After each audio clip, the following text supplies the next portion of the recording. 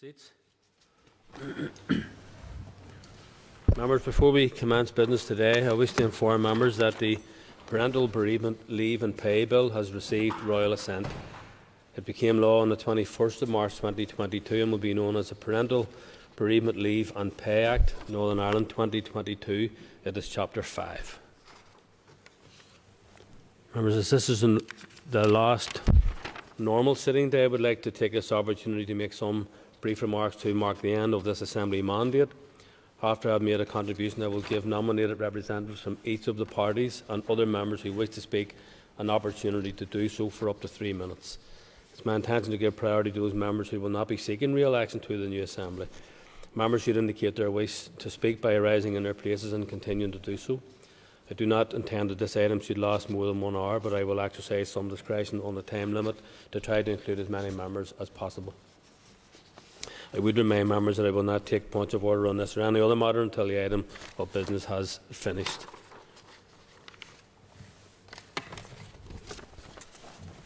Members, while there is another plenary session scheduled this week, today is the last standard sitting of this Assembly mandate. When an executive was appointed on the 11th of January 2020, the core challenge was getting the Assembly re-established after the 3-year absence. And it is to the credit of Assembly staff, and despite being called back at short notice from other parts of the public sector, the resumption of Assembly business appeared seamless. However, within 2 months we were dealing with the challenges presented by the pandemic. It was vital that this Assembly remained able to function, and we changed many of our procedures, often in an extremely short time. Creative solutions were developed, such as proxy voting and remote attendance. The creation of the ad hoc committee on the COVID-19 response was another measure which was adopted, which allowed this Assembly to be much more flexible. I believe that many of the changes made have highlighted that the Assembly should not be afraid of modernisation and reform. I would encourage that for the future, and let me today make one last appeal to consider electronic voting, to give time, or given, if you like, the time which has been spent on voting alone in this past number of months.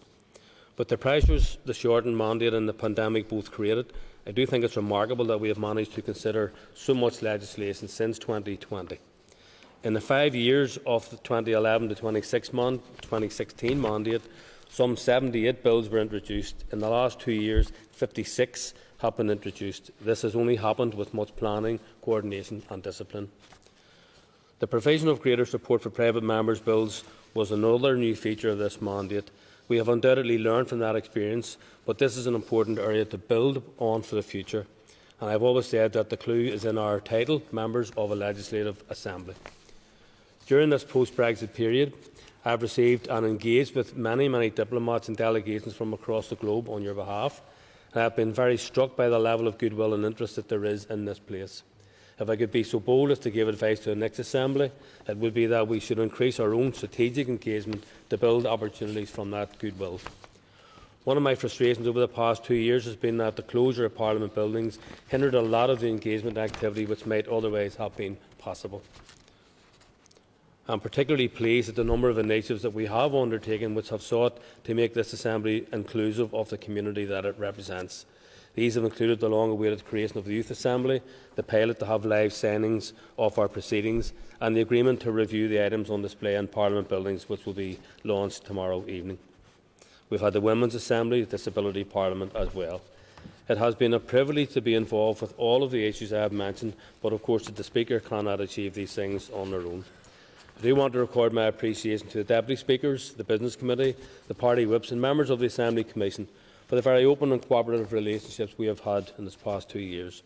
The level of positive support they have given me personally and in my role has made dealing with many of the challenges much more possible.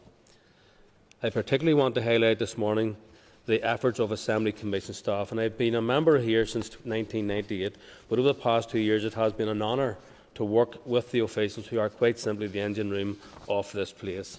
And I want to pay a special thanks to the Speaker's Office, if people don't mind indulging me, for Robin, to Francis, to Emma, Sophie and previously Paul and Lauren.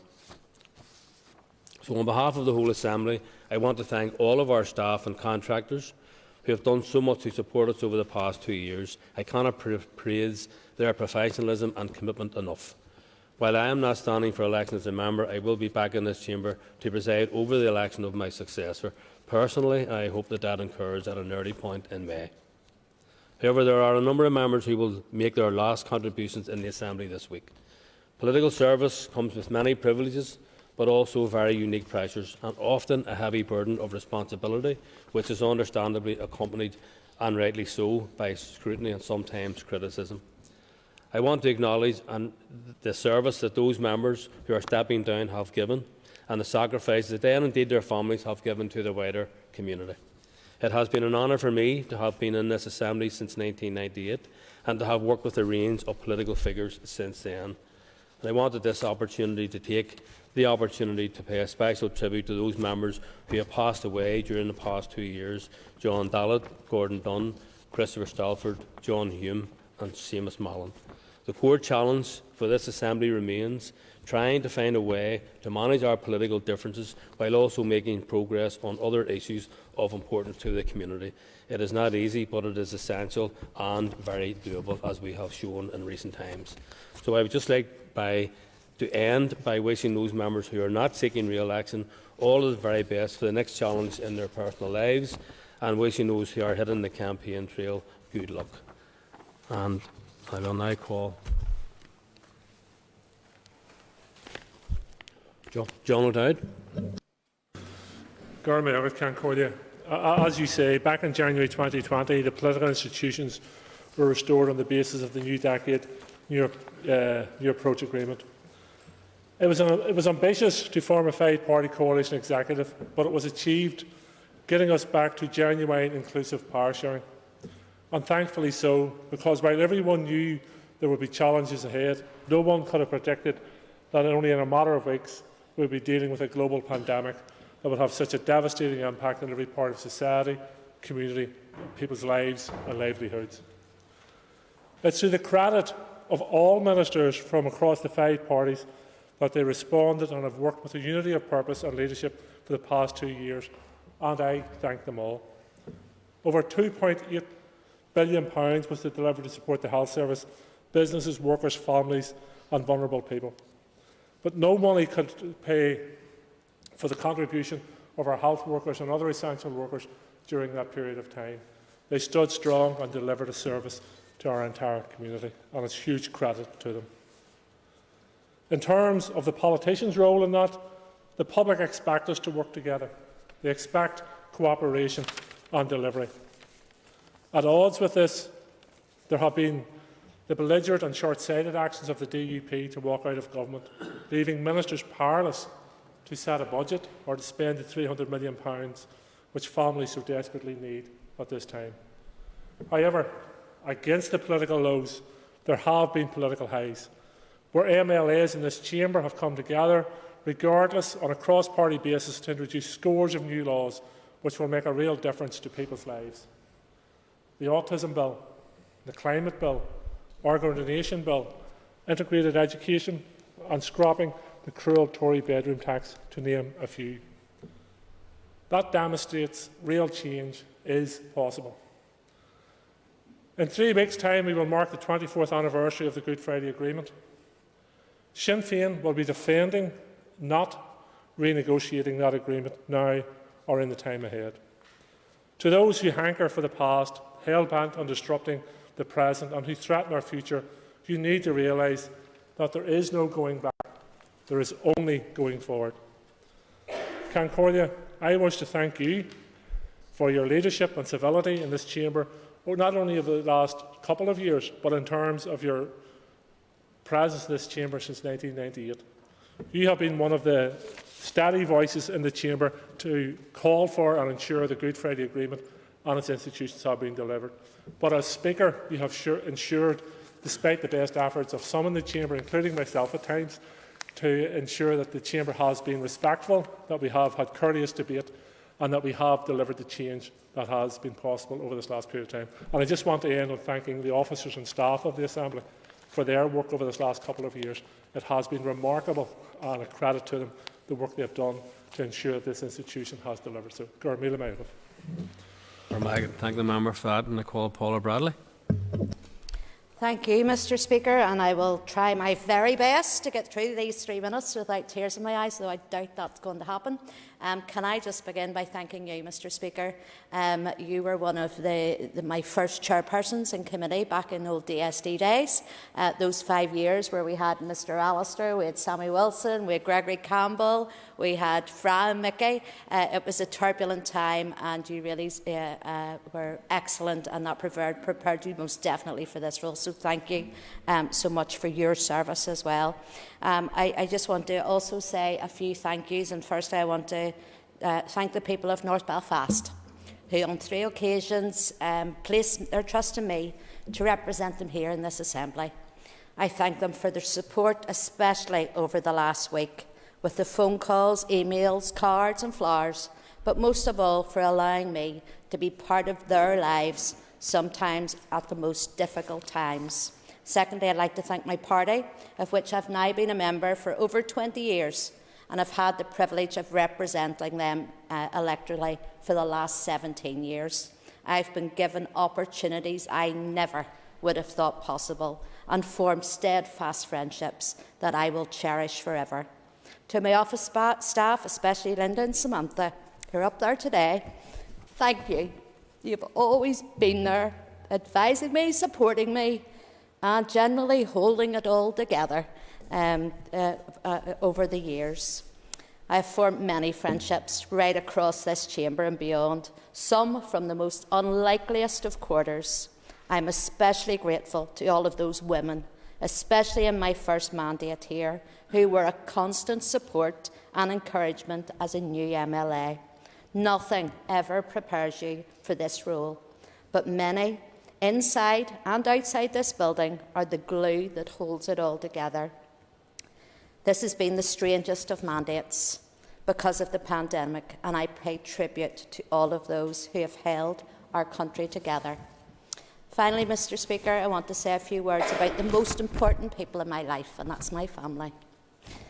They're the people that really do make the sacrifices to allow us to do the job that we do. My children were early teens when I first became elected, and they found it really difficult. I also want to thank my parents. I remember one day in church one Sunday, and the pastor was giving a message, and he spoke about how behind every great man is his wife, and he went on to say behind every great woman, and my mum piped up from the congregation, is her mother. And I have to say, behind this woman, maybe not so great at times, has been her mother. And I want to thank her for that. But I want to thank all of you, all of my friends here, and you are friends, for the support you've given me, and I wish you all the very best for the future. Thank you, Mr Speaker. I thank the member for that. And I call Mark Durgan. I welcome the opportunity to speak today on what has been a mandate like no other. Where to begin? People have been delivered a mandate which I can only describe as a failure to launch, bookended by the collapse of a DUP Sinn Féin-led executive. The fact is, we had a mandate that was supposed to last 5 years, but we've sat for less than half of that. Put bluntly, this period has been a missed opportunity, one which disintegrated from chaotic to outright chaos. Nevertheless, quite a bit has been crammed into the 2 years of a working executive which we were afforded.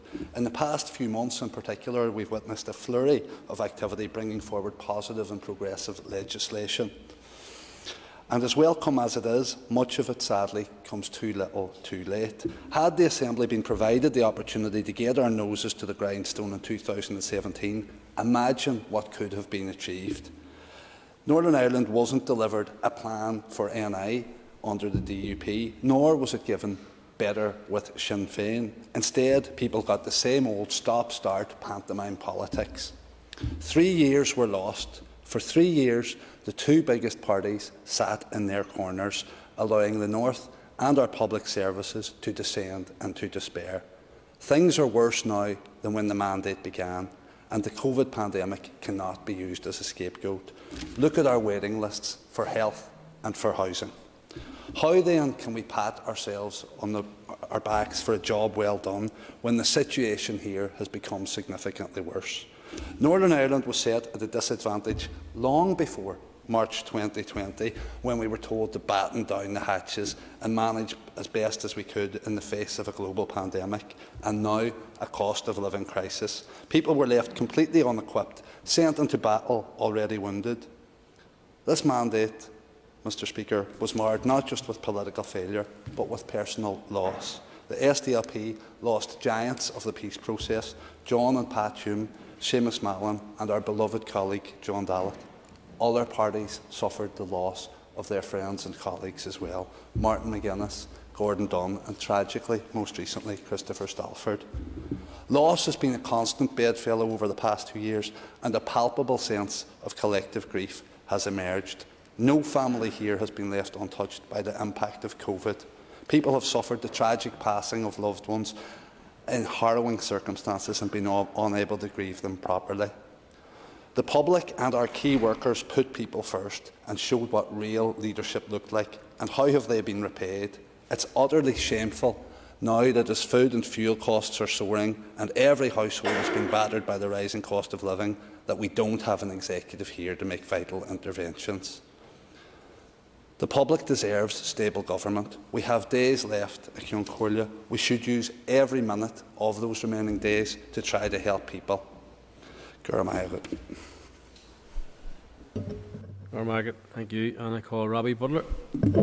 Thank you, Mr Speaker. It really is a privilege to rise at this stage in the mandate, at the very end of the mandate, and thank the people of Lagan Valley for putting their trust in me as their Ulster Unionist representative here.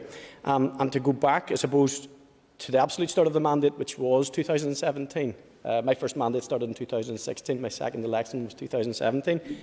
And in reality, I agree with the member, Mr Durkin, with regard to the dysfunctionality of this place. And whilst it was good to get back here in 2020, the only reason that we got back here is because the people of Northern Ireland said and told all of our politicians right across this country, get back to your work and represent us. And that is something, and when we sat down and created NDNA and we put our shoulder to the wheel, if anybody takes full credit for that, again, it does a disservice to the people of Northern Ireland who actually said, get on with your work. And I would say to those politicians that are in this chamber, this is where the work needs to happen. And after this election, I would urge my colleagues not to take a leaf out of Sinn Féin's book and who kept us out of government for 3 years, but get back in. And if they want to boycott something, boycott Westminster. Have the MPs boycott Westminster until we see the change that we need to see to the protocol. But indeed, when we did come back, we couldn't have envisaged that COVID would come. And that is something that this generation and the generations of our children will live with for many, many years. And what did we learn? What did we learn? Well, we learned about the resilience of the people of Northern Ireland. We learned about their ability to withstand the greatest pressures that the world can bring on them. And I want to pay tribute particularly to those in the healthcare service, as Mr O'Dowd did, and indeed very much so to our teachers, who battled through and looked after our children and tried their best to educate them and give them as stable a place to be as they could, when they could, and the utilisation, I suppose, of online technologies, which we've all learned to do. And I suppose that function, you're muted, Robbie, you're muted. We've all got used to that. There was a period here, Mr Speaker, where we did spend a bit of a time giving tribute to some members who had passed in that time. And sadly, we didn't know at that time we were yet to lose some members who were serving here. I'd just like to read into the record once more: Christopher Stalford, Gordon Dunn, John Dallat, John Hume, Seamus Mallon, and particularly from Lagan Valley, we lost Ivan Davis, Billy Bell, Cecil Calvert, and Seamus Close. Incredible politicians. There's something we can learn from each of those people there, and we remember their families who still grieve to this day. I want to thank my party staff, my members in the Speaker's office who have been fantastic. I've really enjoyed working with you, Mr Speaker. Never envisaged outside of politics I would sit in the same room as you and work with you, and it has been an absolute pleasure. To the business office and committee staff too, we thank them for their work, and all of those who work to keep this place going. As Chief Whip, it afforded me an opportunity to work with some of the people from across all the parties, and it's been absolutely a pleasure. It has been really good to do what people don't see us doing. But and finally, in closing, we are going to lose some fantastic people, including yourself, Mr Speaker, Chris Little, Paula Bradley and Sinead Bradley. If I could have picked someone else from your parties to go, it wouldn't have been you guys. Thank you, Mr Speaker. Thank the member, and I call Kelly Armstrong. Thank you, Mr Speaker, and thank you for being back today in the House. You and I both have come out of COVID, to be back here today, but it's a privilege to stand on behalf of Alliance at the end of this mandate. I first came to this House in 2016, the same as Mr Butler, but little did any of us know that we would face an election less than a year later. Then, Mr Speaker, we had a 3-year collapse, and more recently the walkout by the First Minister. I wonder if future politics classes and history books will consider this mandate as a wasted opportunity. Only time will tell. During this mandate, we have had the coronavirus worldwide pandemic, and we lost 3,265 people to this cruel virus. I would like to thank our health service and our wider community who showed a spirit through this pandemic that we really need in this House. But this was also a mandate that saw a significant change. The Assembly reduced from 108 to 90 members in March 2017. Alliance also had a number of changes within this mandate, with Dr Stephen Farry becoming an MP and moving to Westminster. For a short time, our Alliance leader, Naomi Long, was a member of the European Parliament. Her shoes were filled during that time by the gracious and dedicated stateswoman Mara Hendren. I'd like to wish Trevor Lunn well as he ends his political career. While Trevor decided to move on from the Alliance party, he is still part of our family, and we wish him and his family well in his retirement. We also had the retirement of former Justice Minister David Ford, who I have to say is having far, far too much joy and fun in his life with his wife Anne and his family. David achieved something that only a few people get to do, and that is to leave politics on a high. Mr Speaker, this leads me to another gentleman who is soon to leave this House, my dear colleague Chris Little, MLA. I'm not going to cry. Chris, as we all know, has served most recently as the Chair of the Education Committee during this mandate. His commitment to fairness in that role is extended to his bill that is about to pass final stage this week that will extend fair employment to all school teachers. But Chris has been a champion for children, and we will all be the poorer for his absence in this House, although I will look forward to not listening about football anymore.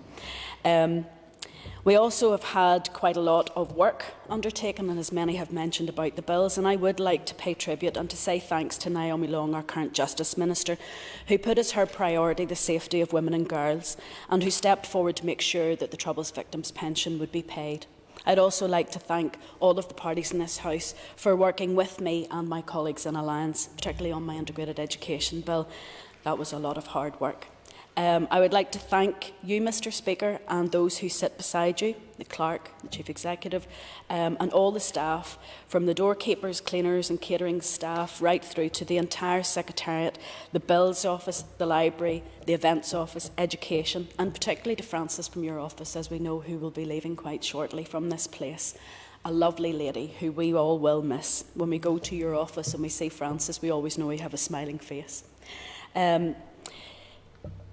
The challenge will be, for those of us who return to this Assembly, will be building public services that our people want, ensuring that we get across all of those public services that in this place, and we really do start to build a united community. But for now, Mr Speaker, it has been a privilege. It's been a privilege working with some who will be leaving us, and I hope it will be a privilege when this executive comes back, or this Assembly comes back after May. Thank you. Thank the member for that, and I call Claire Bailey. Thank you, Speaker. This has been my and my party colleague Rachel Wood's first experiences as MLAs and getting to know what a mandate looks like from the inside. Now, when I was first elected back in 2016 by the people of South Belfast as their first ever Green MLA, Alex Keane stood by his promise, donned a dress and danced for me on the steps of this House, out the front. But he did stand by his pledge. And it has been the greatest privilege given to me in my lifetime to have had the honour to be an MLA. And there have been many fun times, but the tough times can't be ignored as well. It's been filled with challenges and events that no one could have predicted. Upon the elections in 2016, my mandate goes back to there. I know we had elections in 2017, but June 2016 we brought the Brexit referendum January 17 brought the Assembly or the Executive collapse when Sinn Féin resigned the Deputy First Ministry. 2019, we've seen Westminster step in and legislate for marriage equality and to decriminalise abortion. January 2020, an executive re-established under the New Decade New Approach, pledging and promising many things, some delivered, some outstanding, such as a sexual orientation strategy, an Irish Language Act, sign language legislation, and an independent Environment Protection Agency, all yet to be delivered. Then the pandemic hitting, which really exposed the five-party executive system and its inability to deal with crisis. The NISRA statistics that tell us that over 4,000 people have died in Northern Ireland due to COVID, and unlike GB and the Scottish governments in particular, we do not have a commitment to an independent inquiry into the Northern Ireland Executive's response to the pandemic. The promised climate change bill only came about following the introduction of a cross-party private members bill, which was led by the Green Party. And we have also brought the Safe Access Zones bill, which I began working on in 2016 and is due for its final stage today. Rachel Wood's bringing the Safe Leave bill as well is set to become law, and now we have no executive functioning again due to the DUP now resigning as First Minister. But behind all of that, what I have seen very clearly is that all parties and this institution can work very well together and deliver for people when there is the political will to do so. Now, as we face the next Assembly election on the 5th of May, I really urge all parties to listen to people when they say that we cannot afford to face the years ahead without an executive, without a functioning Assembly. They're telling us it's time to keep delivering. And when we do remember the towering political figures that we have lost during this mandate and acknowledge their legacy, I want to say to everyone standing as a candidate and those who have the privilege of being elected on the 5th of May to a new mandate, that it will be your responsibility to step up and fill those shoes, to continue building on the legacy, because that responsibility passes to each and every one of them, and there is so much more to do. Thank you, Speaker. I thank the member, and I call Jim Allister. Thank you, Mr. Speaker. I join in the thanks and appreciation to the Assembly staff for their dedicated service throughout this mandate. I also want to wish every future happiness and success to those who are retiring, to Paula Bradley, to Sinead Bradley, to Chris Little. I trust that now that they are obtaining the early release, that they will enjoy the rest of their lives in respect of that. In respect of this House, Mr. Speaker, this mandate started with no executive. It finishes with no executive. It started in deadlock. It finishes in deadlock. Does that not tell us something?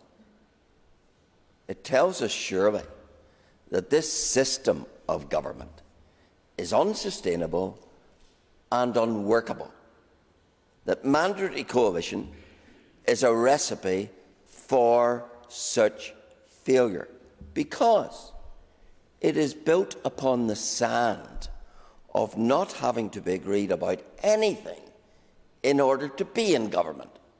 Hence the manifestations throughout the mandate of deadlock and failure and squabble. So it shouldn't be any surprise to anyone that we look back on another mandate of failure and deadlock. The system guarantees that. And yet now we go into an election in which the most fundamental of democratic rights is denied to the people of Northern Ireland. The right to change their government. The right to vote a party out of government. Because of this absurdity of mandatory coalition, where any party with a handful of MLAs is entitled as of right to be in government, the electorate can never vote a party out of government or change their government. So it's simply, under this system, more of the same. More of the same deadlock, squabble, failure. That's what mandatory coalition offers.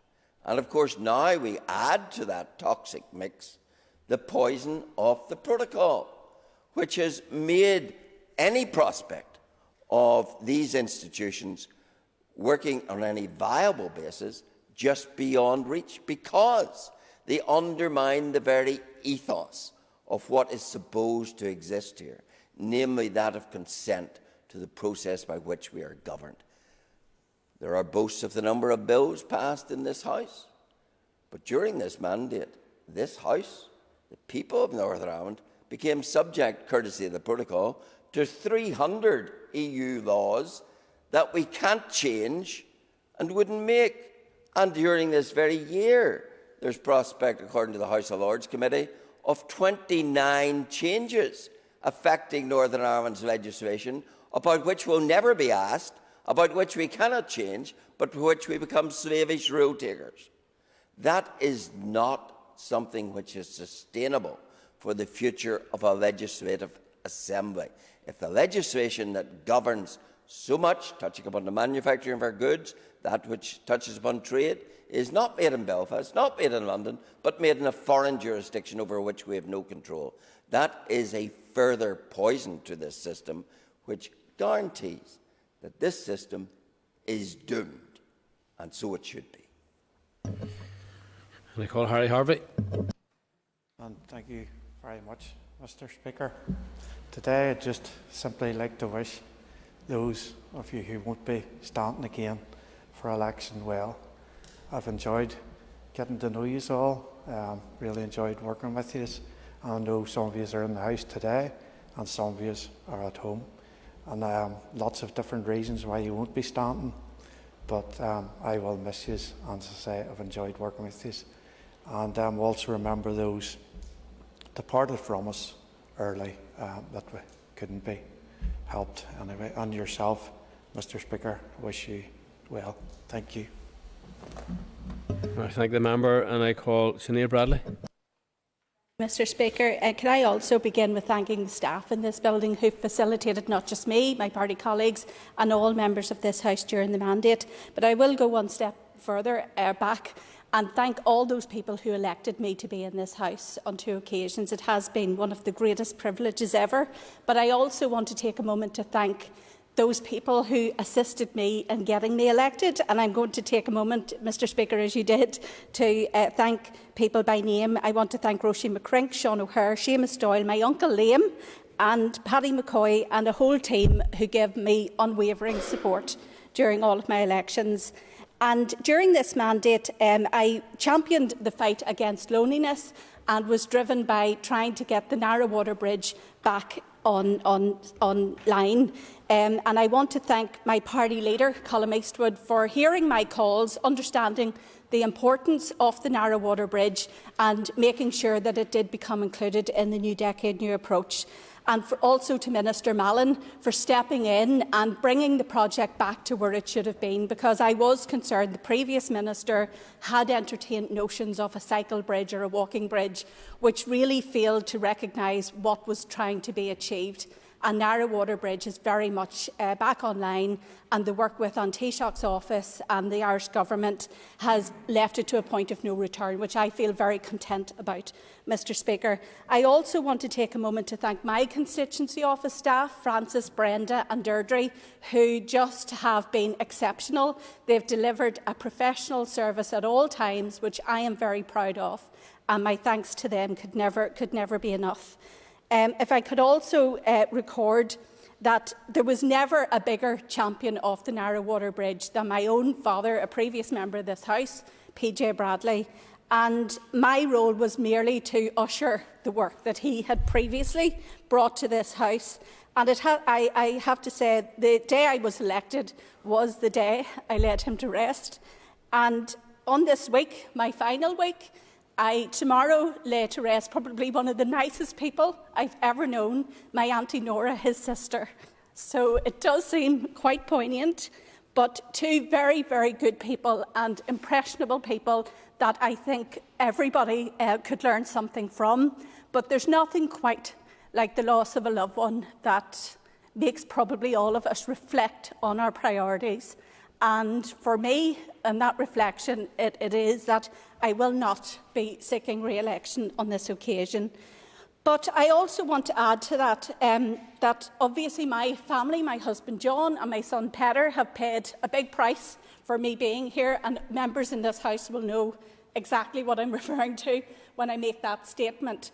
So I want to thank them and put on the record my thanks to them. But I will take one final word of thanks, if I may, Mr. Speaker, to my mother, because it was her endless support, endless love and endless care and endless supply of dinners when I'm not at home that allowed me to be here. And quite frankly, I think that speaks for a lot of women in politics. There is a woman behind them that enables them being here, and there comes a time where they're entitled to be looked after. So I want to put on record my thanks to Leontia. Mr. Speaker, I would also wish everybody in this House well as you run forward for election or not, and I trust that those coming forward will see the value on the work that was achieved at the end of this mandate, and that they will bring it with some vigour to, hopefully, a new executive. Thank you. Thank you, Member. I call Chris Little.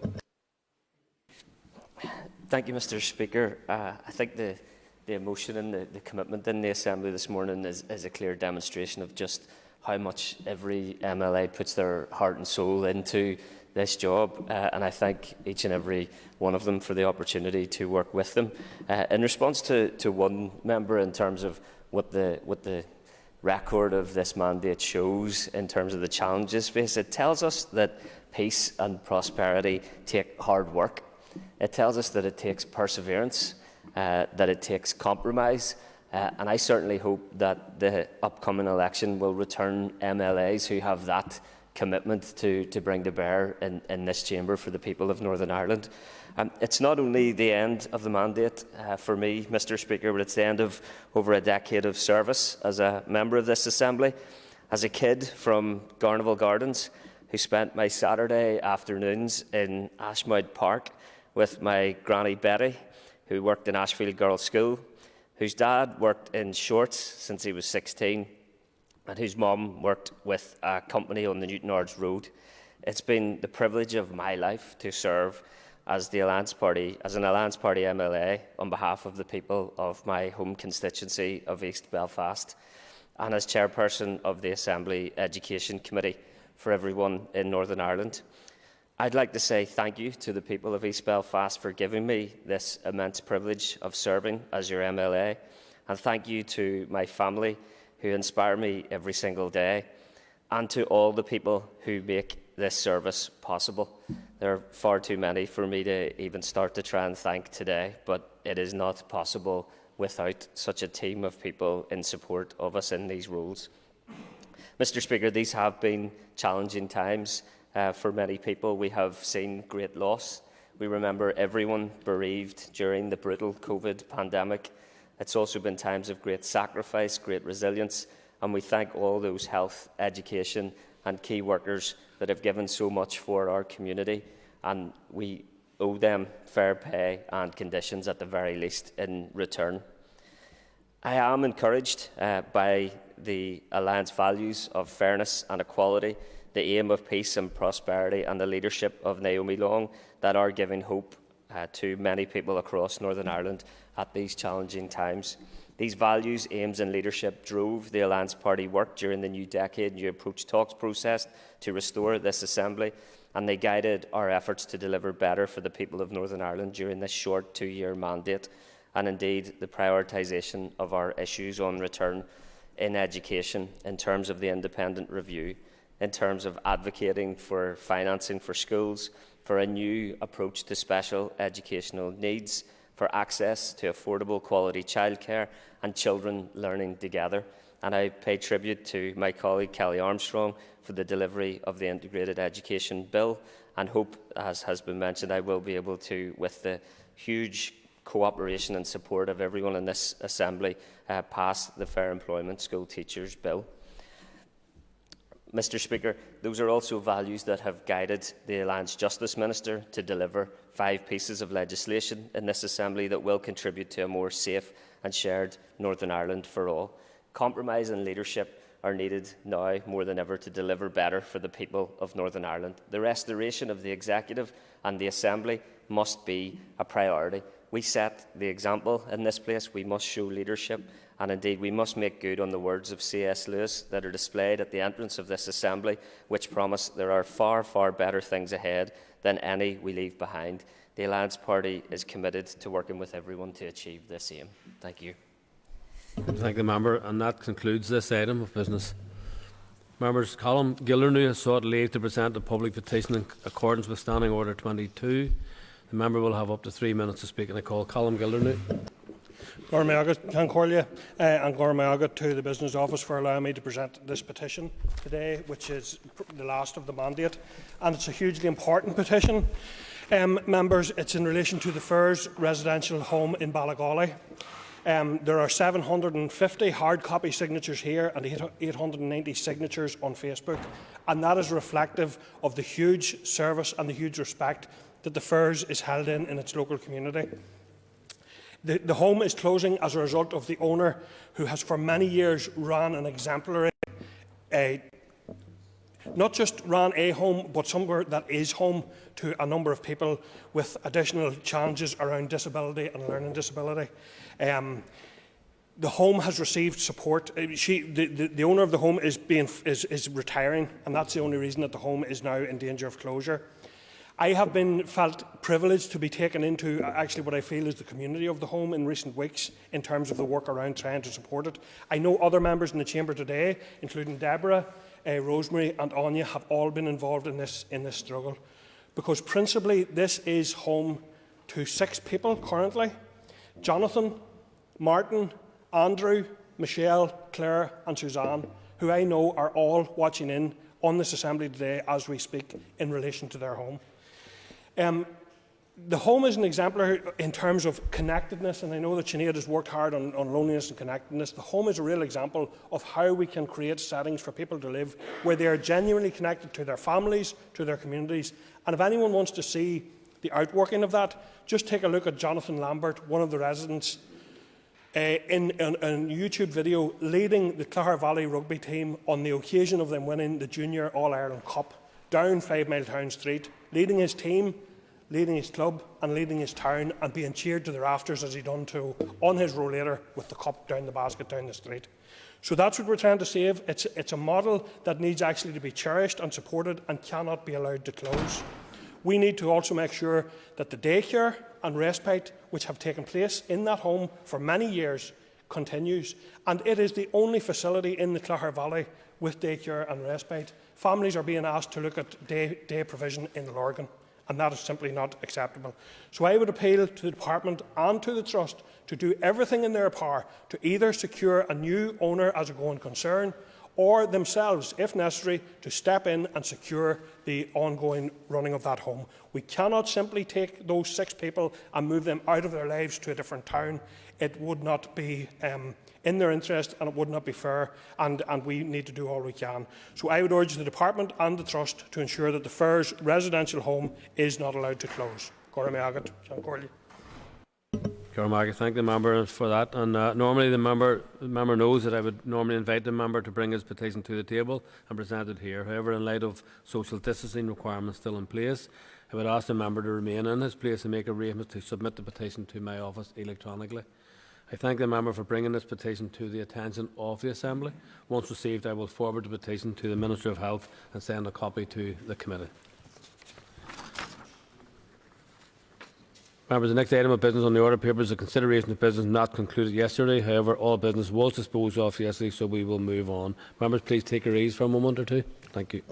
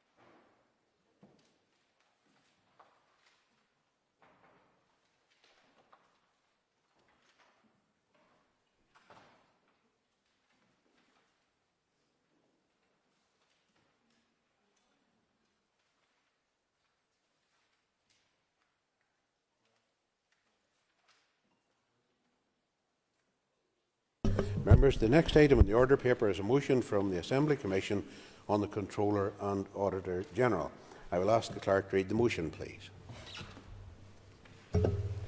That this Assembly, in accordance with Section 65(1) of the Northern Ireland Act 1998, nominates the individual outlined in the proposal laid in the Assembly Business Office by the Assembly Commission on the 21st of March 2022 as the Controller and Auditor General for Northern Ireland.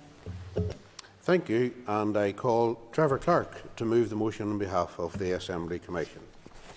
I beg to move. Thank you. The Business Committee has agreed to allocate 1 hour to this debate, with 10 minutes to move, 5 minutes to wind and 5 minutes for all other speakers. Please open debate on the motion.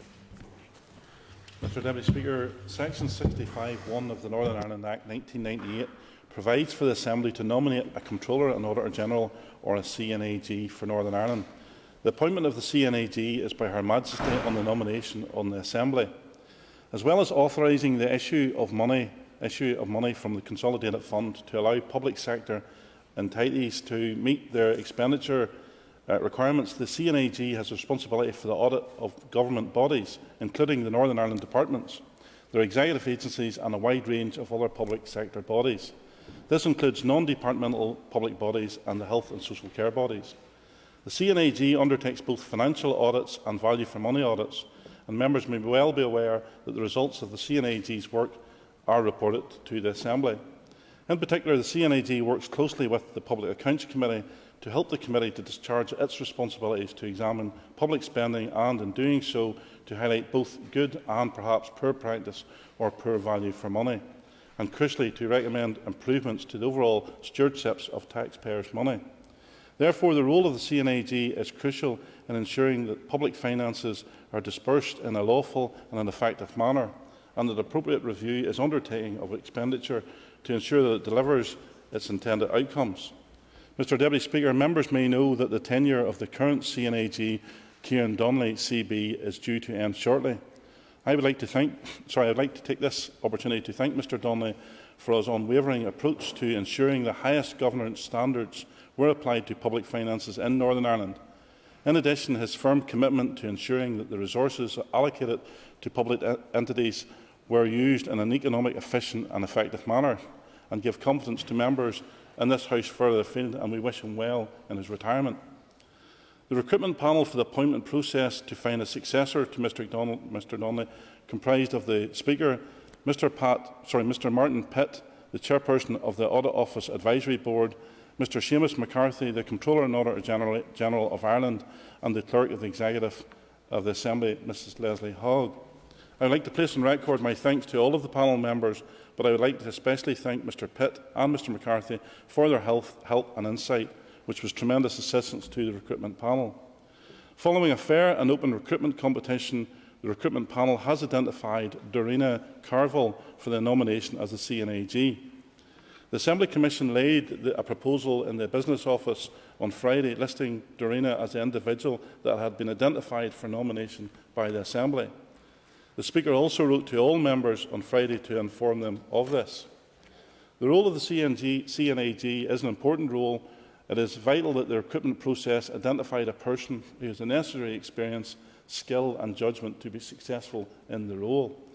In this regard, Dorina has exemplary track record in her academic studies and in her career to date to fulfil the role of CNAG. Dorina is a graduate of Queen's University Belfast with a degree in law with politics. Dorina trained and worked as a chartered accountant in Big Four accountancy firms in London and Belfast. She then moved into the public sector audit, joining the Northern Ireland Audit Office and gaining experience auditing a wide range of public bodies in Northern Ireland. During her 11 years with the Northern Ireland Audit Office, Dorina held a number of positions, including Financial Auditor Director and Director of Corporate Services. In this position, she was the Technical Director providing technical audit advice to the CNAG and to local government auditor. She also represented the Northern Ireland Audit Office on the Public Audit Forum with colleagues from the audit offices in England, Wales and Scotland. Following the review of public administration, Dorina moved into local government as a Director of Corporate Services at Newry, Mourne and Down District Council in 2016. She is the Senior Financial Officer within the Council and is responsible for a wide range of corporate services, including audit, human resources, legal and compliance communications and marketing, and capital projects. Dorina holds the position of the Deputy Chief Executive and since February 22 has been the Council's acting Chief Executive. In addition to her paid roles, Dorina has taken on a number of voluntary roles in Northern Ireland in the public sector, as well as the voluntary and community sectors, including a Board of Trustees for Belfast and Lisburn's Women's Aid. It is the recruitment panel's view that Dorina is very well qualified to take on the challenges posed by the role of the CNAG, and on that basis, Mr Deputy Speaker, I commend the nomination of Dorina Carville as the Comptroller and Auditor General for Northern Ireland to the House. Thank you. Agus Nishiram Daniel McCrossan Hunkanch. I call Daniel McCrossan. Yes, thank you, Mr Deputy Speaker. I too would like to put firmly on record at the outset my appreciation to the Comptroller and Auditor General, Mr Kieran Donnelly, who has provided an outstanding service in keeping account and close scrutiny of public expenditure, involved in some very turbulent times, and also in terms of, I suppose, in the absence of these institutions, a very difficult role leading up to the RHA inquiry as well, amongst other very important matters as well. We from this House wish him well, and I'd like to add my appreciation, along with colleagues across the Chamber, to him and wish him well in his retirement as well. The recruitment process for the new Comptroller and Auditor General has not been the most straightforward, but certainly it is an important process to ensure that we have the best possible candidate selected who will fill that role very well. I'll be speaking on a further motion later today, Mr Deputy Speaker, in relation to this, and will add further remarks at that point. Thank you. I call Roy Beggs. Thank you, Mr Deputy Speaker.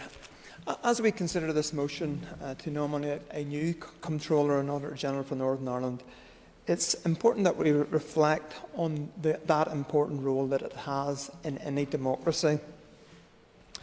The CNAG in Northern Ireland is the head of the Northern Ireland Audit Office, and together they carry out that vital role of scrutinising how public money is spent, to ensure that those in authority, whether it's ministers, whether it's senior civil servants, those involved in public bodies, spend that money appropriately with the appropriate authorisation, and that it is being used effectively. We have to remember, ultimately, this is the public's money. This is money that's been raised in taxes, and it is right that it should be independently reviewed how that money is being spent.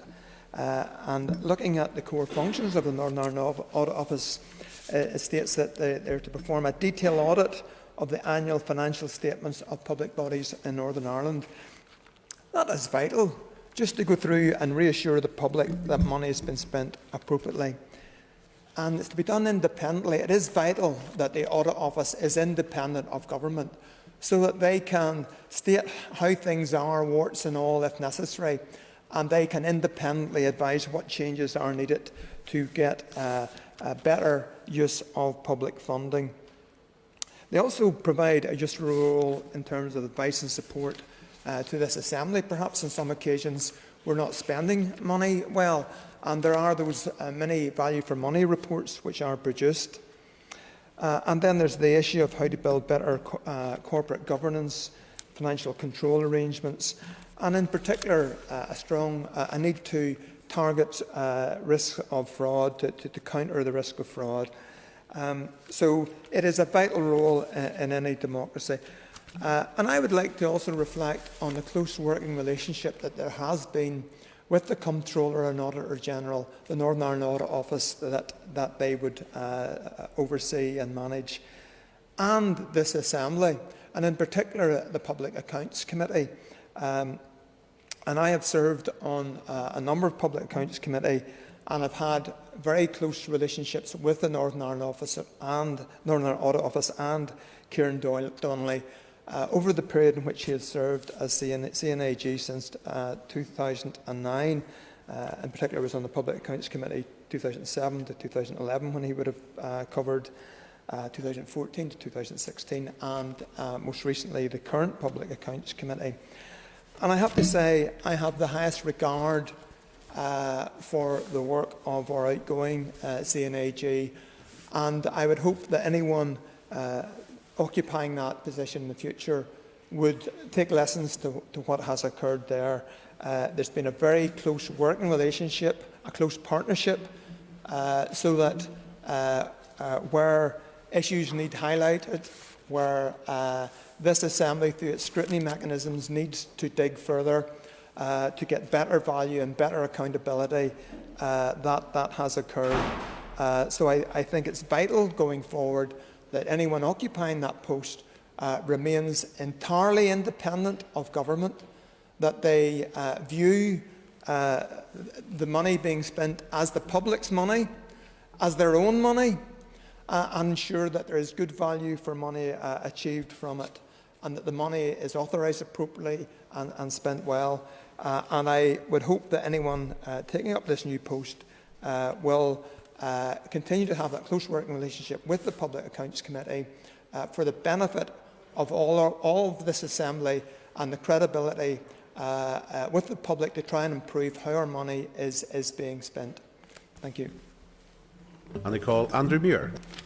Mr Deputy Speaker, and I'm glad that we're able to bring this forward to the Assembly today and hopefully approve it before the end of the mandate, because it's absolutely crucial that we're able to do this appointment. And I speak as someone who was previously a member of the Audit Committee, and then for the last 2 years a member of the Public Accounts Committee. And in terms of the current post holder, who is due to retire, of Kieran Donnelly, sometimes in life people come along and they really do impress you, and Kieran is one of them. Someone who's been entirely professional in his conduct throughout the time I've got to know him, entirely committed to his role, and also thorough in the work that he's undertaken. And the staff that work with Kieran and himself have delivered some very thorough and comprehensive audit reports and enabled us as an Assembly to provide scrutiny of the public sector and the decisions being made. And I am eternally grateful for the service that Kieran has provided to us. It is something that has aided us in terms of our work as members of the Assembly, and also the scrutiny of how Northern Ireland is run.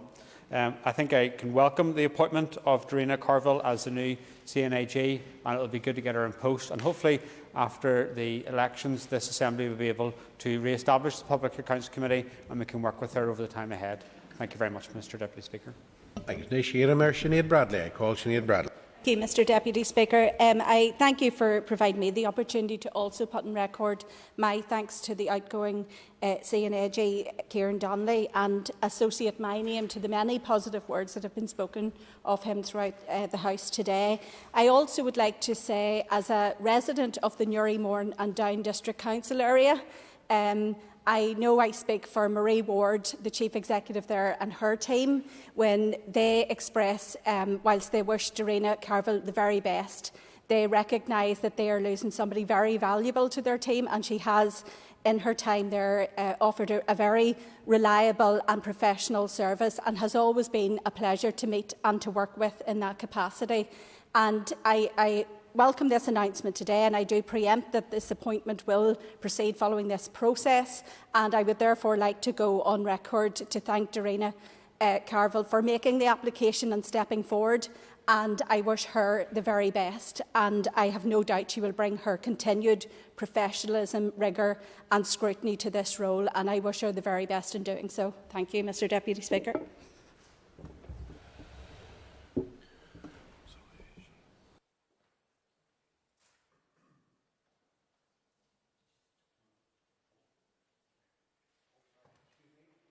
And I call John Blair to Wayne. Thank you. Deputy Speaker, thank you, and I thank members for their contributions. While neither myself nor my Assembly Commission colleague Trevor Clark, who moved the motion, were on the recruitment panel for the CNAG, as members of the Commission we are assured that a fair and open recruitment competition took place. I would like to repeat Mr Clark's thanks to both Mr Pitt and Mr McCarthy for their assistance with the recruitment process. It is always welcome when those with relevant expertise participate in an important competition such as this. Mr Deputy Speaker, the role of CNAG is crucial to how this Assembly assures itself of the propriety and regularity of the expenditure incurred across the public sector. In this regard, I would again pay tribute to Kieran Donnelly for his work as CNAG and wish him well for his retirement. The CNAG fulfils an important element of the overall system of governance that is in place across most democracies. So having a credible, experienced and skilled person to undertake this role should be reassuring to the Assembly. I will now, Deputy Speaker, just cover some of the comments made by members, starting with Daniel McCrossan, speaking on behalf of the Audit Committee, who paid tribute to some of the individuals themselves, and I'll come to that in a moment, but also raised the fact that there be matters tabled later on behalf of that committee. Roy Beggs, who spoke of the importance and relevance of the role, my colleague Andrew Muir, who supported the motion, and all of those speakers paid tribute to Kieran Donnelly, as did Sinead Bradley, who also took time to wish Dorina well, and I think she did it, it should be said, with a particular South Down emphasis on that. Deputy Speaker, I trust that members from across the House will support the motion, and I commend the nomination of Dorina Carville as the Controller and Auditor General to the House for appointment by Her Majesty. Thank you. Thank you. And before we move on to winding up our business here, as a former member of the PAC, I too would like to be associated with the tribute to Kieran Donnelly. And in my time, I found him nothing but efficient, effective, and led a really, really good team at the PAC. It also would be appropriate at this time to pay tribute to our late colleague John Dallett, who served lengthily on the PA and rigorously served on the PAC, and I'm sure too, with his passing and now with Kieran moving on, we're entering a new era, and I wish Dorina Carville all the very best with that as well. So we'll move then to the question, and that is that the motion standing on the order paper be agreed. All those in favour say aye. Aye. Contrary, no. The ayes have it. The ayes have it. Please take your ease while we move to the next item of business.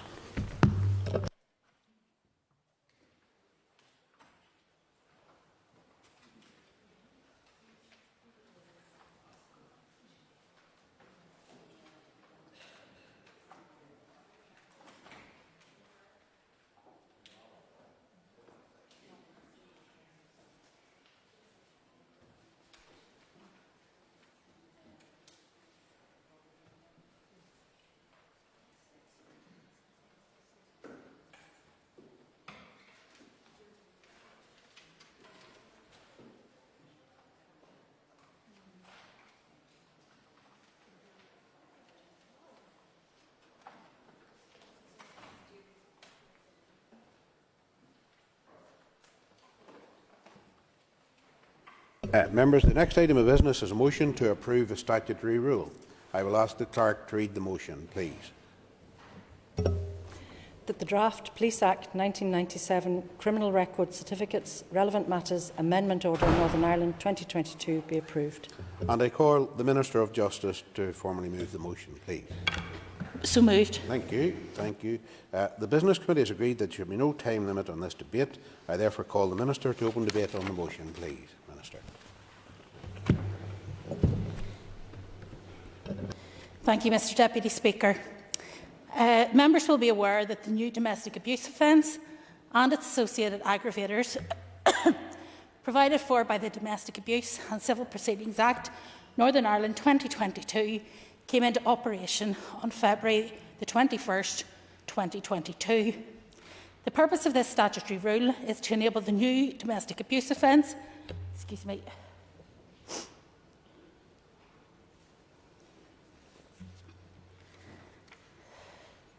The purpose of this statutory rule is to enable the new domestic abuse offence, convictions of the domestic abuse offence with the child aggravator, as well as current convictions for all other offences for which there is a domestic abuse aggravator to be disclosed as part of the Access NI disclosure process. As members may be aware, Access NI discloses information held on a criminal record, particularly about individuals who are seeking to work with children and vulnerable adults, enhanced checks. However, after certain periods elapse, Access NI will not disclose old and minor offences from that record, non-specified offences. This is known as filtering. Access NI does not apply these periods to more serious offences listed in 113A, 6D of the Police Act 1997. These are known as specified offences and are always disclosed on Access NI standard or enhanced certificates. The order will add convictions of the domestic abuse offence, including where aggravated, to this list. All other offences not listed in 113A 6D are deemed to be non-specific offences. The order will add convictions of any other offence aggravated by domestic abuse to the list of non-specified offences. Section 113A of the Police Act 1997 requires a criminal record certificate to be issued for any individual who makes an application and who is 16 years old or over at the time of the application, except in prescribed circumstances. Criminal record certificate must give the prescribed details of every relevant matter relating to the applicant. Section 113A 6D lists offences which are to be considered as relevant matters.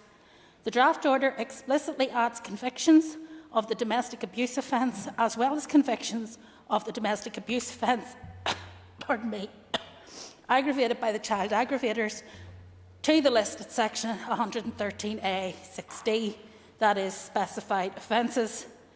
Convictions of all other offences other than the domestic abuse offence and specified offences that are aggravated by domestic abuse would also be included within the list of relevant matters and be disclosable as part of an Access NI application check.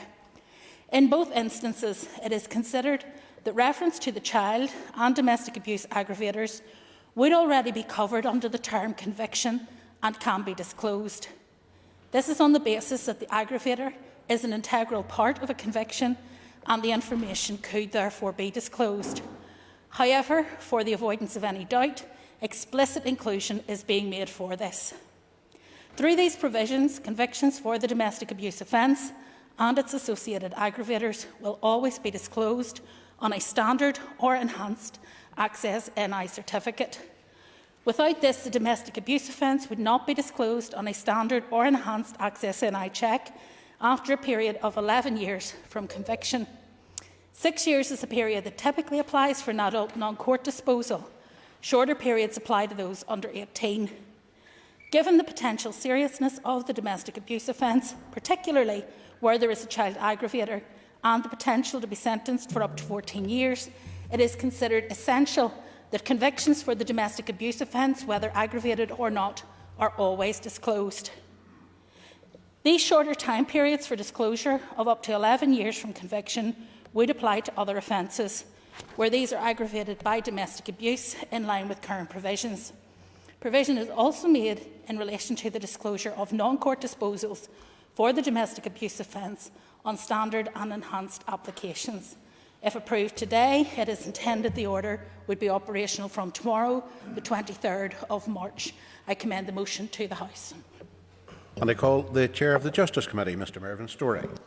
Thank you, Mr Deputy Speaker, and I rise as Chair of the Justice Committee in regards to this particular issue brought to the House today. The Department of Justice wrote to the Committee on the 14th of February to advise that it proposed to make an order to make provision for the new domestic abuse offence and related aggravators, which came into operation on the 21st of February 2022 as part of the Domestic Abuse and Civil Proceedings Act to be disclosed by Access NI disclosure process. The Department's correspondence outlined that Access NI disclosure information held on a person's criminal record, particularly about individuals who are seeking to work with children and adults, enhanced checks, after certain periods elapse. Access NI will not disclose old and minor offences from that period, although this does not apply to offences specified in section 113A 6D of the Police Act 1997. Those more serious offences are always disclosed on the Access NI standard and enhanced certificates. As the Minister has detailed to the House this morning, this draft order will explicitly add the domestic abuse offence as well as convictions for the domestic abuse offence aggravated by the child aggravator to the list of specified offences. All other current convictions for offences that are aggravated by domestic abuse would also be included within the list of relevant matters and be disclosable as part of the Access NI application check. Provision is also made in relation to the disclosure of non-court disposals for domestic abuse offence on standard and enhanced applications. Adding the domestic abuse offence and the associated aggravators means that they will always be disclosed on a standard or enhanced access NI certificate, and they will not be filtered out after 11 years following the conviction or after 6 years for an adult non-court disposal. The committee considered the information from the Department at its meeting on the 17th of February and agreed it was content with the proposal for the statutory rule. The statutory rule was subsequently considered on the 10th of March when the committee noted that the examiner of statutory rules had no comment to make by way of technical scrutiny. The committee agreed to recommend that the statutory rule be approved by the Assembly. Therefore, on behalf of the committee, I support the motion. Thank you. I call In January 2021, this Assembly passed the landmark Domestic Abuse and Civil Proceedings Act. As we know, the Act provided for a new domestic abuse offence covering coercive and controlling behaviour, along with a number of aggravators. This new offence, which came into force in February of this year, marked a milestone in how the criminal justice system treats domestic abuse and protects victims. The new offence also carries with it an increased maximum sentence of up to 14 years in prison, which reflects the seriousness of the offence. Access NI checks are a vital safeguard against potentially dangerous individuals working inappropriately with both children and adults, with more serious offences listed as specified offences, which will always be disclosed on Access NI checks. Given the seriousness of the new domestic abuse offence and its associated aggravators, including, importantly, a child aggravator, it is right that this offence will be added to the list of disclosed offences. Therefore, Sinn Féin will be supporting this motion today. Thank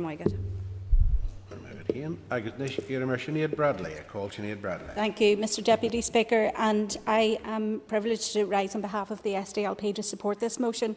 I, like other members of this House, will have heard first-hand the horrendous and heinous acts that led to the coming about of the Domestic Abuse and Civil Proceedings Act. And the motion in front of us today is quite rightly a safeguarding piece that ensures that those behaviours do not somehow become filtered out or lost. And this motion will act, no doubt, to safeguard potential victims of the future from people who have chosen to commit such heinous acts. And it has to be said, the standard and the enhanced systems are different in nature, and there can be this filtering out if we do not step in to ensure that all of these actions are captured and, more importantly, relayed to the appropriate authorities when application is made. So therefore the SDLP will be pleased to support this motion in the knowledge that we are safeguarding victims by doing it. Thank you, Mr Deputy Speaker. I call John Blair. Thank you, Mr Deputy Speaker. And to begin, I wish to express genuine regret to the victims of domestic violence for whom the passage of the Domestic Abuse and Civil Proceedings Act 2022 came too late. A shameful legacy, Deputy Speaker, of 3 lost years with no functioning Assembly. And to those people, I can only apologise. It is hard, therefore, to fathom that yet again we are without an executive after being restored just 2 years ago, and that the long overdue and increasingly urgent strategy to tackle violence against women and girls has been delayed as a result of further stalemate and standoff. Deputy Speaker, I will keep my remaining remarks on the motion brief, as the purpose of the statutory rule is to enable the new domestic abuse offence convictions of the domestic abuse offence, as well as current convictions for all other offences for which there is a domestic abuse aggravator, to be released as part of the Access NI disclosure process. The statutory rule is essential to ensure that children and vulnerable people are protected by providing potential employees with details of convictions of the domestic abuse offence and non-court disposals of the domestic abuse offence, in order for them to share them with a potential employer who will, of course, be making recruitment decisions. I want to close, Deputy Speaker, by thanking the Justice Minister for bringing forward this motion, which introduces further protections to vulnerable people in our communities. This comes in addition to the Minister having, in this short mandate, showed commitment and paying particular attention to the issue of domestic violence, and she should be commended for her determination and congratulated for these achievements. Deputy Speaker, on behalf of Alliance, I support the motion. Thank you. There have been no other notified speakers, and I call the Minister, Naomi Long, to please wind on the debate. Thank you, Mr Deputy Speaker, and thank you also to all members for considering this motion. I want to welcome today's debate on the draft order and thank members for their unanimous support in their contributions to the debate. Mr Speaker, in closing the debate, I believe this order will ensure that children and vulnerable people are protected by providing potential employees with details of convictions of domestic abuse offence, including where aggravated and non-court disposals of the domestic abuse offence, in order for them to share them with a potential employer who will make a decision when it comes to recruiting individuals. On that basis, Mr Deputy Speaker, I commend the draft order to the House. Thank you. The question now is that the Draft Police Act 1997, Criminal Record Certificates, Relevant Matters, Amendment Order NI 2022 be approved. All those in favour say aye. Contrary, no. The ayes have it. The ayes have it. We now move to the next item of business, which is a motion to approve a statutory rule. And I will ask the clerk to read the motion, please. That the draft Domestic Abuse Information Sharing with Schools, etc. Regulations Northern Ireland 2022 be approved. Thank you. And I call the Minister of Justice to formally move the motion, please. So moved. Thank you. The Business Committee has agreed that there should be no time limit in this debate. I therefore call the Minister to open debate on the motion, please.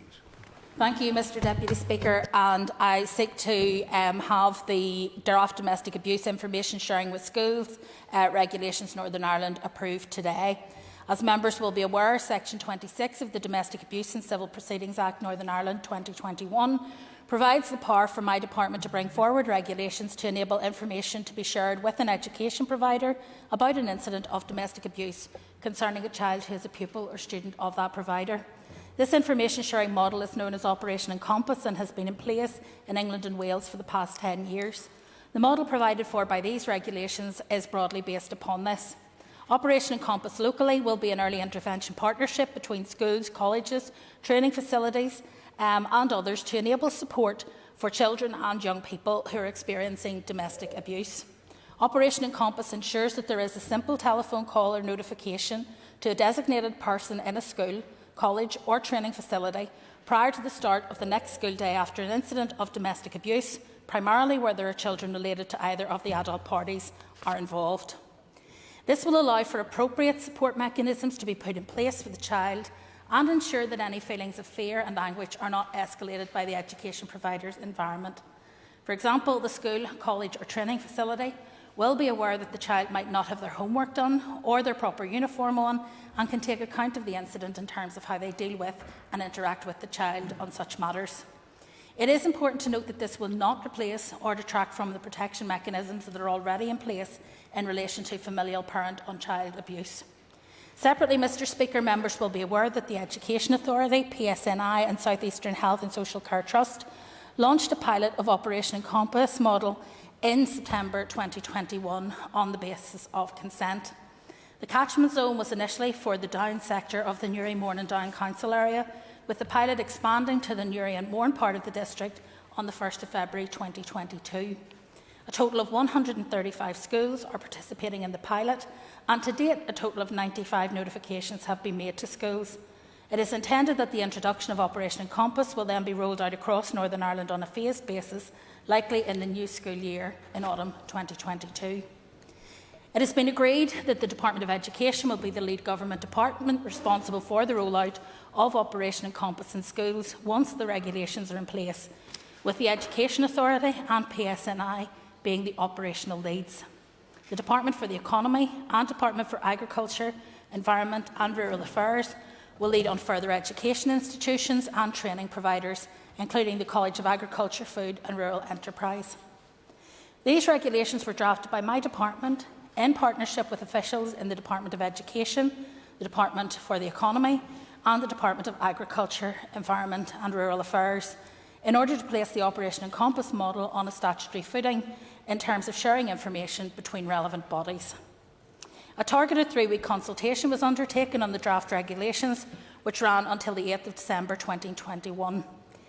18 responses were received, and all of these were supportive of the regulations being brought forward. The regulations will apply where there has been a domestic abuse incident or an incident that is reasonably believed would constitute an incident of domestic abuse concerning a child who is a pupil or student. This would be from these registered for a funded preschool place through compulsory school age prior to them turning 18 and then considered to be an adult. This upper threshold also aligns with the approach towards children and young people in the criminal justice system. Regulation 3 enables information to be shared between a number of bodies. The police can advise a designated person, typically the safeguarding lead for a school, further education college, or Department for the Economy funded private training providers, delivering training programmes or apprenticeships, that there has been such an incident. This is for the purpose of ensuring that the needs of the child can effectively be taken account of, as well as any impact, and that support can be provided. The precise information that will be shared will be determined by the particular circumstances of the case, being kept to the minimum necessary. This can include the timing of the incident, the nature and severity of it, who it involved, the location, or such other information as is considered necessary to support and take account of the well-being needs of the child. This information would give the education provider a sense of the level of trauma that the child has been subjected to, and recognise that a child may be affected by domestic abuse even in circumstances where they have not been physically present during the incident of abuse. Regulation 4 provides that a domestic abuse incident concerning a child is where there may have been abusive behaviour between two personally connected individuals. It would be likely to cause harm. It was intended to cause harm, or the person was reckless as to this, or it concerned the child. Relationships covered are where the individuals have or have been married, they are or have been partners, they are or have been in an intimate personal relationship, or are close family members. This is intended to align with the general approach that applies for the domestic abuse offence, albeit recognising that for the purposes of this scheme, a person may not have been charged with an offence at that point. In terms of the information sharing provisions under the regulations, there is a need to ensure that these do not cut across current procedures and protections, as well as the scope of the domestic abuse offence, rather that they supplement it. Abuse by a parent against their 16 or 17-year-old child would fall within this model. This is intended to ensure that there is an appropriate linkage to the parent domestic abuse legislation and what is deemed to be a domestic abuse offence, or any other offence aggravated by domestic abuse. It also ensures that information sharing would apply where a child is affected by domestic abuse, and while perhaps not a direct victim, the child aggravator would be likely to apply under the 2021 Act. Where a child or young person is abused by a parent, or a person that has parental responsibility for them, and a child cruelty offence could potentially apply, this would be captured by current information sharing provisions. In addition to the police sharing information with a safeguarding lead, there are a number of other instances where information may be shared, again, where this is necessary, in order to ensure that the needs of the child can effectively be taken account of, as well as any impact, and that support can be provided to them. The regulations enable designated persons, such as a safeguarding lead, designated child protection officer, or designated safeguarding officer or their deputies, to share information with the police where a child has disclosed an incident to them, as well as a two-way sharing of information between these designated persons and a class teacher. This would apply where a disclosure has been made by a child, or where there has been an incident reported, and this is necessary in order to ensure the needs of the child can be effectively taken account of and support provided. For the purpose of the regulations, a class teacher will include its everyday meaning, as well as a course lecturer, instructor, relevant support staff, and an education provider. The regulations also provide that it is an offence for any of those who are enabled by the regulations to share information, to disclose this information without lawful authority, including that provided by the regulations under an Operation Encompass notification. It is also an offence for any other person to use or disclose to someone else any information which they know has been disclosed in contravention of these regulations. The penalty associated with this is a fine, which could be unlimited. As members will no doubt appreciate, it would be inappropriate to bring forward information sharing provisions without an associated offence of unauthorised disclosure. That being said, we do not consider that there should be a need to have recourse to this, as the offence is drafted to capture incidents where someone has knowingly disclosed information without lawful purpose rather than accidentally. It is intended that the regulations will be operational from the 1st of April 2022 and that the introduction of Operation Encompass will be rolled out across Northern Ireland on a phased basis after this, likely in the new school year in autumn 2022. I have no doubt that members will welcome these provisions, the future rollout of the Operation Encompass model, and be supportive of the regulations that I am bringing forward. These will enable appropriate and proportionate sharing of information where this is needed to best support a child. I recommend the motion to the House. Call the Chair of the Justice Committee, Mr Mervyn Storey. Thank you, Mr Deputy Chair.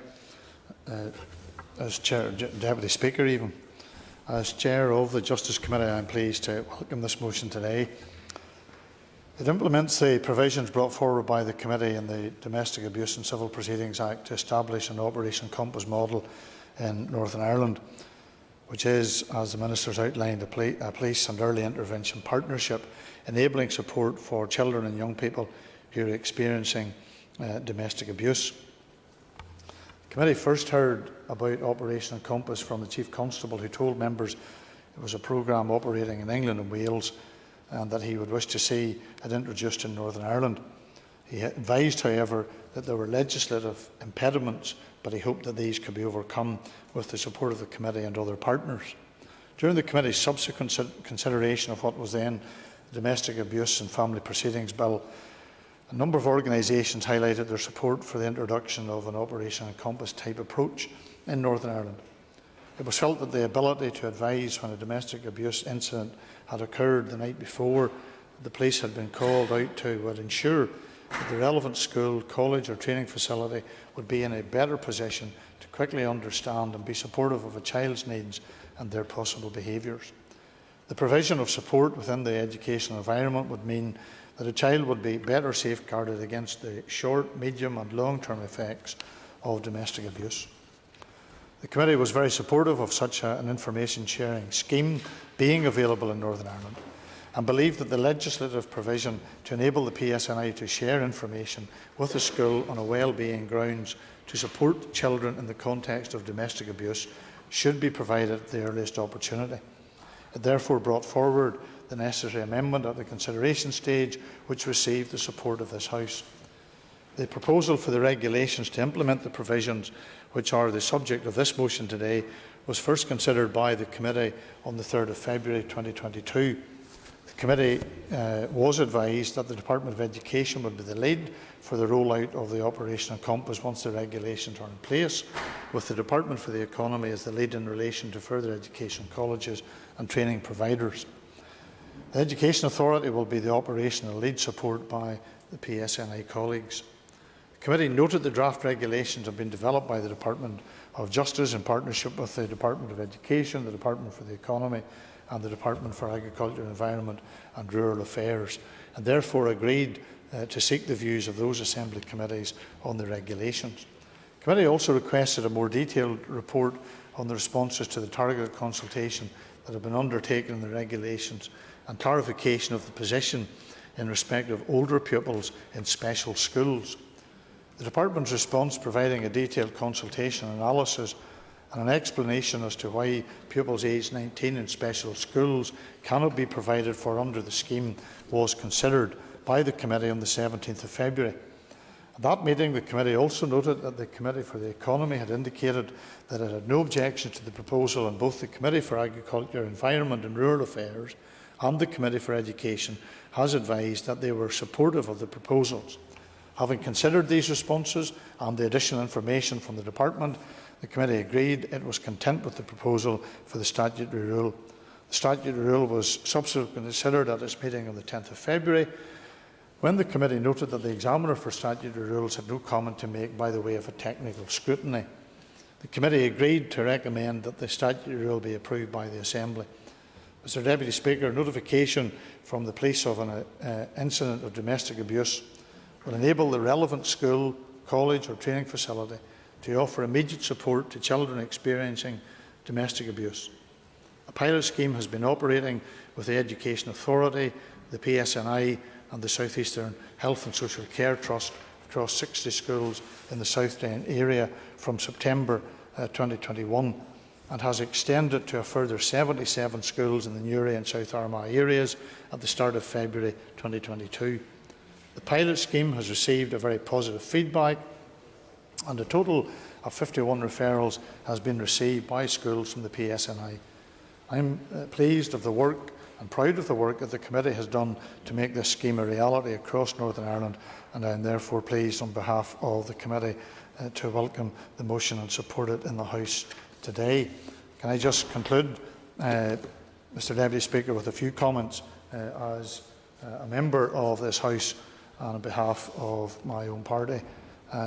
Obviously today is the last time I will stand before this House as Chair of the Justice Committee, and we've had our final meeting of that committee this morning, and I want to place on record in a public way our appreciation and thanks to the staff of our committee for all the work that they have done. They have been tireless and they have been conscientious in everything that they have done during the time, not only that I have had the opportunity to be the Chair, but previous chairs and also during the life of the committee. I also want to publicly note that there are members of the committee who are not seeking re-election. I refer to Emma Rogan, Robin Newton and Sinead Bradley. I want particularly to make comment in terms of Sinead Bradley, who is in the House today, and I want to play a personal thank you to her for the work that she has done on the Justice Committee, along with other members, and say to her, thank you for that service that you have given, and I have no doubt that the diligence that you have shown is reflected in the many changes that were brought about in the legislation that has been brought before this House. Also to my colleague, Mr Robin Newton, I wish him well, along with Sinead, and whatever the future brings for them in the weeks and months ahead. And Minister, I say to you, thank you to you and your officials for the work that you have done. We haven't always agreed, we'll not always agree. There will be issues where we will still have issues of disagreement. However, I trust that we have endeavoured to do our work in the best possible way to ensure the best possible outcome. With that in mind, I would ask your indulgence, Mr Deputy Speaker, just to raise two issues with the Minister. And that is particularly, and we have reference to the domestic abuse piece of legislation earlier, but there has been the issues raised which I think are of serious concern about the stalking protection legislation and also how that the protection orders will be enacted, and also the concern that has been raised, and you've seen the correspondence, Minister, from the police, where they remain a number of challenges in respect to the training of their officers. And I would ask that you take that issue on seriously and that that issue is addressed with the Chief Constable in a way that reflects the necessity and the need of this issue. And then finally, it is with some concern that I raise with the Minister the issue in regards to the pay settlement that has been imposed on our prison staff. And I understand that that pay settlement has been imposed without any reference to the pay and review body. And I think that is a serious departure in regards to the way in which there has been a working relationship between our prison officers and their staff and the department, and that is an issue that I have written to the Minister today on. Thank you for your indulgence, and obviously we wish all in the Justice Committee success in whatever the outcome of the 5th of May brings. Thank you. Thank you for that. Agus na siarm Linda Dillon hon can I call Linda Dillon. My August Lesh can Cordia, and first of all, can I welcome this coming to the House today. The very inception actually of Operation Encompass was a couple, a police officer and a teacher, sitting at a kitchen table wondering what they could do to make life better for young people who have suffered as a result of being exposed to an incident of domestic abuse, whether they were directly involved or whether they witnessed that incident. And that was where it began. And I was at a presentation by Safeguarding Board, and they talked about Operation Encompass and the challenges that they had in trying to bring it in to be in here in the north. And I spoke to them afterwards and asked them what was the issue. And they said there just seems to be a resistance to it. We're not sure why. So I asked at every opportunity. I was on the policing board at the time. I asked the policing board and put it to the Chief Constable on a number of occasions. And when I got onto the Justice Committee, I did the same. And when I seen the opportunity to include it in the domestic abuse bill, and I have to say I thank the Minister and her officials for working with me on it, and to the Speaker's office, because we were concerned that it would not be found within scope, and thankfully it was found within scope. And I want to thank the other members of the Justice Committee, because they all supported it without failure. Every single person supported it. They seen that it was something that would be beneficial and that would work to the benefit of our young people, of our children. And I think it's worth saying, and I do want to also acknowledge that the previous Education Minister, Peter Weir, did bring forward a pilot, and I think that that was very helpful. It also highlighted the challenges, because consent, the requirement for consent is a challenge, and it was actually raised with me no later than last week by somebody who works for youth services, saying that the consent issue is a challenge, particularly within some particular communities and with certain traditions where parents would not give consent for that information to be shared with the school.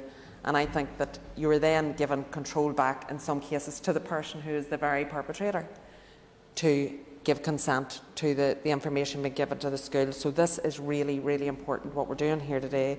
It cannot be overstated how important it is. And I think, just to make the point, that everything that we do in this House that protects, supports or looks after the well-being of a child, that will come back to us. It will come back to us as a society. It will come back to us as a community, and we will all benefit from it. Everything we do should be about nurturing our young people and our children, because in doing so, we will make a real difference, not only to the life of the child, but to the lives of the children around them, and to the attitudes of the people around them who see how to do the right thing. And the Minister's already outlined some of what seem like really small things. So, you know, we often talk about the bigger stuff around, you know, counselling and support and the services that can often be very difficult to access. But actually, sometimes just saying, "Are you okay? Are you all right? Do you need breakfast? You know, you haven't got your homework done. Do you need a half an hour before you go into class?" That child knowing that somebody cares, because the people who at home may well not care for whatever reason or whatever's going on at home, but knowing that somebody somewhere cares can make a massive difference in their lives. And for all of us who were lucky enough to grow up in very loving and caring and supportive homes, we will never understand what those children go through. So we do need to have a more nurturing nature, and I think right across the board, not just for children, where we're notified about, our schools and educational settings are notified about a domestic abuse incident, but any child coming into school with their uniform not right, with their homework not done, what do you benefit from roaring at that child? What do you benefit from calling them out in front of all their classmates? Take them to the side and ask them, what is going on? Why is it not right? Why have you not got your homework done? I would say that to anybody in any educational setting, and you will benefit as the teacher or as the lecturer. The child that you're talking to will benefit, and the children around them will see that caring nature, and they will benefit. And we as a society will benefit from all of that. So I thank the Minister for bringing this to the House today. I again want to put on record my thanks to all of the members and previous members of the committee, and to the new committee chair for all of the work that they have done. I certainly enjoyed my time on the Justice Committee. I feel that we did a lot of good work, supported by the Minister and her officials and by the staff on the committee. And again, like the current chair, I want to place on record my thanks, because the staff on our committee were second to none, and the work that they put in was second to none. And I would also like to place on record that I wish Sinead Bradley all the best in her future endeavours. I was on, and still am, on one committee with her, but was on two committees with her, and I think we worked well together, and particularly around the domestic abuse legislation. We all as a committee worked well together and worked with the Minister and officials. So just to place on record, thank you.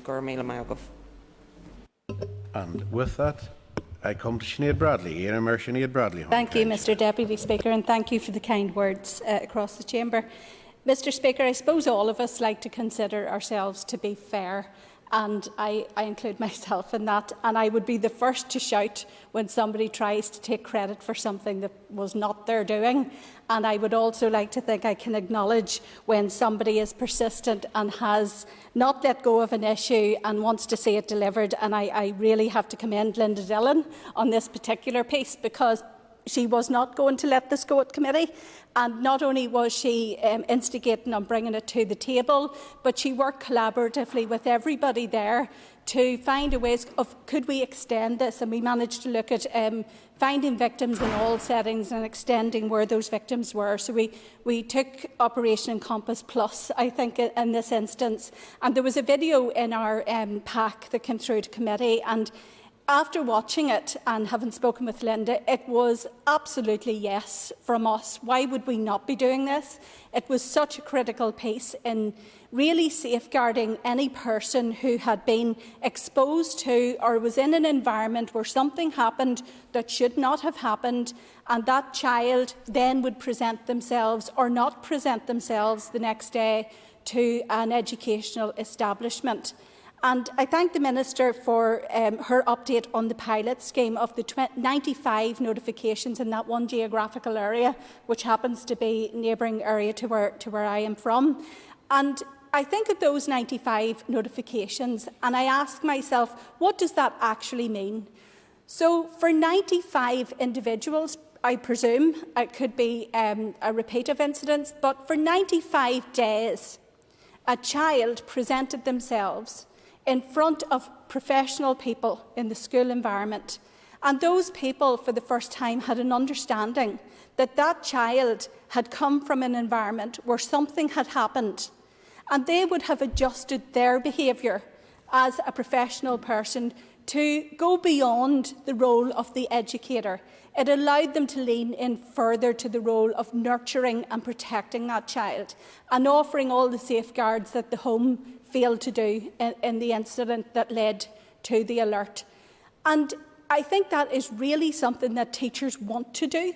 Teachers would not be pleased with themselves if they didn't have this information and perhaps were putting pressure on the child about their uniform or their homework, or they hadn't brought their lunch money or money for the school trip. And there's a whole host of things that teachers under pressure just want to get on and get to the day's education and the day's work. And this is a very kind, safeguarding piece, which is, I appreciate it is limited in what is perhaps relayed, but that's not necessarily a bad thing.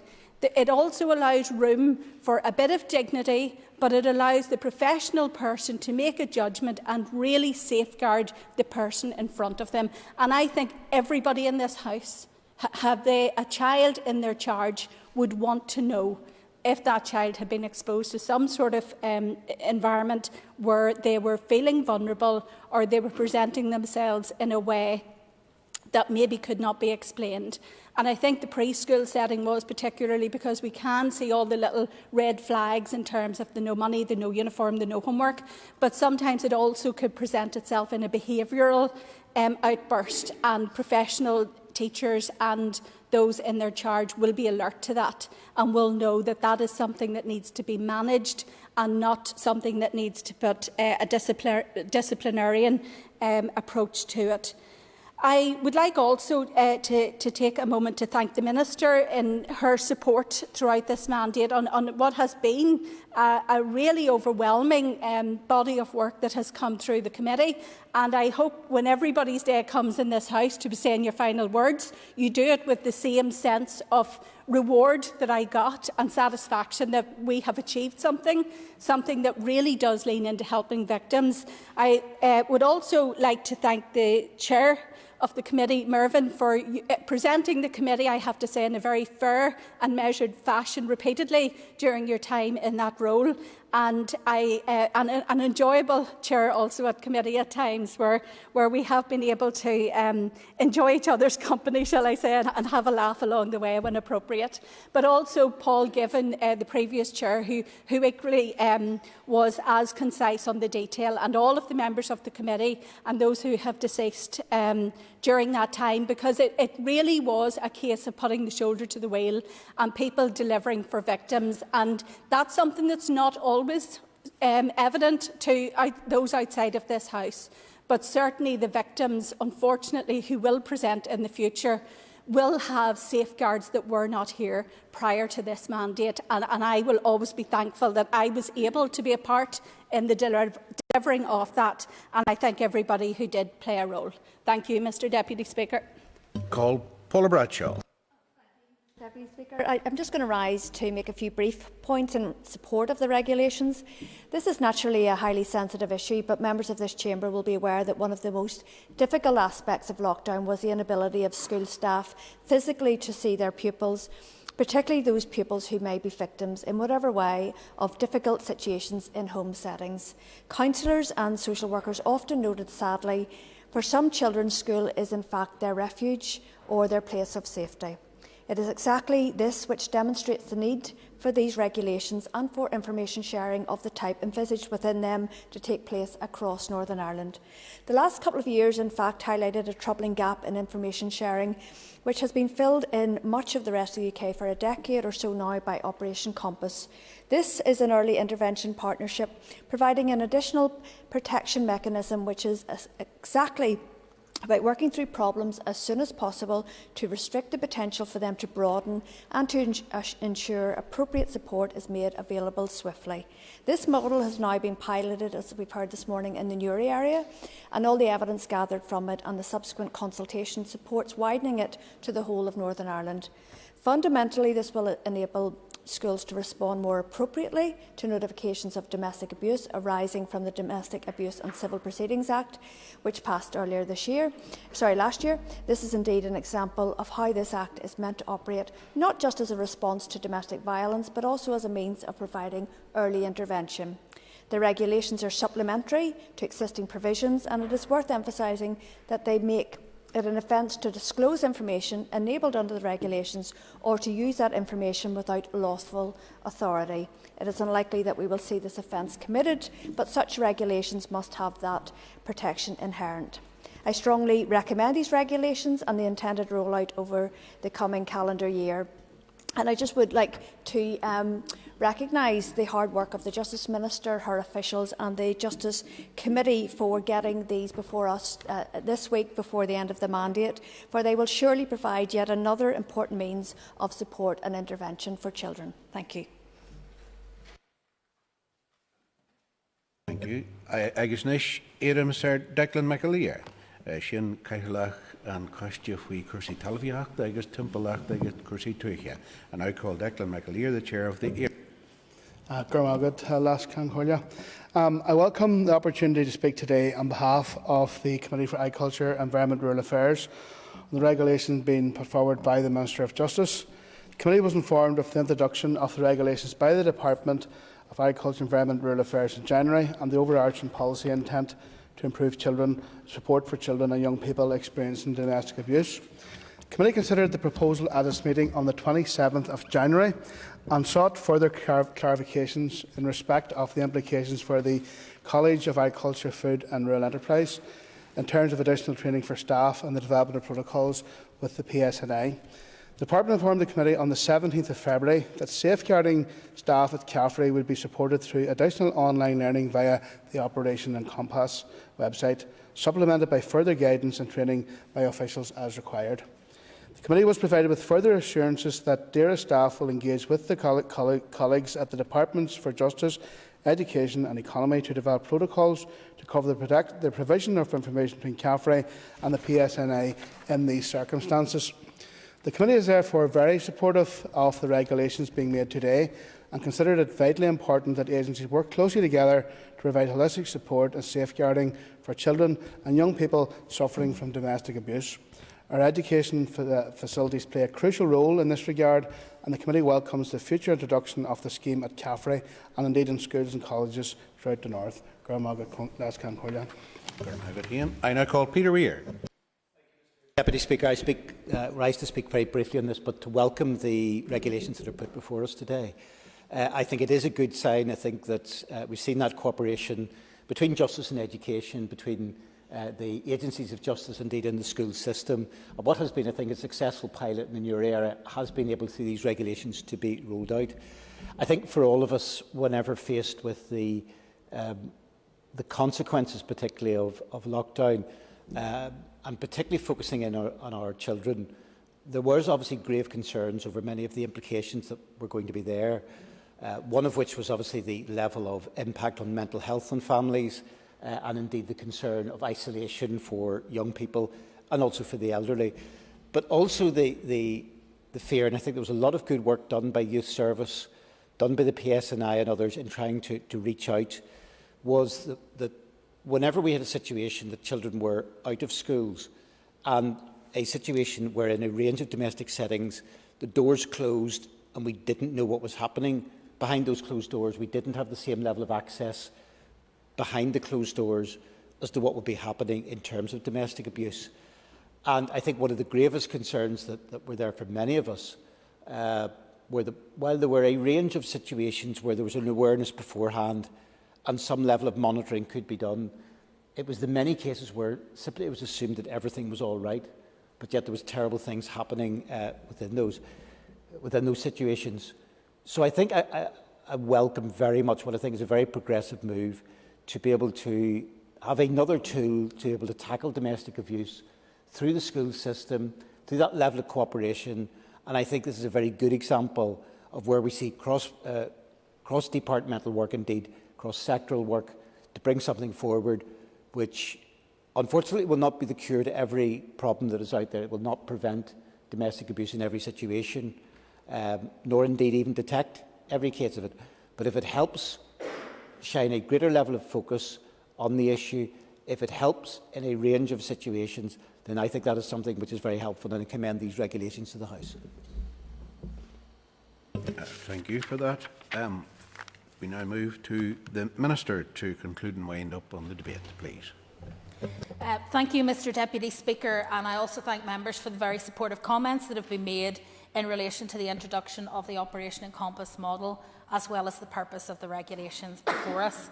I want to welcome today's debate on these draft regulations and thank members for their valuable and supportive contributions to it.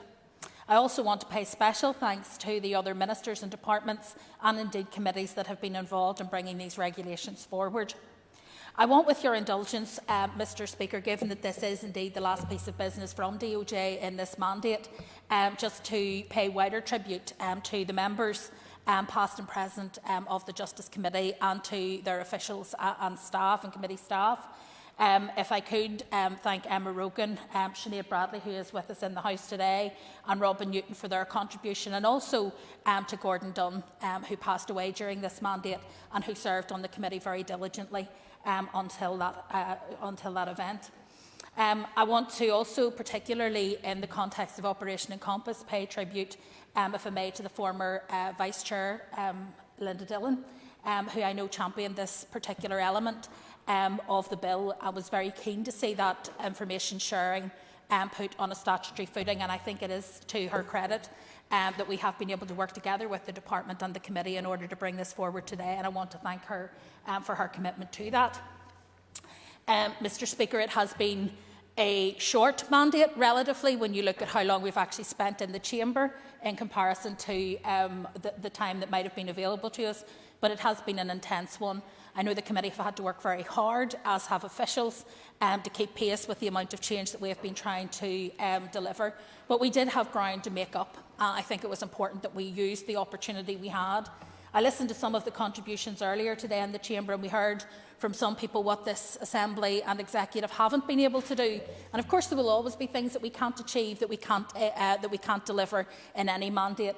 But I have to say that what we have proven by working together with the committee, by working across parties, and by working collaboratively on issues that really matter to the people we represent, you actually can achieve a lot. And I think we have proven that with all of its flaws, and with all of the structural challenges that we face, and indeed the political challenges that we face, it is entirely possible for us to deliver real change for the people we represent.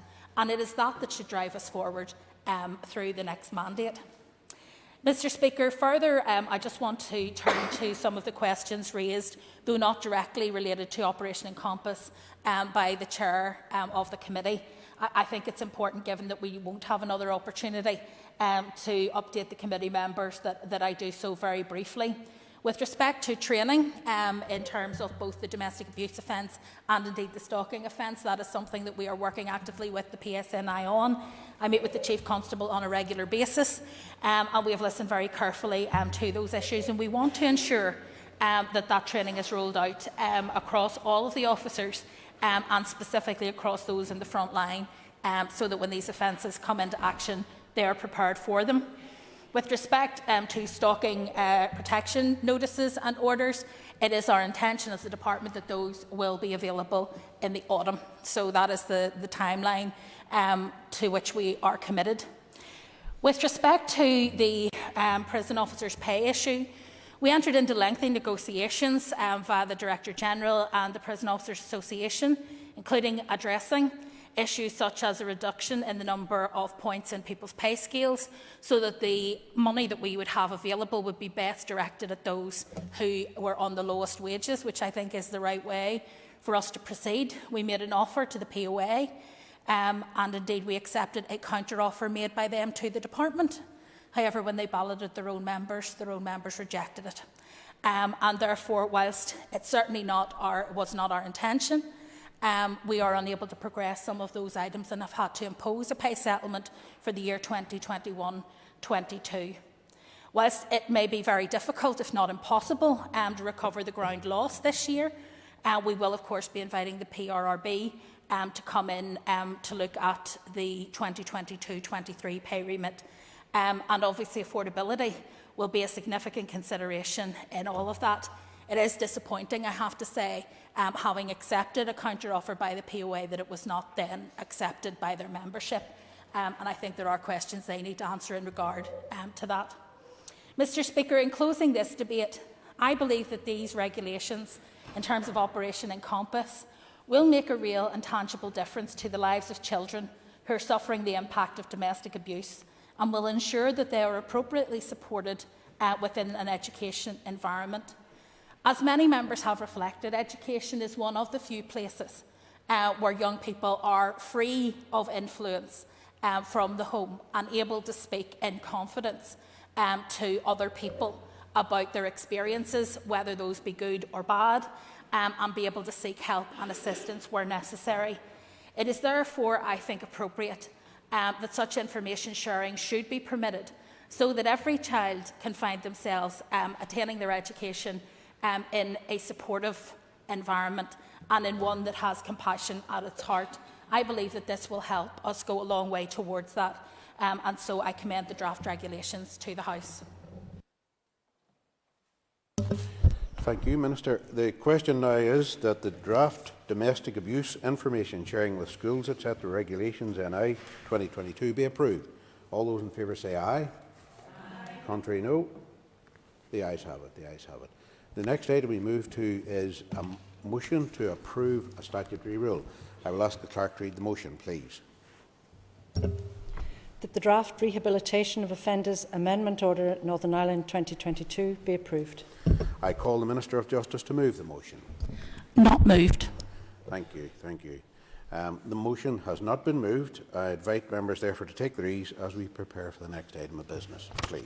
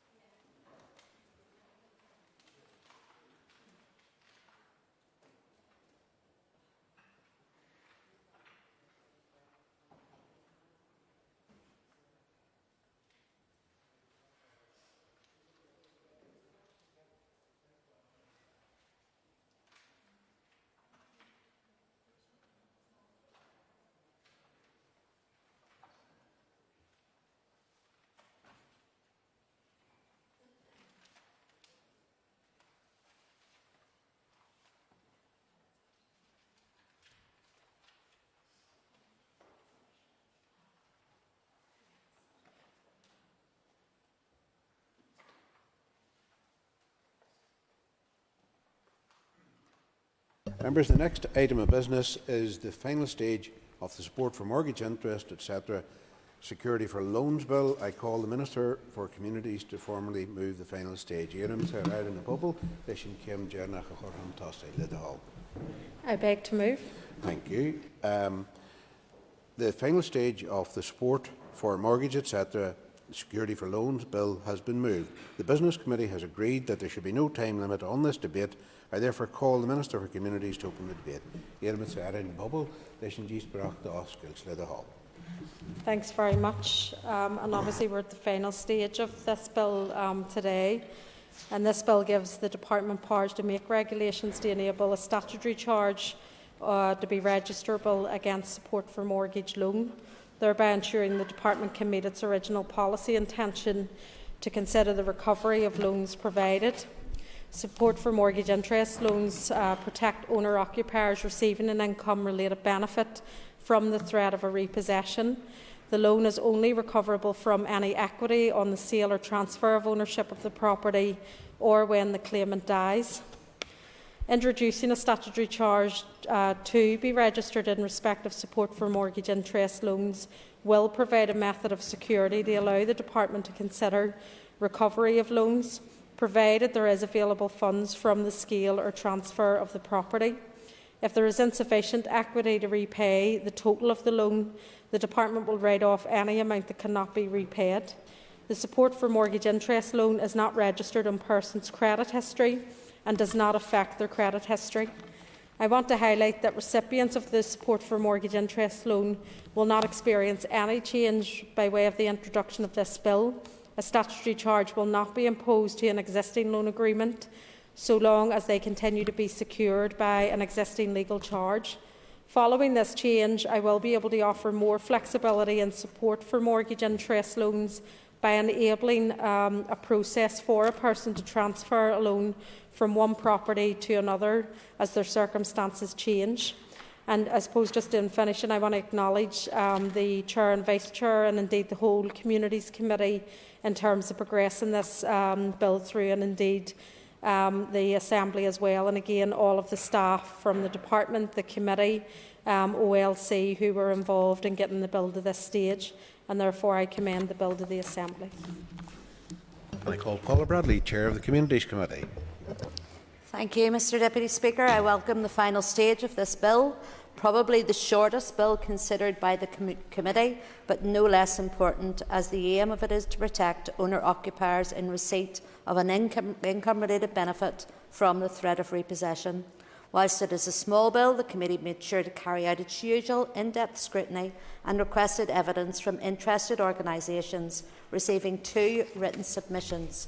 The committee also took briefings from the Minister, departmental officials and the Law Society, and considered additional letters and papers throughout the process as necessary. We then considered and deliberated on the provisions of the bill at 3 meetings, and after much discussion with officials concerning the objectives of the bill, the detail of the SMI loan, the process of registering and removing the statutory charge, and how and when an SMI loan is repaid, the committee was content with the bill as drafted.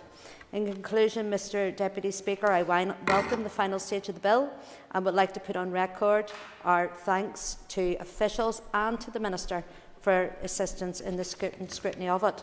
As this is my very last speech in the Chamber, can I pay tribute to the wonderful committee team, to Janice, Sean, Antoinette, Rachel, Jonathan, Kevin and Oliver, and also a big thank you to Claire in the Bill Office and those in Assembly Research. I can't thank you enough for your tremendous support. I know I've caused a few headaches over the last 2 years, but you've always delivered week in, week out, and put the needs of the committee first and foremost. You've made my role as committee chair so much easier, and for all that you have done, I'm truly thankful. To my Vice Chair, Kelly Armstrong, and all the members of committee, past and present, you have all shown a willingness to work together and a commitment in trying to make life better for the people that we represent. I know we have had a few heated moments, but they really have been a few. I most sincerely wish you all well as you embark on the next chapter of your political life. Thank you. Agus na Hiram Sir Ciara Ferguson hon Cancha called Ciara Ferguson. Thank you, Deputy Speaker. I rise to speak on the final stage of the Support for Mortgage Interest Bill. I first would like to convey my thanks to both the Minister and our committee chair for outlining the purpose and the progress of this short bill. On a personal note, and on behalf of Anya, Ashley and myself as Sinn Féin members, would like to wish you all the best for you and your family into the future. And to be honest, as quite new members of the committee, we really appreciate the support that you provided to us as new members of the committee. It made our job easier in learning the ropes on the committee. And likewise, as Vice Chair of the All-Party Group on Homelessness, working with yourself too, thank you very much for your confidence and providing confidence in me and being able to co-chair and many of the APG groups in such a short period of time. So thank you very much, and your smile was always there, which gave me the confidence to proceed. So wishing you all the best, Paul, for the future. I also want to put on record my thanks to the departmental officials who attended the committee meetings to provide further detail and to answer any questions that we did have. This is a technical amendment rather than one that deals with the policy aspects of support for mortgage interest. Its focus is on the need to change the current method for securing the loan from a legal charge to a statutory charge to ensure that all loans are treated the same. Once again, I think it's important to reiterate that as committee members we appreciated the reassurance that those availing of this loan will not experience any change as a result of the bill, and that it remains the case that the Department will only seek to recover the loan where equity is available at the time of sale or transfer. I accept that there is a requirement for legal certainty in this area and therefore support the final stage of this bill. Thank you. Iram Sir Mark Durkin hon Cancha call Mark Durkin. And I thank the Minister for bringing forward this bill and bringing through this bill. I'd echo words of thanks to departmental officials and committee staff. As always, this was, as the Chair says, compared to some of the other legislation we dealt with, maybe this was quite straightforward. It wasn't controversial or particularly complex. Nonetheless, it is an important piece of work. I just want to put on record our party's view that this mortgage interest support should never have been changed from a benefit to a loan, as it was, I think it was in 2017 or 2018. In the absence of an executive here, that's clearly not the fault of this Minister. And also in winding, I would ask the Minister to touch on something related to this bill. We are, as we all are all too aware, engulfed by a cost of living crisis. There's pain being experienced by so many households and so many homeowners. Now, I have raised the prospect or the issue of a mortgage rescue scheme with the Minister on a few occasions over the past couple of years, and I know the Minister had commissioned research on that. I was just hopeful that she might be able to provide some sort of update, because this is something that will need pushed in the next mandate to protect people from poverty, homelessness and the trauma that brings with it. Thank you. I called Kelly Armstrong. Thank you, Mr Deputy Speaker. The Support for Mortgage Interests, etc. Security for Loans Bill allows regulations to impose a charge on the property in respect of which a support for mortgage interest loan is made, and provides for charges securing support for mortgage interest loans to be registrable in the statutory charge register. Through committee evidence and questions on the detail of an SMI loan, the process of registering and removing the statutory charge and how the SMI loan is repaid, thanks to those answers, I am content to support this legislation. And just before I sit down, I would actually like Deputy Minister to thank the Minister and her department. There has been a lot of complicated and complex legislation has come through. This wasn't one of them, but I'm very grateful for that, coming to the end of this mandate. But a huge thanks to the Minister and to her team. And as the Chair has said, a huge thanks also to the committee clerk Janice, Sean, Antoinette, Rachel and Oliver, who also served with us earlier in this mandate. To Claire McCanny, Claire has kept us all sane and explained things that we weren't 100% certain about as committee, and has certainly made our lives a lot easier. I would like to take just this short period of time to thank our Chair. Paula, I know that has chaired the committee with respect has allowed all of us, even me, to ask those 101 questions that tortured everybody and made our committee meetings probably far too long. But she's had that patience to enable scrutiny, to allow us to work not only just to scrutinise the Minister and her department and pieces of legislation like this, but also to support the Minister, which is an important role that quite often people forget that are there for committees. This is the final stage. I know the Minister will be back on Thursday about period products, and thank you for taking that on, Minister, but this is the final piece of legislation coming through communities. It has been an absolute pleasure to work with all of you on this, and this bill shows that communities has the ability to provide support for people in crisis. This is one particularly for people who own their homes and their interest will be paid, but it has been an experience and a half. And thank you very much. So I'm happy to support this final stage. And just finally, I'd like to wish our chair, Paula, the very best in what you're taking on. I recognise completely the hard work that's coming forward for you, but what's meant for you doesn't go past you, and I will miss you. Thank you, Mr. Speaker. Agus nish éan sér ar na bubble le conclude Yano Leisham Kem Jernach. I now call the Minister to conclude in the final stage. Yeah, thanks very much. I suppose we've been in this chamber so often the last month or two, I nearly forgot it was the last bill formally coming through the committee, and what a baptism of fire it's been the last 2 years and 4 months, having only come into this assembly a week before it got up and running. But just to say, I suppose, to open up, to say thanks to everybody in terms of the contribution in this debate, but to kind of veer off slightly with your permission, it is to thank the committee for the work that they've done, obviously in holding media account and scrutinising the legislation that I've brought forward, and it has made for better legislation at the other end. But as you say, also for working with me, and whilst there's been arguments, we have had more agreements on things as well, and sometimes maybe that's not what the wider public always sees. But I have enjoyed working with everybody individually, but obviously as a committee collectively as well over my time here, and I suppose none of us know what's ahead come the 5th of May. That's now over to the people to make that decision as well. But again, it just is in that pass, and obviously Paul is more certain in terms of what lies ahead than the rest of us, and it is just to say it's been lovely working with you.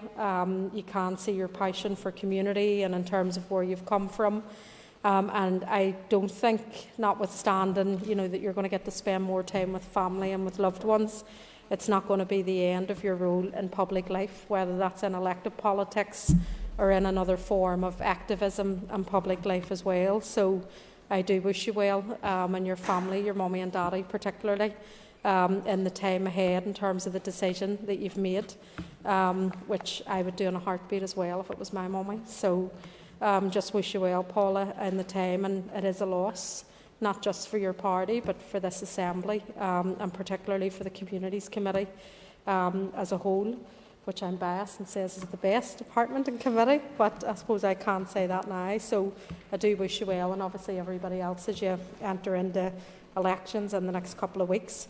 I suppose getting back to this piece of legislation, it is to ensure that the department can meet its original policy intention for support for mortgage interests as well, and really just to thank members for their contributions and support for this to get it to this stage, and I commend this bill to the Assembly. Good, Ida. The question now is that the support for mortgage interest, etc. security for loans bill do now pass. All those in favour say aye. Aye. Contrary, no. The ayes have it. The ayes have it. And the final stage of the support for mortgage interest, etc. security for loans bill has passed. The bill has passed. Thank you. Now, members, just take their ease while we move to the next item of business, please.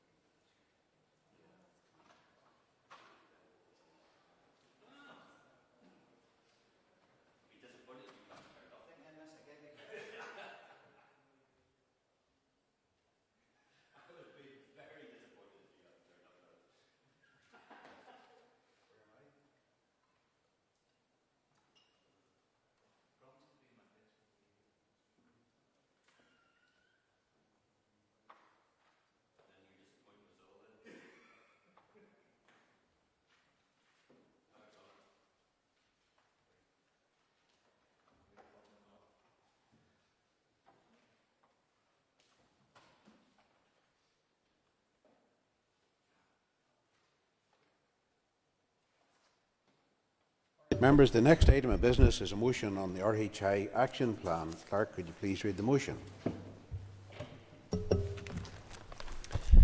That this Assembly takes note of the Executive's RHI Action Plan and the outcome of the RHI disciplinary process, indicates its disappointment in respect of the lack of accountability and the failure of the Northern Ireland Civil Service to demonstrate that it has learned lessons from RHI and the consequent damage to public confidence, and calls on the Minister of Finance to thoroughly review the RHI Action Plan and the relevant disciplinary procedures for senior civil servants in order to improve transparency and accountability and thus prevent recurrence.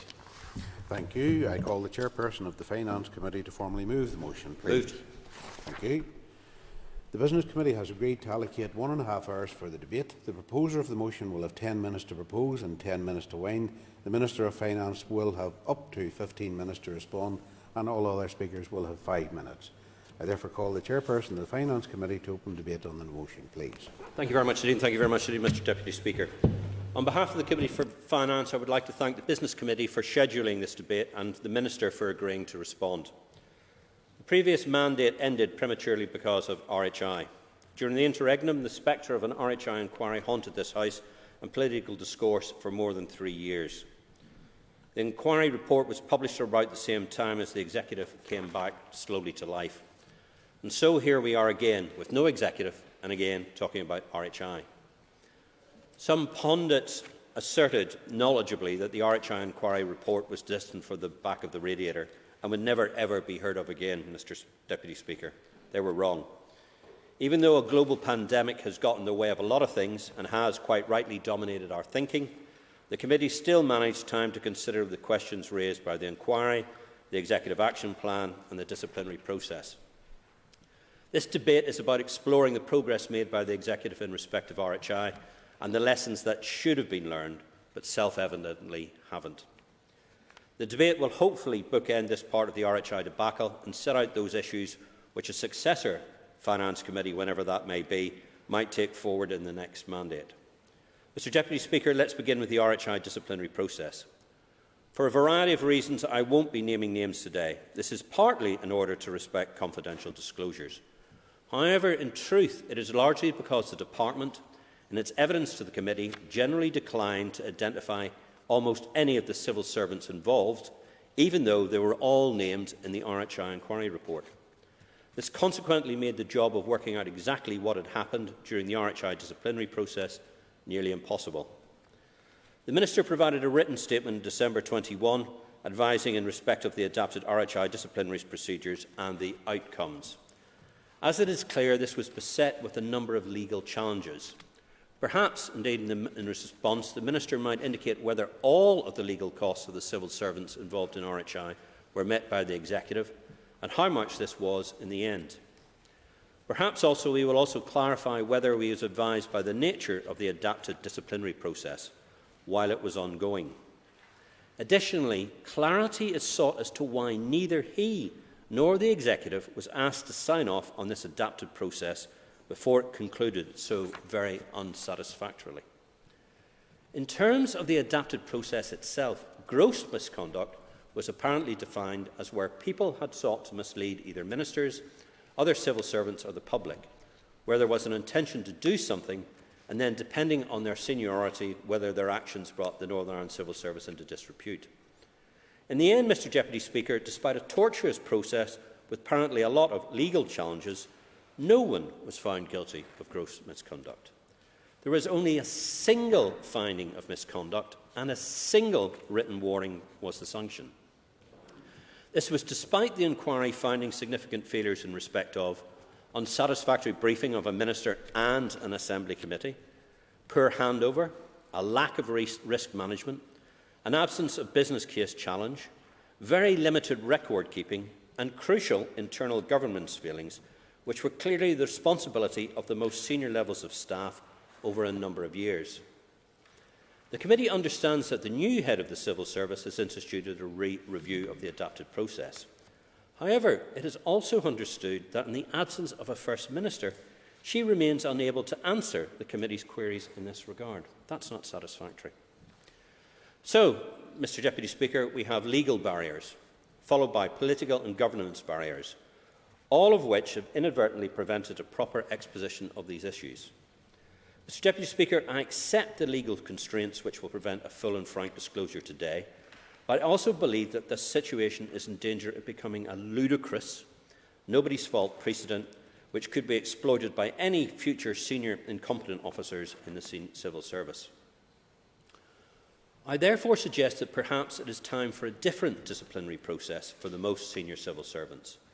This would allow for fair disclosure, proper public accountability, and crucially, the restoration of public confidence. Mr Deputy Speaker, let's move on to the lessons learned, or I'm afraid not learned, from RHI. The committee has circulated a link to the relevant executive responses to all members. This information has largely been in the public domain since before Christmas. The action plan appears to include a substantial package of promises and a complex set of appendices, some of which, like the diversity strategy update, are of questionable relevance to RHI. This is then topped off with an MOU between the Executive Office, Head of the Civil Service and the Minister for Finance. The MOU in its complexity gives a flavour of the governance challenges facing the Northern Ireland Civil Service and perhaps points the way to the need for governance reform. Mr Deputy Speaker, I get the feeling that the appendices and much of the other material was put together by the Civil Service in 2018 and then refreshed a bit in 2021. I say this because if you compare the 2018 Lessons Learned paper, which we have also circulated, with the 2021 Action Plan, there isn't a huge amount of difference. The key points of the Action Plan include a review of whistleblower policies, changes in the rules relating to SPADs, a new business case development model. There is also to be commercial training for staff and a long-awaited strategic review of the electronic document and records management system. The latter, I presume, is to replace TRIM, which featured heavily in the RHI inquiry and indeed in the media on a number of occasions. The retrieval capacity of TRIM is, I understand, often likened to that of the closing shot of the Raiders of the Lost Ark. If members are struggling with this reference, they might have Google it. However, additionally, Mr Deputy Speaker, there are changes to the Code of Ethics for civil servants. I understand that these now, and for the first time ever, require accurate official records to be properly kept. This presumably includes the recording of crucial rationales underpinning key decisions like RHI. Perhaps the Minister will verify whether this assertion is in fact true, and the Northern Ireland Service Code of Ethics previously did not require records of decisions to be properly kept. That sounds unbelievable, but I'm not so sure it is. Mr Deputy Speaker, there is a lot more than this to unpack in the RHI Action Plan, and the recent Northern Ireland Audit Office report is very helpful in this regard. The committee has struggled in the shortened mandate to do more on the lessons that should have been learned from RHI. I don't think the Action Plan, though lengthy and replete with good intentions, has addressed the public confidence issues which arose in respect of the civil service during the inquiry. I think perhaps the cultural questions which the new head of civil service addressed in her evidence to the committee are perhaps at the heart of all this. The way forward may be for the Minister, or indeed his successor, to look again at the Action Plan and bring in the learning from the Audit Office report on capacity and capability. Perhaps also there is a piece around new governance arrangements for the civil service, and maybe a bigger role for the head of civil service in driving change and transformation across all departments. Mr Deputy Speaker, I will conclude my comments here on behalf of the committee, and I ask that the Minister in his response addresses the comments made and the questions asked. I commend this motion to the House. Thank you. I call Kiva Archibald. Gurmagat Lascan Corlia, and I welcome the opportunity to contribute to this debate. RHI was the scandal that led to the collapse of these institutions just over 5 years ago. Coupled with the DUP's refusal to recognise the scale of the crisis of confidence that it created, it was compounded by DUP arrogance and refusal to implement commitments in agreements they had signed up to, and it took 3 years for our institutions to be re-established. When New Decade, New Approach was published in January 2020, the RHI inquiry report hadn't yet been published, but the parties that formed the executive agreed to take account of the outcome of the inquiry and agreed measures to improve transparency and accountability, changes to codes, guidance and practices that have been implemented. However, another commitment was also made by the parties which formed the executive, and that was that the RHI scheme itself would be closed completely. Sinn Féin responded to the consultation in 2018 on the future of RHI by calling for it to be closed. We responded to the tariff review in 2020, reiterating that position. We believe that genuine participants should be compensated and that the funding from Treasury for RHI should be used instead to support renewable technology schemes that effectively cut carbon emissions. However, 3 different DUP economy ministers have failed to bring forward proposals to close the scheme, meaning that the funding currently earmarked for RHI that isn't used in a financial year is returned to Treasury rather than being used to deliver on the ambitious decarbonisation targets that the Assembly has just set. In December, the DUP Economy Minister published his energy strategy, followed in January by an action plan. Neither contained details of schemes to support the expansion of renewable technology or incentivise its uptake. So there are no alternative plans for how we would use the £33 million per year of funding currently set aside for RHI. That is another scandalous failure being delivered by DUP ministers. It is a dereliction of duty that RHI continues to be active with no evidence that it is delivering on emission reductions, while money that could be used to reduce emissions and to help people end their reliance on fossil fuels remains unused and is returned to Treasury unspent. And we all see the consequences of that reliance on fossil fuels at the minute in our energy and fuel bills. Something could be done about that, and there is money available to do it, but the DUP has sat on its hands, and that situation will persist until such times as RHI is closed completely. The DUP walkout from the executive means RHI will not be closed before the end of this mandate, another commitment not delivered by the DUP. I would, of course, urge the DUP in the short number of days remaining to re-nominate a First Minister to deal with this issue and, importantly, allow for us to allocate the £300 million of funding to help people struggling with rising costs and to agree a 3-year budget to prioritise our health services. Not to do so would be another failure by the DUP. I call Paul Frew. Thank you very much, Mr Deputy Speaker, and I rise to welcome the opportunity to speak on this debate on behalf of the Democratic Unionist Party, my party, and to share some of the sentiments expressed in the committee's motion and its frustration. Having sat on the Finance Committee for a brief period, enjoyed my time there, I was frustrated, as all of the members were, at the level of haste, or lack of it, when it came to this disciplinary approach, if you would even call it that, Mr Deputy Speaker. I have no doubt that the public will find it hard to understand why, after the significant and scathing commentary in the RHI inquiry, in its report, and in the other commentaries, either in a committee or in this House or from outside bodies like the Audit Office, why only one person from the civil service has been disciplined in any way. And I still think that is the case, and that's factual. Just as the political level and establishment had a duty to deal with feelings on its part during this period, the leadership of the civil service cannot simply abdicate its responsibility in addressing its own feelings. As a party, we are clear that the public inquiry made a strong case for a full appraisal of the functions of the Northern Ireland Civil Service. There are many criticisms, but this should not be a surprise to any politician who have had to work alongside government departments for so long. I have been on many committees.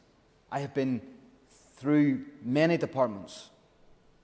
And I have seen failures that have scared me. I have seen incompetence that shames me and should shame us all. But yet the wherewithal and the awareness by the civil service just isn't there. And instead, there is this there is this establishment groupthink where it's everybody's responsibility, so it's nobody's responsibility. And we can't allow that to continue. I think it was President Reagan who once stated, Mr. Deputy Speaker, that the 9 most terrifying words in the English dictionary is, "I'm from the government and I'm here to help." And you only have to look out in the country and look out around our constituencies. The inquiry produced a 3-booklet summary of a report and recommendations. So far that has sat on shelves. And if you go out into the constituencies, you will see real pain and real fallout by the scheme and by the actions thereof and since. And there is no recovery for those people. Sinn Féin, Mr. Deputy Speaker, spent the whole duration of their time here attacking the political party, the DUP. Whenever it was clear when the scheme was being rolled out that their ministers promoted this scheme as much as anyone else, they toured up and down the country going to farmers' halls, emphasising the need for farmers and others to transform this technology and to take it up. Yet they want to wash their hands of any culpability of it. And I get that, because their understanding of this subject is probably nil. And that's why the party opposite wants to close the scheme. They want to turn their face away from the scheme. They want to run away from the scheme, instead of trying to fix the scheme so that people can see out their days in the scheme with a relevant and appropriate return for their investment. Sinn Féin wants to run away from the problem. They just want to close it up. Because their 3 years out of government wasn't really about RHA. We all know that. When you look through the key findings... Sorry? Member draws remarks to close. Yes, I will. When you look through the key findings of the RHA inquiry, Mr. Speaker, you realise that there are so much more to do, that the recommendations haven't even been touched, and that the civil service needs to get moving now. Thank you. I call Matthew O'Toole. Thank you, Mr. Deputy Speaker. I don't have long. This is only we've only got 5 minutes each, but this is an extremely important debate. I'm glad that it's happening at the end of this mandate. As the Chair of the Finance Committee said, it is a very appropriate bookend to this mandate, because the only reason the institutions fell for 3 years, the reason there was an election in March 2017 was, initially at least, the RHI scandal. The RHI scandal was about poor governance. It was about poor decision-making at both political and civil service levels. It was about a poorly executed and implemented scheme, which at times bordered on corruption, but more often than not was actually about poor governance and poor project management. If a constituent were to ask me, did I think, either in my role in the Finance Committee or as an MLA generally, that the issues that were raised in the RHI scandal had been dealt with effectively, could I tell them honestly that that was the case? The answer is no, I could not. So today's motion is important, but it's equally important that in the new mandate we're focused on the issues that were raised by the RHI inquiry. It would be impossible to go through them in detail. I've just got 2 of the volumes here, almost as a prop, so people can to remind people quite how big they are and how substantive. And of course, when Sir Patrick Coughlin delivered that report upstairs in the Long Gallery, it was just as the COVID pandemic was biting. It was days before we introduced a general lockdown in Northern Ireland. So it is perhaps understandable that there has not been the level of political focus on dealing with RHI that there might otherwise have been. But what has happened? Well, there have been multiple statements from the Finance Minister. There was a commitment in New Decade, New Approach to broadly implement what Sir Patrick Coughlin came back with. A working group was set up inside the civil service, and some of the recommendations have been delivered. Some of those 44 recommendations but actually, in reality, it's been less than half. As the Northern Ireland Audit Office said yesterday, only 18 of the 44 recommendations have been implemented in full, so significantly less than half. When it comes to the disciplinary process, as has been said already, just one member of staff was formally disciplined over a scheme that put at risk £500 million of public money and was really a generationally enormous scandal. Just one person.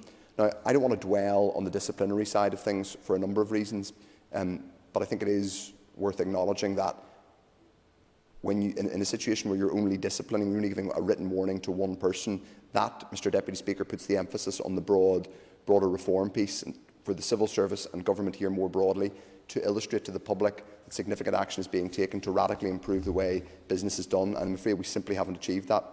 I want to talk in brief, if I may, about some of the things that I've been harping on about over the past 2 years. Civil service reform. There was a line in the New Decade New Approach document which called for a programme of civil service reform. We barely know what that means. We barely know what that means. And when I've asked repeatedly the Department of Finance, both civil servants at ministerial level, what that means, I get a diffuse set of answers.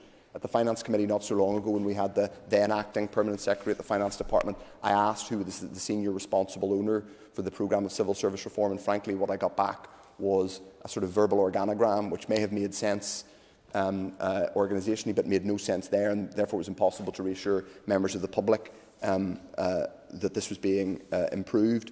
Our civil service has done a remarkable job in many ways over the last couple of years of dealing with the pandemic, but there are fundamental structural issues about how the civil service here works that we can't turn our face from. We can't pretend they don't exist. It's hermetically sealed too often. As well as the report yesterday on the update on dealing with the RHI implementation, the capacity and capability report which came out from the Northern Ireland Audit Office was damning. It was frankly damning. Not only was it damning in terms of capacity and capability, it was damning in terms of age profile. More than 80% of our senior civil servants are over the age of 50, so we face a succession crisis. That's why my party's published a plan, the Make Change programme, to deal with it. But even after the RHI programme, we've had the scandal of not being able to appoint a head of the civil service, then appointing a head of the civil service in a slightly strange way through the Strategic Investment Board. Now we finally have a new head of the civil service. So, Mr Deputy Speaker, I will draw my remarks to a close. 5 minutes is nowhere near long enough to reflect on the depth of the crisis we face in terms of confidence in our civil service. A new mandate will have to come up with a broad-based plan to deal with this. It's much broader than simply the findings of RHI. This goes right to the heart of how we deliver public services and how we provide government for people here. Thank you. I call Andrew Muir. Thank you, Mr Deputy Speaker. I can still recall the launch of the RHI inquiry report as COVID-19 was sweeping across the world, and also the debate in relation to this on the Monday, and that it is apt that we return to this matter towards the end, with the penultimate day of our Assembly mandate. As we're all more than aware, the renewable heat incentives scandal was a massive failing for Northern Ireland, costing us millions and shattering confidence in government. This literal burn-to-earn scheme was allowed to run for a number of years before any sort of cost control mechanism was introduced, and a 3-month delay in introducing these controls meant that there was a surge in applications to the scheme, and at this time people got in before any tiering mechanism was introduced. The RHI inquiry drew attention to a number of different failings within our system of government, with the final report making 44 recommendations that were needed for change, including both policies and practices that required reform. The report also outlined that there was a need for a cultural change within government, particularly within the key areas of risk management and governance. In April 2020, an external panel that had been established to consider potential breaches of the standards of conduct for civil servants recommended that charges of misconduct should be considered for 10 individuals who were involved in the RHI scandal. Between April and June 2020, the Civil Service internal panel that had been established following the inquiry and the British Government Cabinet Office considered the external panel recommendations. The two panels concluded that the charges should be considered of gross misconduct for 6 individuals and misconduct for 4 individuals. We now know that of these 10 identified individuals, only 1 received a written warning. Within the Department for Economy, a number of initiatives that have been taken forward following RHI. However, it is disappointing to see that the Northern Ireland Audit Office has noted that they continue to observe a culture at the Department for the Economy where on occasions issues are not shared with them. These include the non-disclosure of issues relating to the payment of COVID grants for wind turbines, failure to get required approval from the Department of Finance in an area of expenditure, and retention of information which have been relevant to an Audit Office public report. This proves there is still substantial distance to go in seeking fundamental change within our government and tackling a culture where cover-ups and a lack of openness and transparency are allowed to continue. In relation to the RHI disciplinary process, I note that the Audit Office have detailed, in our view, the gravity of the issues that were discussed on almost a daily basis during the RHI inquiry would have led most people to believe that significant disciplinary consequences would have arisen from it. And in that context, the outcome seems surprising in that only one individual has received a written warning for misconduct. However, we are satisfied the disciplinary process appears to have been followed properly. It is important that this experience is closely considered to identify any lessons that can be learned and built in to the full and ongoing review of the disciplinary process for the civil service identified by the Minister for Finance. I would therefore, in light of this Audit Office finding, be grateful if the Minister could update us today on the progress with regards to that review. The Executive's RHI Action Plan has considered the findings of the inquiry in light of the work that has already been completed and proposed further reforms to those in the New Decade New Approach to improve openness and transparency in government whilst rebuilding public confidence. We have a very long way to go before we reach that place, and the actions to pull down this place certainly do not go and help public confidence. The RHI Inquiry Report, which I note is unfortunately not easily accessible, with the website shut down and the actual report only available on an obscure archive website, also recommended the steps should be that we should consider what steps are needed to strengthen its scrutiny role in the Assembly, particularly by its committees. I note this has been taken forward by the Chairperson's Liaison Group, and I support their actions in relation to that. We must take every action to improve how we as MLAs scrutinise and examine legislation. It has recently emerged that fewer than half of the recommendations from the RHI inquiry have been fully implemented. Only half of the specific recommendations for ministers and SPADs have been fully addressed, and limited progress has been made in relation to professional skills. Any sort of action plan must be followed through, and as the title suggests, action. The Alliance Party has and will always advocate for stronger openness and transparency in our government. We must do everything we can to ensure the RHI failings never occur again. Thank you. I call Jim Allister. Thank you, Deputy Speaker. Members of the public watched and listened to jaw-dropping evidence day after day after day in respect of this matter. Hearing such astounding admissions as from a permanent secretary that he facilitated the non-taking of notes in order to spare the blushes of major parties from FOI requests which might result. And as they listened to that evidence and the repeat deficiencies that were evidence in public administration, I'm sure if someone had said to them, well, the end result of all this, you know, will be not a single politician will pay any price, not a single special advisor, they too will escape, but one civil servant will get the lowest possible punishment, if you could call it punishment, namely a written warning. I think people would have been outraged, having heard what they heard, to know that that would be the eventual outcome. And what a commentary on the deficiency of the disciplinary process, that that's exactly what the outcome was. Permanent secretaries were cocooned, looked after by the system, allowed to retire, full pensions, available to be appointed as consultants to future departments, untouched by their failings. But one sector did suffer and continues to suffer. There were genuine applicants to the RHI scheme. People who took at face value what the government offered to them. People who took at face value the promise of grandfathering and letters to banks from the minister at the time, and who invested heavily, who then found that this House, in its recoil from RHI, decided to punitively reduce the tariffs payable to a level below that which is sustainable, below that in the Republic of Ireland, below that in Great Britain, and to leave those farmers who genuinely, and I'm not talking about those who ripped off the scheme, I'm talking about genuine farmers, and we all have some of them as constituents, left those farmers in desperation, still in desperation, left an apartment, still paying back year upon year,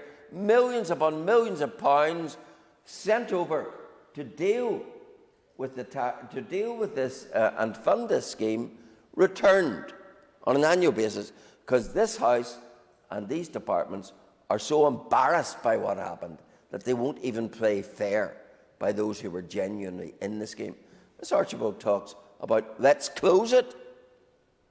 Has she no constituents who genuinely applied for this scheme, who are getting a below-par tariff, who see them, their others, competitors across these islands, getting a proper tariff? And her message, and Sinn Féin's message to them is, shut it down. So let's compound the disaster that was RHI. Let's compound the disgraceful failure to deal with the inappropriate behaviour during RHI. Let's compound it by punishing the people who have the most to lose, the people who didn't do anything wrong, the people who applied genuinely, who accepted and believed what government was saying to them. Let's punish them and leave them without any tariffs. Is that really where Sinn Féin wants to take this issue? If it is, shame on them. I now call on the Finance Minister, Conor Murphy, and you will have 15 minutes to respond to the debate.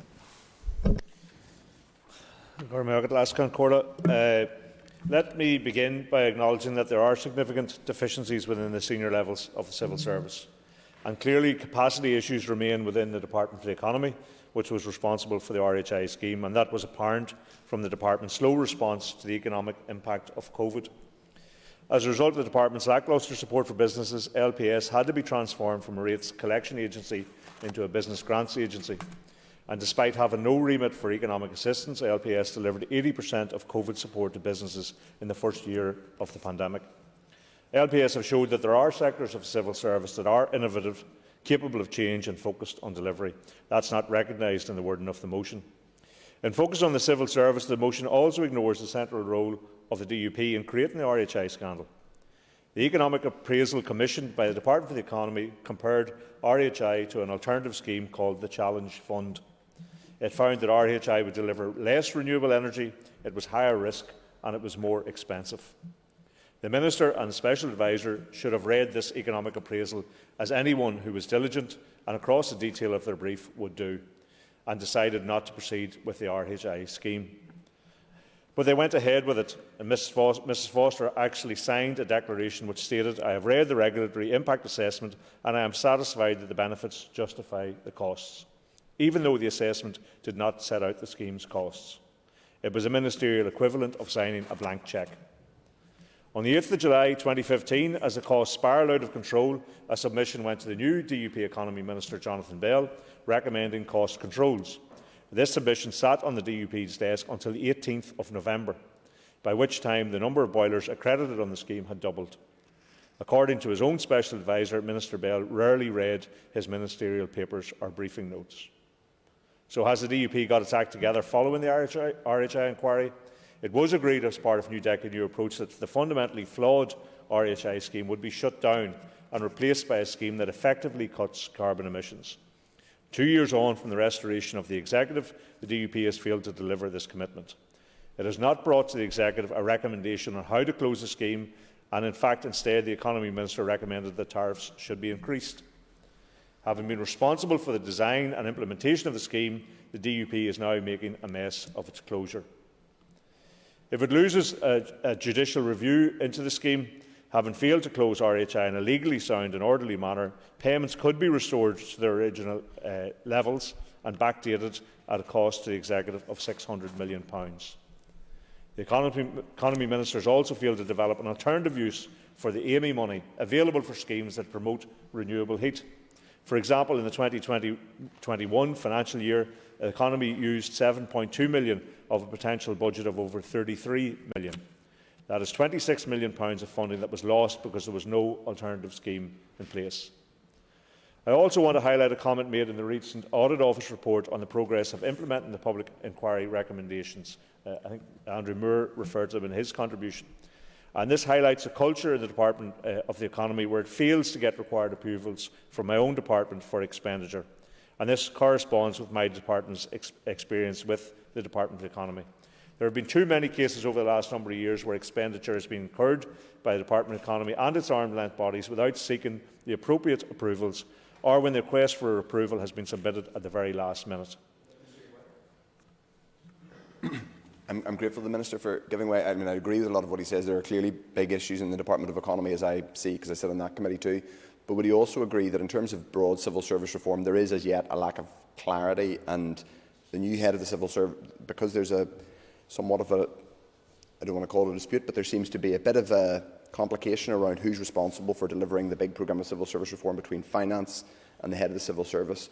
Would he agree that that might be an issue, and does he have any views on how it might be resolved? Well, the reality is that the Department of Finance has responsibility for civil service, and the head of civil service also has a role. But when it comes to accountability, he would, I'm sure, understand if a Department of Finance abdicated all of that responsibility to the head of civil service, there's no one to stand in front of this chamber and be held to account for these matters. So therefore, there has to be an agreement between the head of the civil service and the Department for Finance as to how this is managed, and that's why a memorandum of understanding was reached, so that while there is clear roles for both, and when there is overlap, undoubtedly that can cause some confusion. But someone has to stand in front of this chamber and be held to account by the MLAs within it. And that can't be the head of the civil service because of their role. So therefore, there has to be that crossover and a clear understanding as to the particular functions in relation to it. Just to return to that, it has meant that the approach from the Department of Economy has meant that we have not been able to provide our proper scrutiny role as a department with responsibility for public finances. And although a retrospective approval has been sought on numerous occasions, there have been cases when my department has not been content to provide retrospective approval due to concerns on control weaknesses and poor governance in the department. As such, the expenditure remained irregular and the Audit Office was advised. So the lessons from RHI have clearly not been learned, as the Economy Departments continue to submit business cases to my department with the request for urgent approvals without adequate time being provided for a proper scrutiny and appraisal of the use of public funds prior to approvals. This brings the risk that vital information can be missed and public funds may be spent in programmes and schemes that do not deliver value for money, as has been the case with RHI. Can I just turn to some of the issues that were raised in the course of the debate? The Chair of the committee, and there has been a focus, particularly in relation to civil service, in relation to that, and in some senses, only a number of speakers have drawn attention to the political origins of this report and the issues that led to the report. But the Audit Office Capacity Report is being featured and will be a feature of reform of the civil service going on, because it clearly was a very important report and doing a significant service in terms of analysis in relation to that. Mr Frew came out to speak on behalf of the DUP. I noticed there's quite a sparse population on the opposite benches today in relation to this matter, perhaps understandably. But his focus was on discipline for the civil service, and undoubtedly that did raise issues, and I have undertaken to conduct a review into that. But the reality is where were the consequences for the DUP ministers who had the fill your boots up strategy, the people who were neither accountable nor responsible? Where were the consequences in terms of disciplinary issues? So while he may well get outraged by this issue, he appears to, in terms of the civil servants, he appears to be given a blank card to his party colleagues, who undoubtedly were at the source and whose decision-making and lack of attention to detail in these matters created the problem that was RHI. They then compounded that by failing to take the decisions to close it down when the problems were identified, and informed no other executive colleagues until such times as the thing had blown up in all our faces. And he tries to hide his blushes in relation to that by suggesting that other ministers were out promoting the scheme on the basis of advice that it was a sound scheme. And that's the way departmental issues work. If there are schemes that a department has stood over, its officials have signed off on, its ministers have signed off on the basis of due diligence, then other ministers don't go into that detail themselves. They take on good advice that the scheme has had its bona fides tested and validated, and that was done by his colleagues in the Department of Economy. And unfortunately, when they were advising people that was a good scheme to promote, they weren't advising people in relation to the fill your boots up mentality that pertained within the Department of the Economy. So there have been undoubtedly flaws in relation to that, and undoubtedly there is much work to continue. I do understand the committee's reaction to the fact that only one civil servant was disciplined for RHI. That process was put in place before the return, and it was not appropriate for me to become involved in that disciplinary process. But following that outcome, I have commissioned a review of the disciplinary process which Mr Moore asked about, and that is ongoing, and I undoubtedly will report back in the next mandate as to what that review has found. And of course, I do accept there is a need for fundamental reform of the civil service, and RHI drew attention to a lot of inherent flaws that were in there. But let's not lose sight of the central role of the DUP at every stage of this scandal, up to today, when they failed to close the scheme in line with the new decade, new approach, creating a potential £600 million threat to the block grant. I now call Steve Aiken, the chairperson of the Finance Committee, to conclude and wind up, and you will have up to 10 minutes. Okay, thank you, Mr Deputy Speaker. And on behalf of the Finance Committee, indeed all of those who are interested in good governance in Northern Ireland, I would like to thank all the contributors, including particularly the Minister, for his response. I'd also like to put on record my and my committee's thanks for the work of the Controller and Auditor General, Kieran Donnelly CB, and wish him well in his retirement, and the diligent work that he's conducted through the RHI debacle. I'd also like to thank the whistleblowers and indeed the informed media, including Mr Sam McBride, in the diligent way that they have attempted to shed light on what has been a very murky period of our recent past. Members have already spoken fairly eloquently and made their points, so I'll not reiterate them as go through. But, Mr Deputy Speaker, we have all talked about an unsatisfactory disciplinary process with an unexpected and disappointing outcome, which I'm afraid has done nothing to restore public confidence. We've also discussed a complex action plan with multiple moving parts, which will be well nigh impossible to monitor and assess. The action plan, like the disciplinary process, has done little to repair the reputation of the civil service. Something more significant will be needed, and to support that process, we will certainly need a functioning executive that is indeed committed to civil service reform. I trust members will have had the opportunity to read the Controller and Auditor General's latest report. It is noteworthy that he first qualified the Department for the Economy's 2015-16 accounts in 2016. In 2017, an independent public inquiry was announced. In 2018, senior members of the Northern Ireland Civil Service wrote to the inquiry outlining the action plans that they were then undertaking to enact. Now, in 2022, we have the report that says of 44 recommendations, only 18 of those have been fully implemented, less than half. 14 are reported to be likely of being implemented, and 10 where planned actions are not likely to address the inquiry's recommendation. 24 not being implemented after 4 years is not an edifying endorsement. In fact, it is a description of failure. Also not noteworthy and perhaps instructive of the cultural problems we have within the senior Northern Ireland Civil Service is the issue around the disciplinary process. The impact of the RHI debacle was severe. It directly led to the collapse of devolved government here for 3 years. 3 years where vital reform of our health service and education provision was stalled, a period when what little faith the Northern Ireland public have in our democratic institutions was even further undermined. The cost to our people, our economy and our reputation, and to all of our reputations, are considerable. In fiscal terms alone, the cost easily outstrips the hundreds of millions the inept or worst RHI scheme cost. Politicians and special advisers rightly lost their jobs. An entire scheme was shown to be inept. riven by dubious practices, with insider information being given, and a complete perversion was made of the normal checks and balances controls that would have been expected in any normal democracy. But clearly in Northern Ireland, the normal rules don't apply. That's not to say there were no rules to follow. There were. They were just willfully ignored. But what are the senior leadership levels of the Northern Ireland Civil Service? It's worth reiterating what the Controller and Auditor General said. In our view, the gravity of the issues that were discussed on an almost daily basis during the RHI inquiry would have led most people to believe that significant disciplinary consequences would have arisen from it. In that context, the outcome seems surprising that only one individual was received a written warning for misconduct. Bearing in mind, the original recommendation was 14. That was reduced to 11, then 6, then 4, and then 1 who had a written warning for misconduct. If we accept that so the Auditor General looked at the disciplinary processes and he said the processes were followed properly, but given what he's just said correctly, public expectations and statements that have been made about the seriousness of the issues, does he agree that the lack of disciplinary proceedings put even greater emphasis on proving to the public that a broader reform programme is being delivered? And I thank the member for that. Indeed, I will address those remarks as I come further in my wind. From my perspective, looking at the results of the disciplinary process and seeing how few of the recommendations on reform have actually been made, raise real concerns to me and hopefully to all other MLAs on whether there actually has been a necessary change in the culture at the top of the civil service.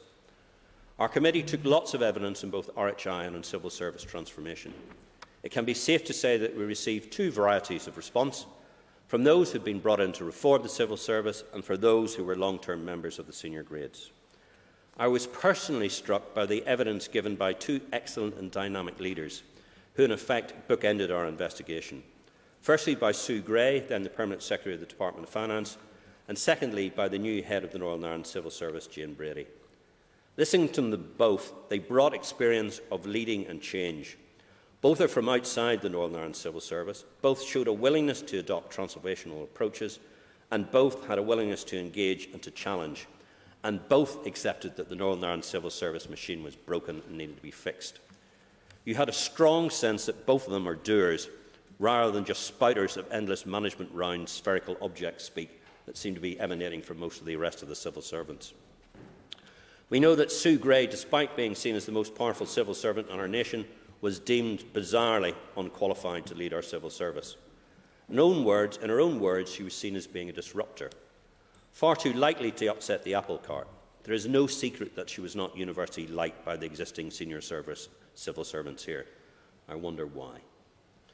Jane Brady struck us as being in a similar vein as Sue, with undoubted skills and attributes, with the qualities that the senior-most civil servant should have, and one whom we should be giving every support to make the critical changes that are needed. But the question we ask is, will she? Will she be given the support from us politicians, but also from within the Northern Ireland Civil Service to effect the changes in culture? And it will be substantial change that is needed. Can she deliver on the RHI recommendations? We have only seen one further outsider brought on to refresh the senior management team of the Northern Ireland Civil Service. Just one. We have seen in recent weeks, rather than wholesale changes, a rotation in the most senior roles. Moves from infrastructure to agriculture, justice to health, and health to justice. This doesn't strike the informed observer as an example of an organisation seeking to embrace change. Furthermore, going back to the outcomes of the RHI disciplinary process, which, remember, only resulted in one written warning for misconduct, those who led the organisation are retired and out with the disciplinary action. Indeed, in an example of the merry-go-round that has become the norm in our society, the paid rewards of membership of quangos and non-executive positions and boards for senior ex-civil servants continue unabated. It really does appear to be another real-life example of yes, Minister. The key points on the failure of the senior civil service to hold truth to power, to insist on the implementation of normal, and I repeat, normal standards and procedures, and above all to uphold the practices of good governance. We have seen too often officials who believe that protecting their minister are much more likely the department, rather than allowing their MLAs to do their job effectively, is a trait that hasn't gone away. It shows that changes are desperately needed to be embedded within our government machinery have not been enacted, but without resolute and effective leadership, neither are likely to be ever delivered. That, Mr Deputy Speaker, is the sad legacy that our committee has seen.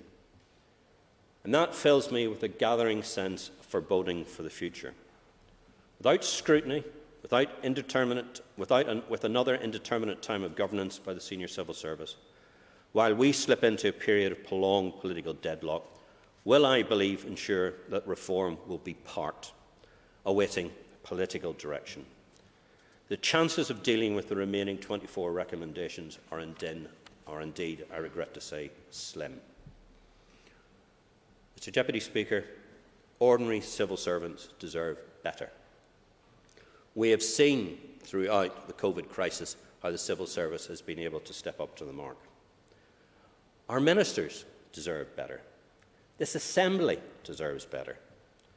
But above all, and indeed this must be the case, the people of Northern Ireland deserve much, much better. In conclusion, I will again thank members for all their contributions, and I commend this motion to the House. Thank you, Mr Deputy Speaker.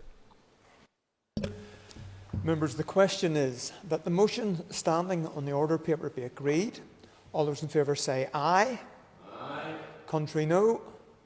The ayes have it. The ayes have it. I ask members to take their ease before the next item of business.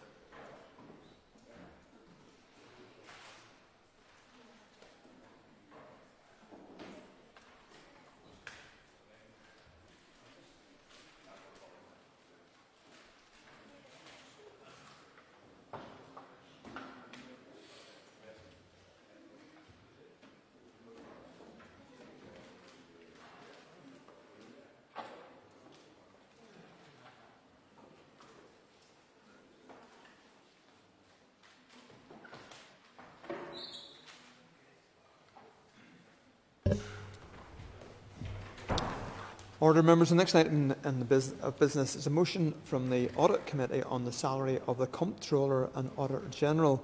Clerk, please read the motion. That, in accordance with Article 4.1 of the Audit Northern Ireland Order 1987, this Assembly determines that the salary payable to the holder of the office of Comptroller and Auditor General shall be as follows. In each year, from 1st of April 2017 until 31st of March 2021, £150,041 excluding employer costs, and from 1st of April 2021 until such time as the Assembly makes a further determination, £154,527 excluding employer costs.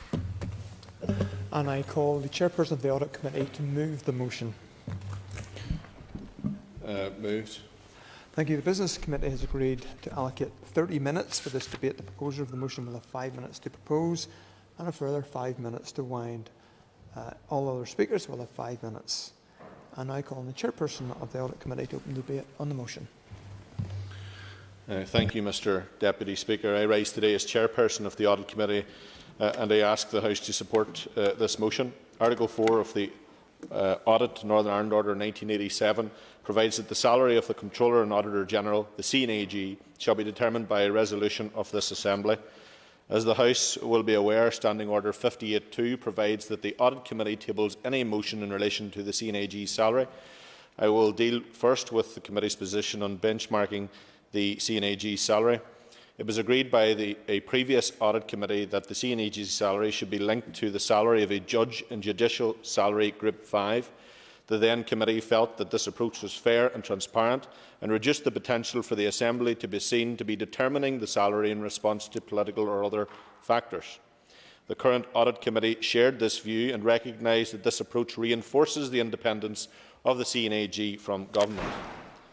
The committee therefore agreed at its meeting on the 15th of December 2021 that the salary to be paid the CNAG should be the same as that approved by the UK Government for a judge in Salary Group 5.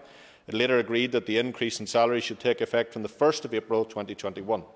The committee then revisited this matter at its meeting on the 2nd of March, having received correspondence from the CNAG specifically asking the committee to reconsider its decision that the increase should take effect from the 1st of April 2021.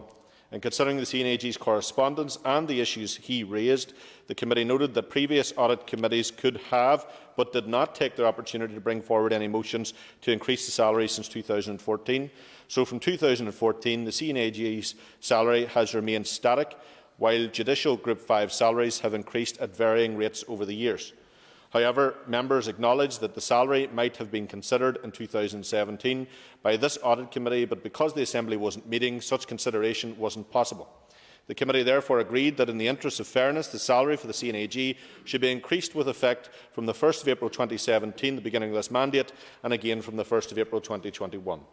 The CNAG salary currently sits at £141,332. While the salary of a judge in Salary Group 5 sits at £154,527. Hence, the committee is proposing that from April 2021 until such times as the Assembly makes a further determination, the CNAG salary should be made as that of a judge in Salary Group 5. To address retrospective increases, the committee is proposing that for each year from the 1st of April 2017 until the 31st of March 2021, the CNAG salary should be £150,041. This brings the salary into line with that paid to a judge in Salary Group 5 for that period. I should point out that under the relevant legislation, the CNAG salary must not exceed the maximum salary for the time payable to any person employed in the civil service. I can confirm that both the increase in salary and the retrospective increases proposed in this motion remain under that threshold. Also, the salary for the CNAG is charged on and issued out of the Consolidated Fund. Under Section 63 of the Northern Ireland Act 1998, the Assembly cannot pass a resolution that imposes or increases a charge on the Consolidated Fund unless a recommendation is made by the Minister of Finance. In this case, the committee can confirm that the Minister is content to make the recommendation.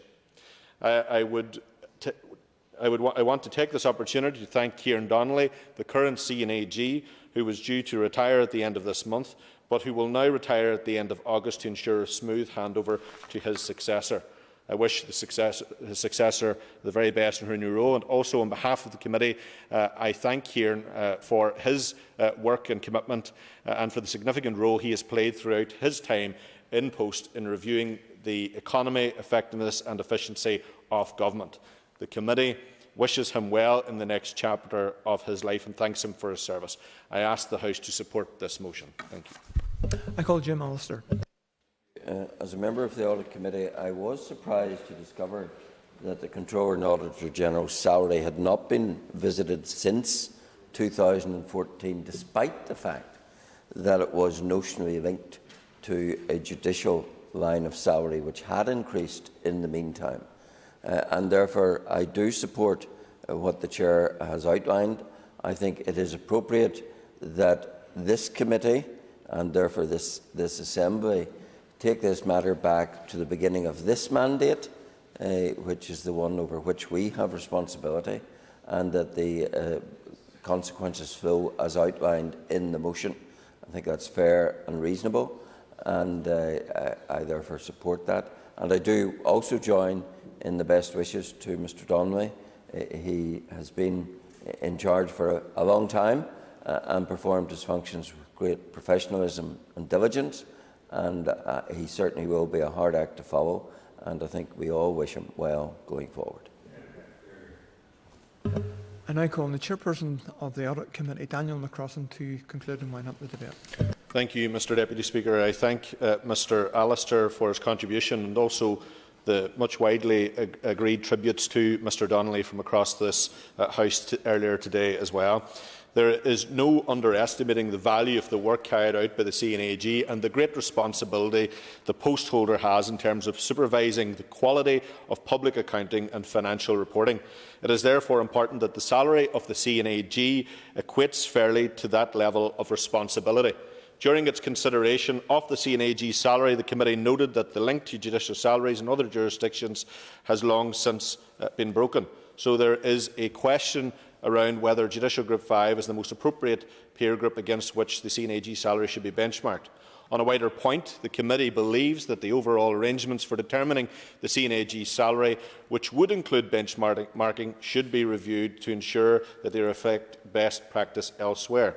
Given where we are in this mandate, there isn't time for this Audit Committee to carry out that particular review, but it's hoped that our successor will take it forward in the next mandate. Mr Allister is right in the contribution that he makes. This was given significant consideration by the committee and discussed widely, and we appreciated the remarks made by the CNAG and upon review appreciated that we should backdate to the beginning of this mandate, and that would be the most appropriate course of action. I would like to make a few brief remarks, Mr Deputy Speaker, in thanking Mr Donnelly most sincerely and wishing him well in his retirement, and again wishing his successor the very best and hopefully the full political support of all parties and members across this House. To conclude, Mr Deputy Speaker, as Chair of this committee, this will be my last contribution to the House in this particular capacity, and I would therefore like to thank the Secretariat staff of the committee, also thank the committee clerk, Marie Austin, and the committee itself for the work that has been carried out over the course of the 2 years since the Assembly returned.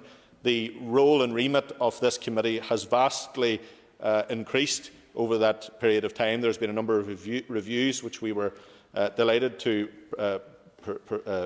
progress, and hopefully the new committee will continue in that work.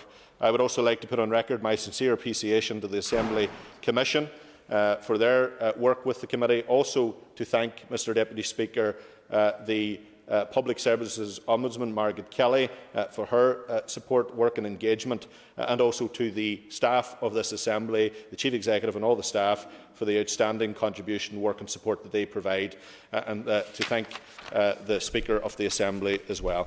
Thank you. I put the motion to the House. Members, the question is that the motion standing on the order paper be agreed. All those in favour say aye. Contrary, no.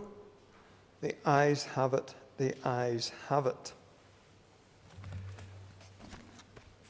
The next item on the order paper is a motion to suspend Standing Order 42.1. Clerk, please read the motion. That Standing Order 42.1 be suspended in respect of the final stage of the Defamation Bill. And I call Mike Nesbitt to move the motion. So moved, Deputy Speaker. Thank you. The Business Committee has agreed that there will be no time limit for this debate, so now I call Mike Nesbitt to open the debate on the motion. Thank you, Deputy Speaker. For now 8.5 years, on and off, I have been working on the same private members' bill, a bill to reform Northern Ireland's laws of defamation.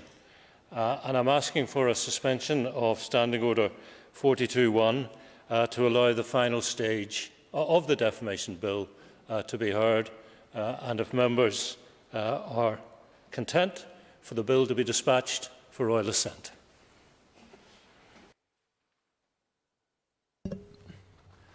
No other speakers have indicated they wish to address the House.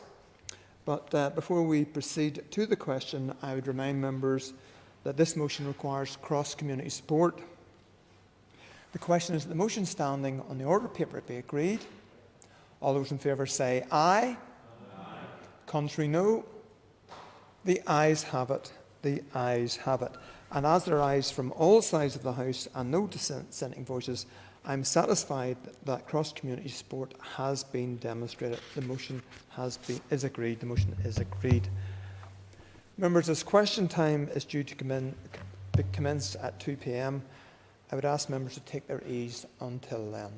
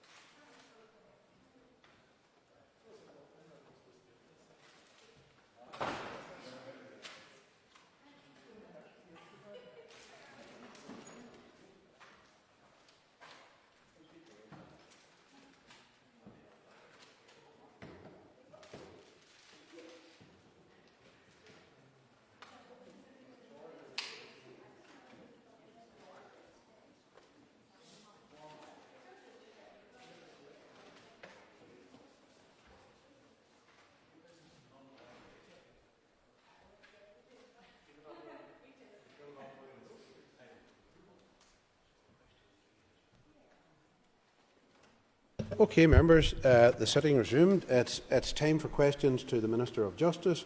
Question 3 has been withdrawn. Defamation, Iram Sir Cara Hunter, Lation Cage I called Cara Hunter. Thank you, Mr Deputy Speaker. Question 1, please, Minister. I would first of all like to take the opportunity to condemn the military invasion of Ukraine by Russia and the untold horrors being faced by the people of Ukraine. I'm aware of statements from the United Nations High Commissioner for Refugees advising that over 2 million refugees have now fled Ukraine. This is indeed a humanitarian crisis. To date, there is no evidence of human trafficking or exploitation in Northern Ireland as a result of the Ukraine crisis. The PSNI is liaising with Home Office immigration enforcement officials and An Garda Síochána, and while there will be refugees who may enter Northern Ireland, none of these have sought to enter the national referral mechanism to date. Criminals seek to exploit any issue where they see a benefit to them. They do not care about people or their rights. They seek only to line their own pockets. Given that we know this, there is a real risk that criminals and organised crime gangs will seek to take advantage of the vulnerability of those fleeing the conflict. We will do all we can to assess and monitor the risk and ensure we are working collectively with our partners on the Organised Crime Task Force and the Modern Slavery and Human Trafficking Subgroup to ensure that we are alert to the risks and to seek to prevent any further exploitation and pursue offenders. Cash Brescia, Cara Hunter. Supplementary question for Cara Hunter. Thank you, Mr Deputy Speaker. I'd like to thank the Minister for such a detailed answer on what is such a heartbreaking subject. And the Minister will be aware that the conflict in Ukraine has touched really the hearts and minds of people right across the north. And I have to say, I find it exceptionally cruel and callous, the lack of support from the British Government for these vulnerable people at this time, and the devastation that they have experienced is truly unimaginable. Therefore, Minister, can I just ask you, just off the back of that, can you please detail any further collaboration that you have had with your counterparts in the Republic of Ireland, please? Well, in terms of our engagement, it has, as I say, been through the PSNI and An Garda Síochána, in terms of ensuring that people who decide to come to Northern Ireland through the Republic of Ireland are safe to do so. Immigration, as the member will be aware, is a reserved matter, and the current policy on immigration, I think, has a significant impact on individuals and their families in terms of their feelings of self-worth and dignity and their inability to provide for their families while they're seeking refuge here. I do believe that the efforts that have been made by government fall well short of what we would all have wanted to see. Whilst I welcome the ability to be able to register our homes online if we're willing to receive refugees into our homes for a period, the inability for us to be able, even as an executive, to be a super sponsor in this case that would allow us to match refugees with homes, I think is a barrier to us being able to provide the kind of care that the people of Northern Ireland would wish to do. So it's telling that 6,000 people have registered their homes, and yet there is no official reception scheme here in Northern Ireland that would allow us to make use of that. Sinead Ennis on Cash I call Sinead Ennis for. Minister, the former director of Anti-Slavery International last week warned that the scheme to house Ukrainian refugees increases the risk of human trafficking, and the light touch safeguarding checks can't offer the comprehensive security that vulnerable refugees, the majority of whom, let's remind ourselves, are women and children, need. So what role will the Department of Justice have in ensuring that sponsors are thoroughly vetted, and how will the Minister ensure that sufficient protections against trafficking are in place? Well, there are a number of issues that we will take up, and I'll try to answer from that question. First and foremost, in terms of safeguarding concerns, the vulnerability of those seeking refuge is fully recognised, and the need to ensure all necessary safeguarding arrangements are in place. It's also important to ensure that sponsors under the Homes for Ukraine scheme are safe and protected. Officials within Access NI are assisting the multi-agency strategic planning group to ensure that the necessary checks are in place. As part of the operational planning, consideration is being given to what Access NI checks might be required, and also options for checking the suitability of accommodation. It is important that sponsors are willing to cooperate with any checks where required, as they are in the interests of everyone's safety. There will also be a need for ongoing support for both sponsors and those being sponsored to ensure the arrangements are working and continue to work throughout the period of the sponsorship period, particularly where people's circumstances may change. I understand the consideration of the type of support and how best it can be provided is being considered by the multi-agency strategic planning group. I think it goes without saying, of course, that there are particular vulnerabilities where, for example, you have unaccompanied children and minors arriving. However, that seems to be a problem that has mostly been resolved in the countries immediately adjacent to Ukraine. And I know that Romania and other authorities have been dealing with large numbers of unaccompanied minors. I think the majority of those arriving in the UK, including via routes from the south, have been arriving in family groups to date. But the numbers are small because, as you're aware, the visa requirements are still quite stringent and provide a significant barrier to people being able to come forward. I call Doug Beattie. I thank the Minister. I mean, this is a really important issue, and we've discussed this already. But going back onto that people trafficking, where we can understand why everybody is focused on Ukrainian families coming in from that terrible situation, but we also know we have many asylum seekers here already in Northern Ireland. Could I ask the Minister what work has been done to ensure that those who cannot work or supplement their income aren't themselves being trafficked, who are actually in hotels and other temporary locations around Northern Ireland? Well, I thank the member for his question, and it is something that I think has concerned me now for some time, and I raised it indeed on the last visit of the Commissioner for Human Trafficking. I've also raised it with the UK Government, and indeed I took the lead, and we agreed that a five-party letter from the five-party leaders would go to the Home Office Minister to make clear our desire that all refugees would be treated fairly and the same. We recognise there is an emerging humanitarian crisis specific to Ukraine, but there are many other refugees in need of accommodation, and we need to ensure that they too are treated fairly. But also that we recognise the danger of not allowing people to work while they wait for refugee status. We know that the process can take sometimes 5 and 6 years for people to actually receive their status finally after application. And that is a long time for people to have to live on a subsistence allowance, which doesn't allow them to properly prepare their children and their families and to care for their children and families, but also doesn't allow them to properly build a life and have some dignity in terms of being able to care for themselves and their families at a time when they have been stripped of dignity through having to leave their homes in tragic circumstances.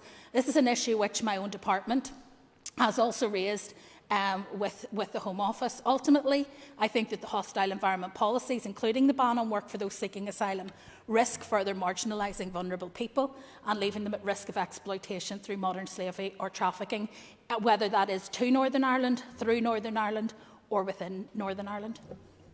I call Paula Bradshaw. Deputy Speaker, and thank you, Minister, for your answers so far. And just to put on record my thanks and recognition to you for over 2 years of question time. I'm sure you'll be relieved that this is your last one today. They've been quite gruelling. Minister, just to pick up on the point around the issue of the joint letters from the 5 political parties and the lack of an executive, and I'm just wondering if you could give your assessment of how easy it's going to be to facilitate Ukrainian families coming to reside here, make a home here without an executive after the next election. Thank you. Well, I mean, there are issues that we still can proceed with. So the Executive Office officials are continuing to liaise directly with their counterparts in Westminster in terms of ensuring that Northern Ireland gets the right levels of support, both financial and technical support, in terms of being able to support refugees who come to Northern Ireland. But the major gap from not having an executive is that we are unable to directly influence the number of refugees. So unlike the case in Afghanistan, where there were a set number of refugees that would be taken by the UK and then distributed across the UK, that is not the scheme that we have in place. Each person has to get here under their own steam, have to meet their own visa requirements, and then have to find and partner with a family. In the case of Wales and Scotland, they have opted to become a super sponsor, where they can sponsor a significant number of individuals to come, and they can undertake the matching process with families to ensure that those who don't already have connections into the Ukrainian community are still able to offer assistance where possible. That option is not available to us because we don't have an executive to be able to take that kind of decision. But we have made clear from the 5-party leaders that we would welcome efforts to try and assist people in finding accommodation in Northern Ireland, and that we want to play our full role. The other challenge, of course, will be around funding, because We will need to know how many people have arrived, and we will need to be able to track that, because the funding that's being offered through Westminster is being offered to local government, who provide most of the services in the UK. There is additional funding being provided. However, most of those services are provided here by central government agencies, and therefore it would be important that we know how many people are here, because it will be a per capita amount in terms of the additional funding rather than a Barnett consequential. So there are a number of challenges, I think, and not having an executive in place, I think, exacerbates those. Sir Anya Murphy, I call Anya Murphy. Question 2, please. Section 27 of the Domestic Abuse and Civil Proceedings Act, Northern Ireland 2021, was commenced last month, enabling regulations to be brought forward to provide for domestic abuse protection notices and orders. With the introduction of the new offence completed, the establishment of these notices and orders is now a priority work area for my officials. Preparatory work has begun on considering the framework for the draft regulations, as well as a guidance document for practitioners, which will map out the process for the notices and orders and explain how they work in practice. My officials have recently joined a working group led by the Home Office and Ministry of Justice in order to learn from their experiences and to help inform policy development and operational preparations for Northern Ireland. In taking work in this area forward, 2 pilots will be established to robustly test the model ahead of rollout across Northern Ireland. Discussions are ongoing with the criminal justice system partners to consider geographical locations for the 2 pilots. It's envisaged the proposed locations will shortly be brought to a multi-agency task and finish group for agreement. Anya Murphy, supplementary question for Anya Murphy. And thank you, Minister, for your answer. Minister, would you agree with me that Fermanagh may be a suitable rural area for the launch of the Domestic Abuse Protection Notices and Orders pilot, given the many difficulties that are faced by women from rural areas in terms of accessing support services for domestic abuse? Well, I wouldn't want to prejudge the outcome of the consultations around this, and indeed the decisions of the Task and Finish group. But I do think it's important that when we choose pilot areas, we choose those which reflect both urban and rural realities, that we look at areas that have particular issues around domestic abuse and indeed access to support services. And so I think that all of that ought to be considered by the Task and Finish group when it comes to deciding where those pilots will be. Because what we need to do is provide a system that is as robust as possible in every part of Northern Ireland, so that people are protected when they are subjected to domestic abuse, and that these orders and notices are able to be used effectively irrespective of the location. Call Rosemary Barton. Minister, thank you for your answers so far. Minister, you spoke about the 2 pilots that you're hoping to introduce. Can you give us a bit more detail on what they will entail? Well, it will be 2 geographical areas where we will trial the rollout of domestic abuse protection notices and domestic abuse protection orders to test, first of all, how they can be used by local police. So there will be specific training for the police in those circumstances, and also working with those who work in the domestic abuse field to ensure that they're fully aware of them. Once we have trialled those, we will be able to see where any difficulties have arisen, whether that be in access to courts, whether that be in access to police resources, or whether it is in referral pathways. And when we have concluded those particular trials, we will then be able to make any fine-tuning that is required before rolling out the project right across Northern Ireland.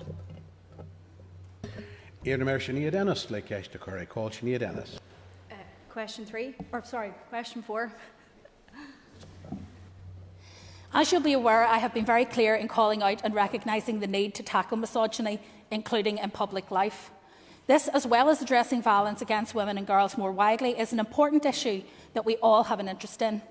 The new laws that I'm bringing forward will protect those at most risk of violence, which too often is women and girls. These include a Protection from Stalking Bill and a Justice Sexual Offences and Trafficking Victims Bill.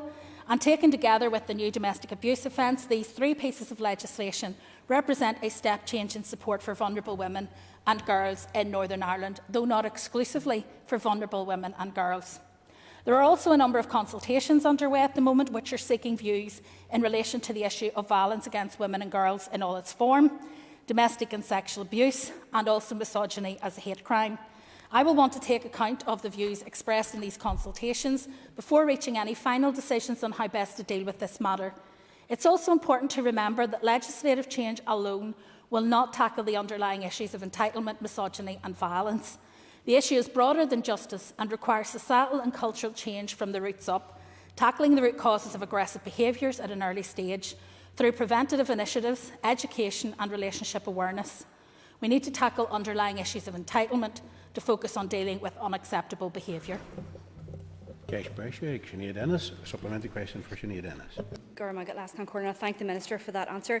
Minister, you'll be aware of the recent Scottish Government report which proposes new misogyny-specific legislation with offences to tackle misogynistic harassment, incitement of hatred against women and threatening to rape or assault women. Would this be some of the new offences that you would be looking at and including any future proposed hate crime bill?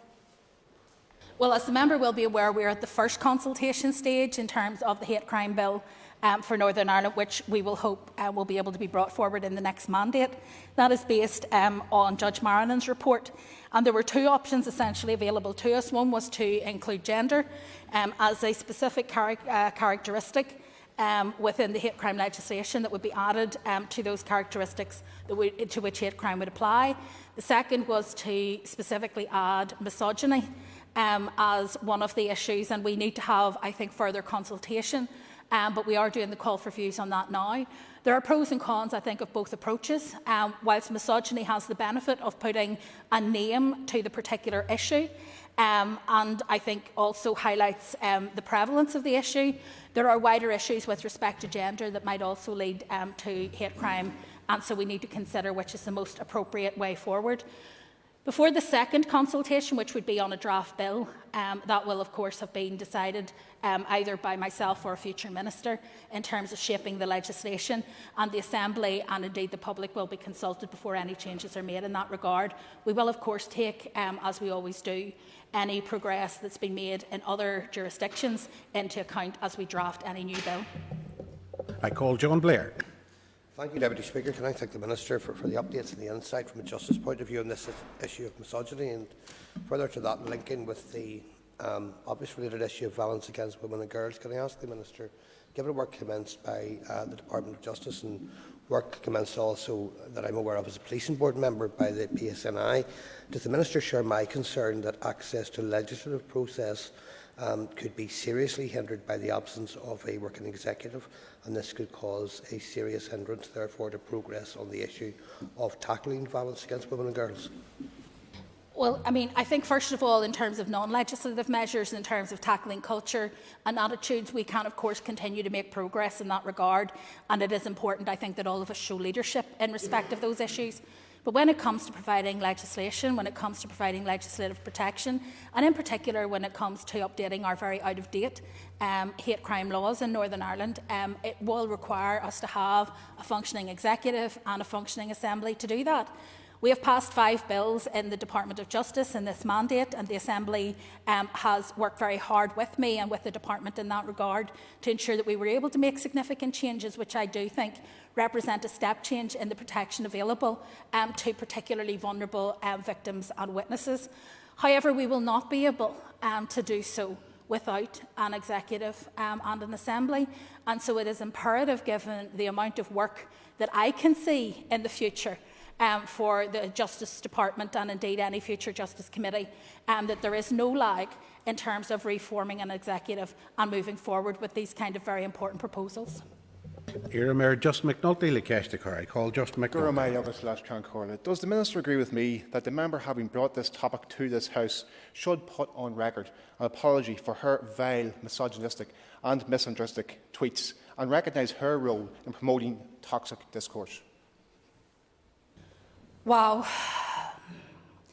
I don't think that that's a question, Mr Deputy Speaker, for me. I think that is a private exchange that perhaps the member should take up with the member who raised the question, rather than politicking and expecting me to be involved in it during question time. I call Pádraig Glargy. Question number 5.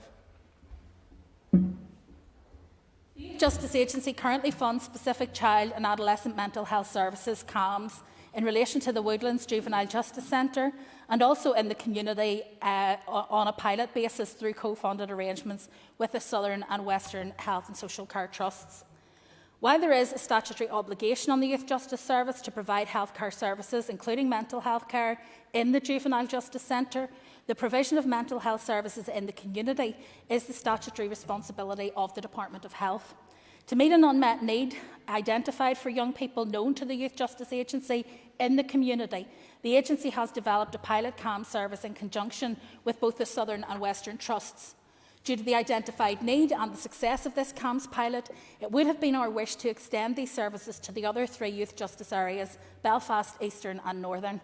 Although the budget has not been agreed, given the proposed reductions in the draft budget for the next 3 years, coupled with the additional pressures of also managing significant inflationary pressures, the Youth Justice Agency would not be in a position to roll out the CAMS pilot as originally hoped, while still maintaining the services which it has a statutory duty to provide. I will, of course, review this position once the budget is agreed. Cash Brescia, Pádraig Largy, supplementary question for Pádraig Largy. Yeah, thanks, Minister. And children in the justice system face unique difficulties in accessing mental health support, despite mental health problems being higher in this population group. However, where the Youth Justice Agency has funded these services, it's produced better outcomes. And given that, would the Minister give a costed feasibility for a full rollout of these services? Well, I think the first thing to say is that we recognise that the gaps exist, and rather than sit back and wait for others to fill them, the Department of Justice, as so often is the case, stepped into that gap. And he is correct, the member is also correct in saying the pilots have proven to be very effective, engaging hard-to-reach children, both within the justice system and also those on the fringes of it, in terms of improving their mental health. The number of young people engaging fully with those services has increased significantly, from 14% in mainstream CAMS provided solely by trusts to 88% through the pilots. So it has been a hugely significant change in terms of engagement with young people that have serious mental health issues. My officials have been working for ways to find and maintain those pilots and, if at all possible, develop similar services for other parts of Northern Ireland. Under the current draft 3-year budget, this will be difficult to achieve from within the DOJ budget, but I'm open to working with the Minister of Health and indeed with the Minister of Education and others to find ways that we can co-fund projects of this nature and ensure that we deliver the kind of benefits that we have seen this project deliver to a much, much wider group of young people. Iramir Cahalboyle in the Keshtakar. Everett Shea, Letter Hall, question number 6, please. I think it's vitally important that the independent scrutiny of criminal justice system has continued during the pandemic, despite the challenges that has presented to inspection teams. I welcome the report recently published by the Chief Inspector of Criminal Justice following an unannounced inspection of McGilligan Prison during May and June 2021. The McGilligan report recognised and commended the efforts of the leadership team and staff in response to COVID-19, acknowledging that while other jurisdictions lock their prisoners up, we continue to deliver healthy out-of-cell regimes for people in our care. The report also correctly recognises that the pandemic constrained some of the very valuable work that is normally delivered at McGilligan, particularly in respect of purposeful activity. Prison Service is clear in its determination to recover and refocus on supporting and challenging prisoners to rehabilitate and resettle back into the community. Balancing recovery against the risks that COVID will continue to be present is at the forefront of the daily work being led by the Director-General. The McGilligan report identified significant areas of innovative good practice, and like every report, it contains learning and recommendations that will help drive improvement. The Governor and his team are working to address the findings currently. Cash Brescia, Cathal Boylan, supplementary question for Cathal Boylan. Agus going breakish lesson as up the Fragra. Could I thank the Minister for the answers? Minister, the recent criminal injustice or justice inspection report identified the use of illegal drugs and diverted prescription medication in prison as a key area of concern. So my question would be, when will body scanners be introduced in prisons in the north to prevent the smuggling of drugs, and can she introduce any other measures to prevent this as well? During the inspection, Mr Deputy Speaker, 150 prisoner surveys were completed. 46 individuals indicated that they had developed drug problems since their arrival in custody, which is of course of concern. The same survey highlights half of the respondents said they had a drug problem before arriving at the establishment. Drug testing during this period showed that the majority of failures, 98%, were for illicit use of prescription medication rather than those drugs that have been trafficked into the prison. Magilligan is committed to disrupting supply, reducing demand and promoting the principles of recovery for people in custody, and that work will include action to address recommendations made by Scrutiny in their inspection report. We also have to work very closely with the South Eastern Health and Care Trust and other key partners in terms both of limiting access to other medication, but also the diversion of prescription medication to people who ought not to have access to them, and that will require us to work closely together. There is a huge amount of work that goes on within the prisons in order to prevent illicit drugs coming in, but of course body scanners would add to the options available for us to prevent that from happening. We would hope that body scanners will be made available and that we have a business case already in process for that. However, everything is budget dependent, and unfortunately the Department of Justice draft budget would not allow for us to do that as quickly as I would have liked. I call Mervyn Storey. Thank you, Mr Deputy Speaker, and thank the Minister for her answers thus far. The report also identified, and the Minister made reference to it, areas of innovative work that had resulted in particular good practice, which included the care driven by the prisoner safety and support team, the work of the family support officers and partners to sustain and promote family contact. Will the Minister take this opportunity as our final day at the question and answers in this House to thank our prison staff and all associated in our prisons who do an extremely difficult and challenging job, and thank them despite what has happened in regards to the pay offer for the work that they do, and wish them well as far as trying to prevent the drugs that are coming in sadly to our prisons. It would be my pleasure, Mr Deputy Speaker, to do so. I have found some of the people who work in our prisons to be some of the most innovative and creative people that I have come across in the justice system. Their job is not easy. It is a challenging and often dangerous environment and can be incredibly volatile. Yet every day they go to work, they look after prisoners in their care, they do so with dignity and respect, and they ensure that those prisoners have access both to contact with their families safely, but also to contact with those who can help them with their rehabilitation and their medical and spiritual needs. Being a prison officer is not an easy job, but it is a worthwhile one, and it does add to the safety of our local communities. And I want to pay tribute to all of those who work within the prison service for the work that they do. I have seen people during my time as Justice Minister who have left prison service and rehabilitated and re-entered the local community and not re-offended. And that is a tribute to those who worked with them diligently and tirelessly throughout their time in prison in order to help them rebuild their lives. It is such an important piece of work because by rehabilitating people properly and ensuring rehabilitation, we ensure that there are fewer victims, but we also ensure that those who have been previously involved in crime can actually build a better future for themselves and their families. For me, it is one of the most worthwhile things that anybody could do as a career. Sir Cara Hunter, I call Cara Hunter. Thank you, Mr Deputy Speaker. I'd like to thank the Minister for her answers so far. Does the Minister agree with me that we need to do all we can to improve opportunities for prisoners to experience more face-to-face learning, which is vital for future prospects as they re-enter society? Thank you. Absolutely, and the work that we're doing within the prison service is to ensure that when people now leave prison, they do so with recognised formal qualifications so that they're able to enter the job market on a par with other people and are able to compete for jobs in a much fairer way. And I think that that has been enhanced hugely by our cooperation with further education colleges in terms of delivery and lectures. That has been disrupted by COVID, undoubtedly so, but I'm glad to see that the prisons are now more open, that people are able to come into the prison to provide education and support. And hopefully we will see that extend, but we will also have the benefit of now having virtual systems in place so that some things that were previously off limits to prisoners and that they couldn't study will now be available to them in a virtual setting. And I think that the combination of the two will enhance greatly the education offer that we have available. I can see him, Sir Emma Sheeran for you cash Gasta. I call Emma Sheeran for a quick question. Cash very shortly, the whole question 7, please. I'm pleased to confirm that I met with the Education Minister earlier this morning when we discussed plans to improve the standard of relationship and sexuality education in our schools.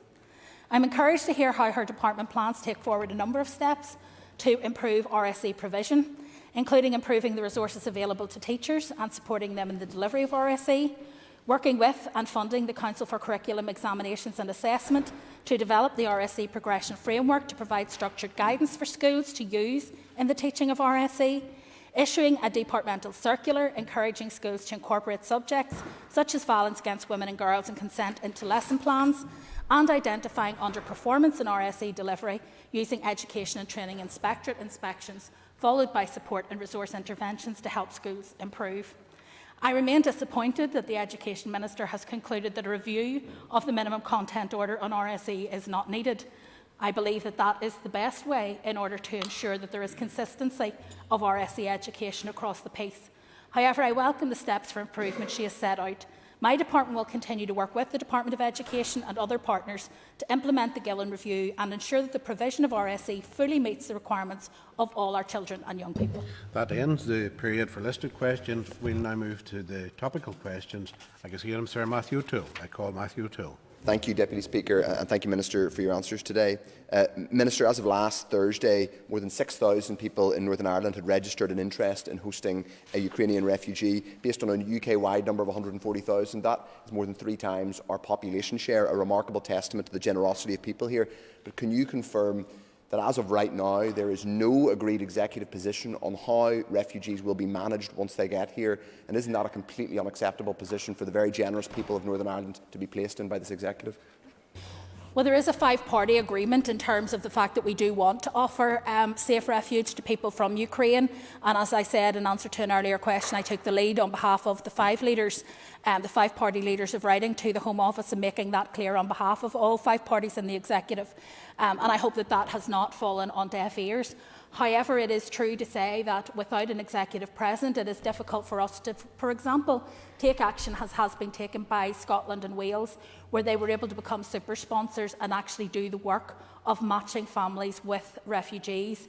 So many of the families who have registered their homes, myself included, may well find that they do not have the resource to be able to connect with a family who might be wanting that accommodation. So it is a challenging situation, and of course having an executive there would make things simpler. In the interim, however, I continue to work with officials in the Executive Office and with the Head of Civil Service to do as much as we can to try to deliver the generosity which the people of Northern Ireland have offered.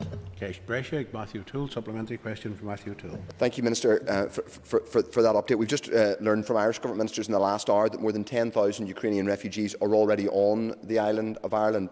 Is the Minister alive to the risk that, given some of the lurid comments around the soft border on the island of Ireland that we all treasure, or most of us do, that there is a risk from Priti Patel's Home Office that there could be a move towards trying to impose some kind of hard border, as it were, in terms of Ukrainian refugees who are here, given what we know, some of the challenges that people of colour face on both sides of the border, frankly, in this island, in terms of immigration rules and officials. Is she alive to that, and will she engage with the Home Office to ensure that that doesn't happen?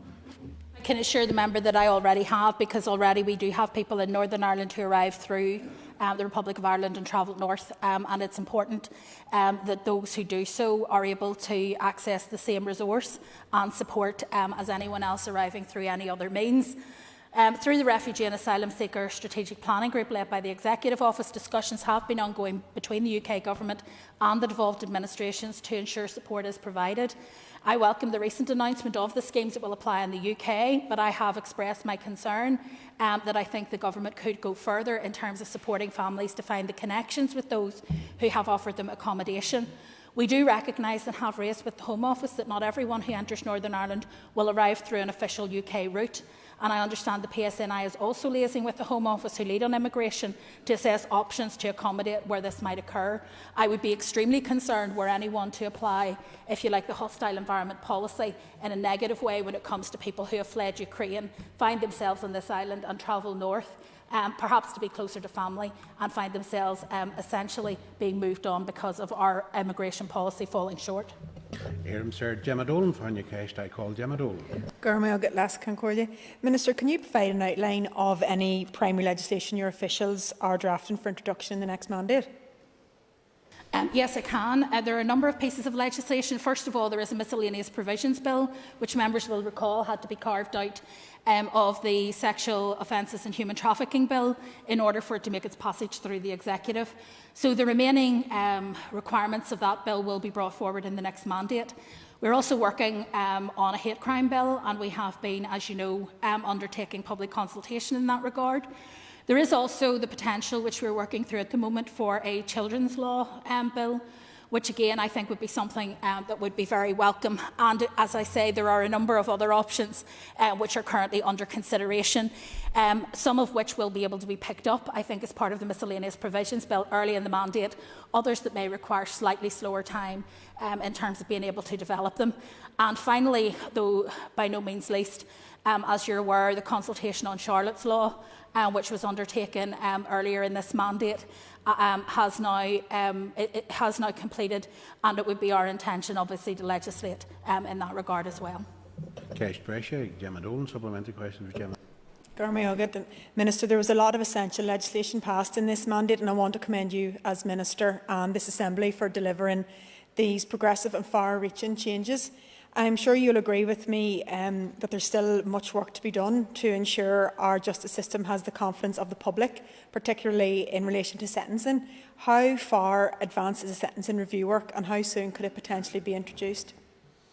Well, the member has done well to remind me of yet another piece of work that's underway in the department, because she is, of course, correct that having undertaken a sentencing review and consultation, we have now been working over the last 6 to 9 months on the sentencing bill itself, and it would be our intention, hopefully, to bring that forward in the first 18 months of the next mandate.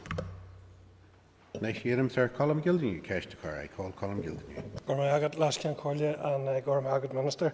Minister, could you set out for us the level of resources that will be required in terms of both staff and funding to carry out a scoping review on a pilot mental health court?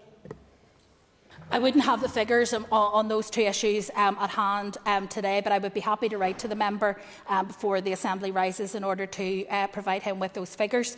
I have to say that it is something that I think is hugely important. As you know, we're already well involved in pilots around problem-solving justice, of which mental health and indeed drug addiction are two of key components.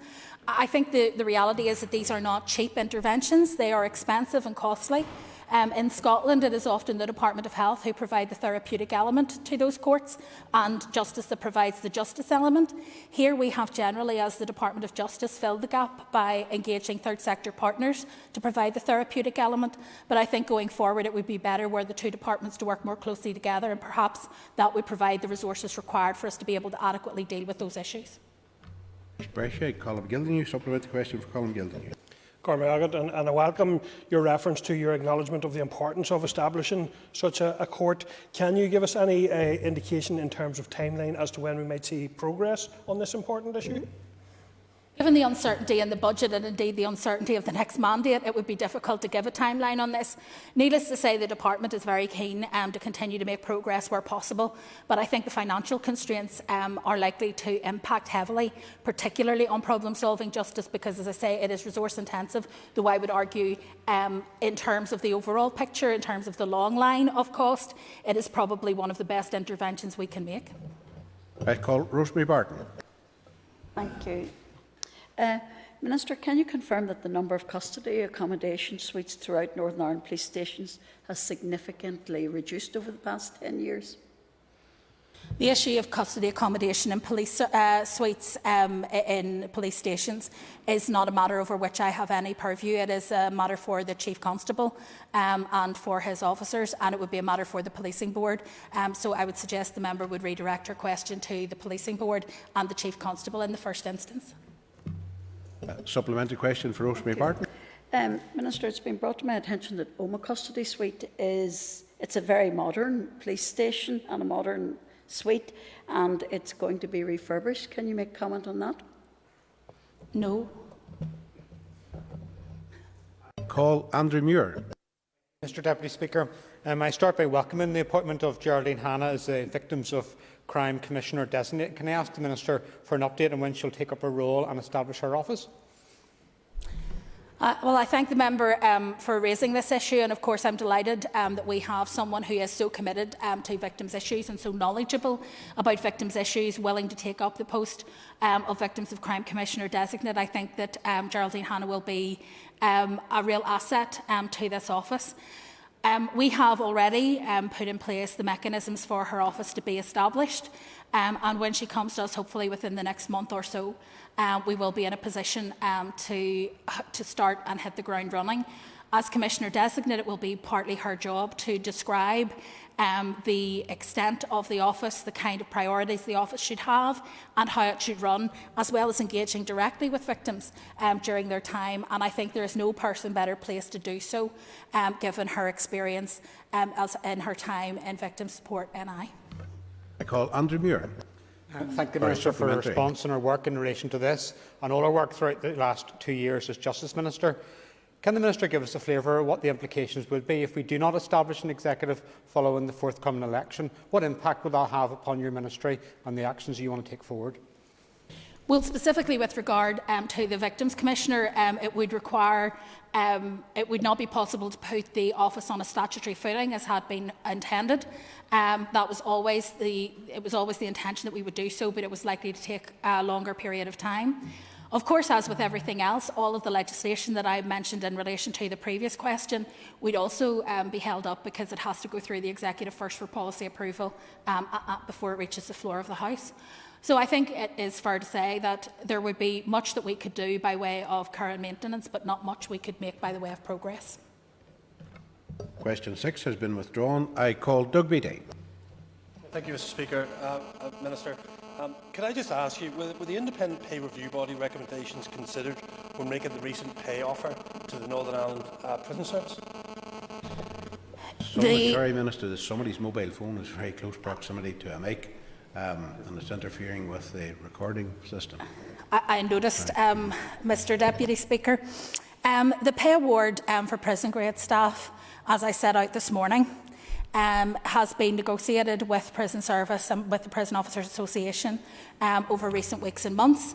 The intent was that we would be able to not only deal with pay, but also deal with the number of points on the pay scale, because there are a lot of points in the pay scale, and obviously we would like to contract those to a more reasonable and rational length. That would have advantaged those in the prison service who are on the lowest paid salaries. The pay award which we offered was then, after negotiation with PGA and POA, was then offered a counter-proposal from the POA. And in discussions and with my approval, prison management agreed to that counter-proposal, which was put to membership through a ballot. On Friday, the POA area chairman advised the Director-General that the membership had rejected the pay proposals. I'm disappointed at that outcome because I believe it was a missed opportunity. In practice, that meant the Director-General has therefore had to impose a pay settlement for 2021-22 and wrote to staff yesterday outlining what that would mean for different categories of officer. The alternative was we did nothing but the absolute minimum, with over 1 million secured for pay rises being lost, and that for me would be unthinkable, particularly at a time when many of our officers will be struggling financially. Having said that, because the settlement is being imposed, there are a number of things that cannot be done, including the proposal put forward by the POA, and regrettably the funding set aside to do those things will now have to be surrendered. Work continues to progress the grading review, which is ongoing and nearing completion, and we will also then be passing on the pay remit for 2022-23 to the PRRB for next year's pay round.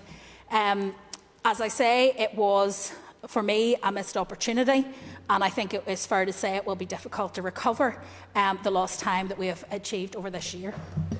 Supplementary question for Doug Beattie. Thank you. And And thank you for that, that comprehensive answer, Minister, but I'm not sure I got to the nub of the question I asked, and that was the pay review body recommendations used in relation to that settlement? And I'm getting the understanding is that the activation letter for the pay review body was not sent, therefore there was no recommendation. And is that not part of the contract, that they do not go on strike because the pay review body helps deal with disputes in regards to pay? I can certainly confirm whether or not the pay review body was invited to begin work on this in writing to the member. However, I am aware that the pay review body is normally tasked with doing that work. Indeed, the pay review body is invited to begin work on the next pay round. We have, however, been asked specifically to consider by the pay review body issues around the review of the grading review. And that's what we have been focused on. Indeed, we were engaged directly with the Prison Officers Association, and it was their recommendations, which we accepted, that were rejected. Thank you, members. That time is now up, and if members just take their ease while we move to the next item of business, please.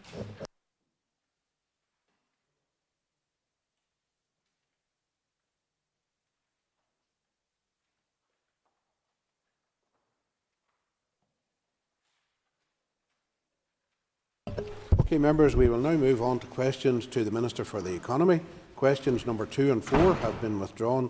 I therefore call Rosemary Barton to ask the first question, please. Thank you, Mr Deputy Speaker. Question 1. And I call the Minister for the Economy. Mr Deputy Speaker, Invest NI works closely with businesses throughout Fermanagh and South Tyrone to support their growth ambitions, whilst also promoting the area as a potential location for inward investors. Invest NI also works closely with Tourism NI and tourism accommodation providers in the area to realise the economic potential of the area's outstanding natural beauty. Tourism NI has allocated funding of over £811,000 to tourism projects in the Fermanagh and South Tyrone constituency through a number of investment programmes since 2018-19. Over the last 3 years, for which full performance information is available, that's 2018-19 to 2020-21, Invest NI made over 560 offers of support to businesses in the members' area. These offers, consisting of over £12.4 million of assistance, will help secure over £61.4 million of total investment and support the creation of nearly 600 jobs. The financial support Invest NI has provided in the Fermanagh and South Tyrone area not only includes direct financial support to companies through grants, but also support for companies developing overseas capacity in programmes such as Going Dutch and Grow Beyond. COVID response schemes such as digital selling, capability grant and process and organisation improvement grants. My department was able to provide additional funding through our Economic Recovery Action Plan in 2021 to ensure more businesses in the area were able to benefit from support. And this has indeed included support offered through the Economic Recovery Innovation Grant and Productive Investment Capital Grant to invest in innovation, new technologies and processes to improve efficiency and resilience. And notable recent investments include an 88-job project with local manufacturer Crust and Crumb Bakery and support for a 210-job project with Mulligan Engineering. Supplementary question for Rosemary Barton. Thank you, Minister, for that very comprehensive answer. Minister, these investments are all very fine and very welcome in Fermanagh and South Tyrone. However, we still have a communication problem in relation to mobile coverage, mobile phone coverage. Is there any way that you can think of putting further investment into Fermanagh to try and support this problem?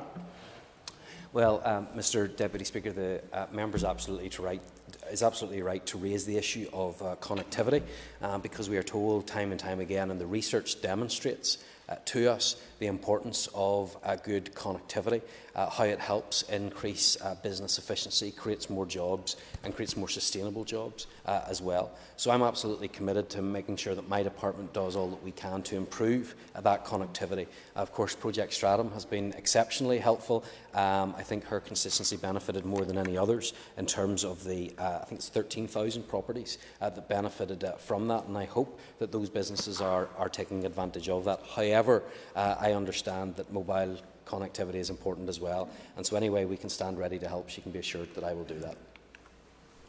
Hear him, Sir. Gemma Dolan on Castlecar. I call Gemma Dolan. Minister, in the Enniskillen area alone, InvestNI has around 12.5 acres of land available for investment. However, since 2017, it has only hosted 4 investor visits. Clearly, this isn't good enough. Will the independent review of InvestNI address the patterns of failure of InvestNI to tackle regional imbalance and attract jobs to Fermanagh?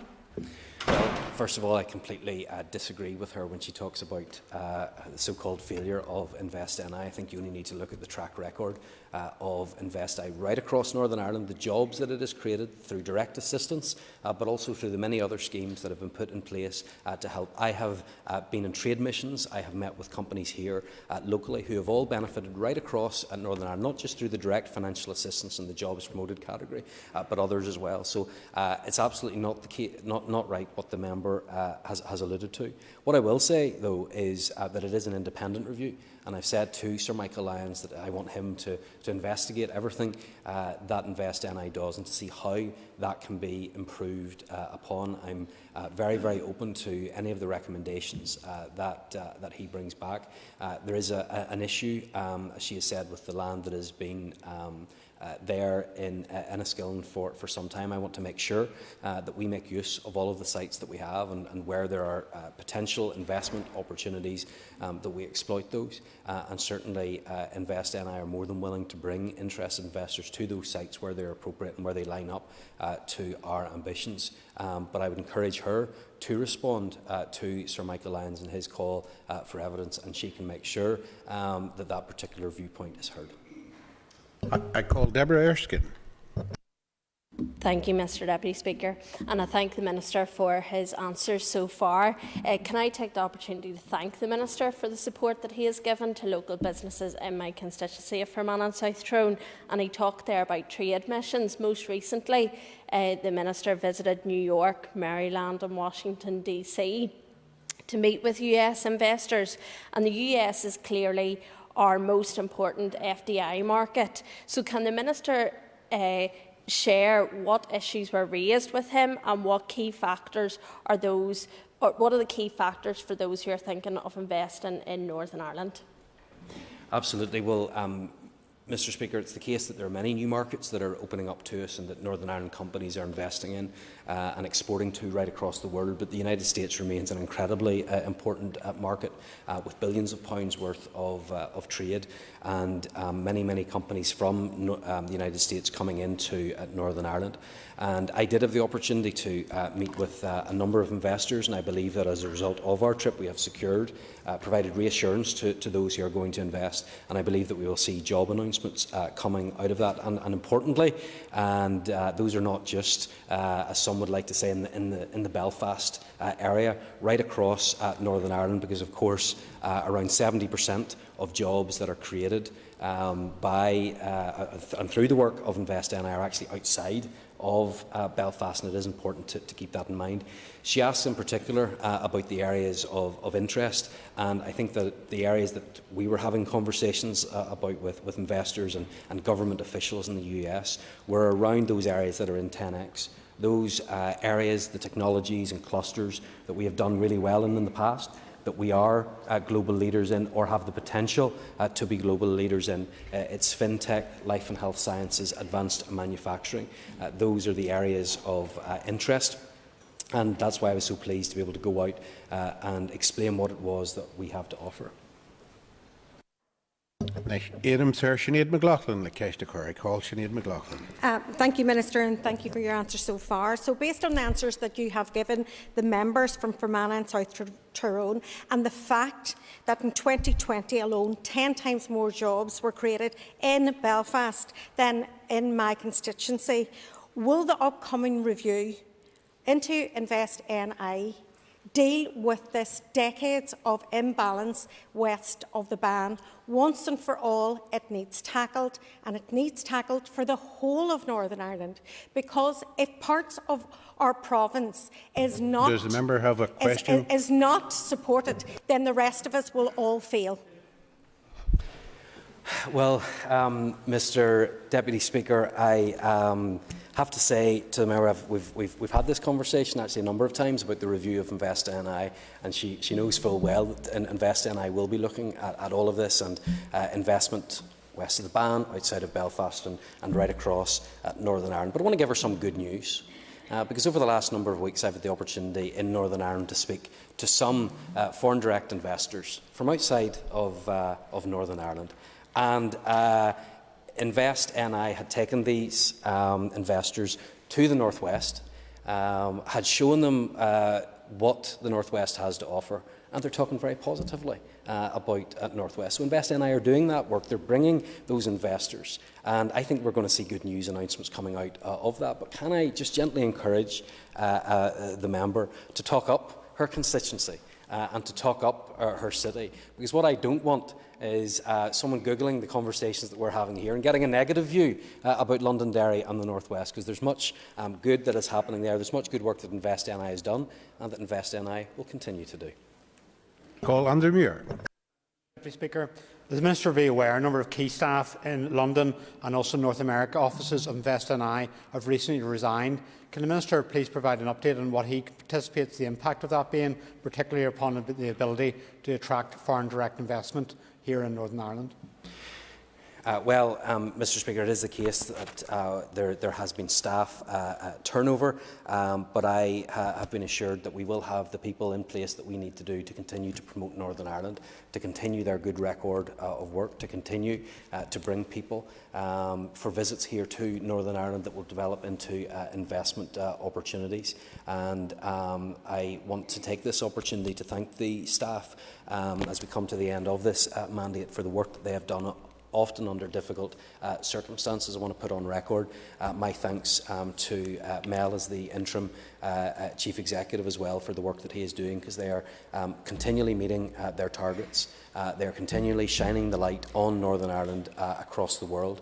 We have some, and I've had the opportunity to meet some of them, of our fantastic staff in North America, in the Middle East and in London, and those based here, and they all deserve our thanks for the work that they are doing. Éireann Nicola Brogan le ceiste chur. I call Nicola Brogan to ask a question. Question number 3, please. Mr. Deputy Speaker, the most significant reform announced by the UK Government is in relation to the repayment terms associated with student loan borrowing for English domiciles.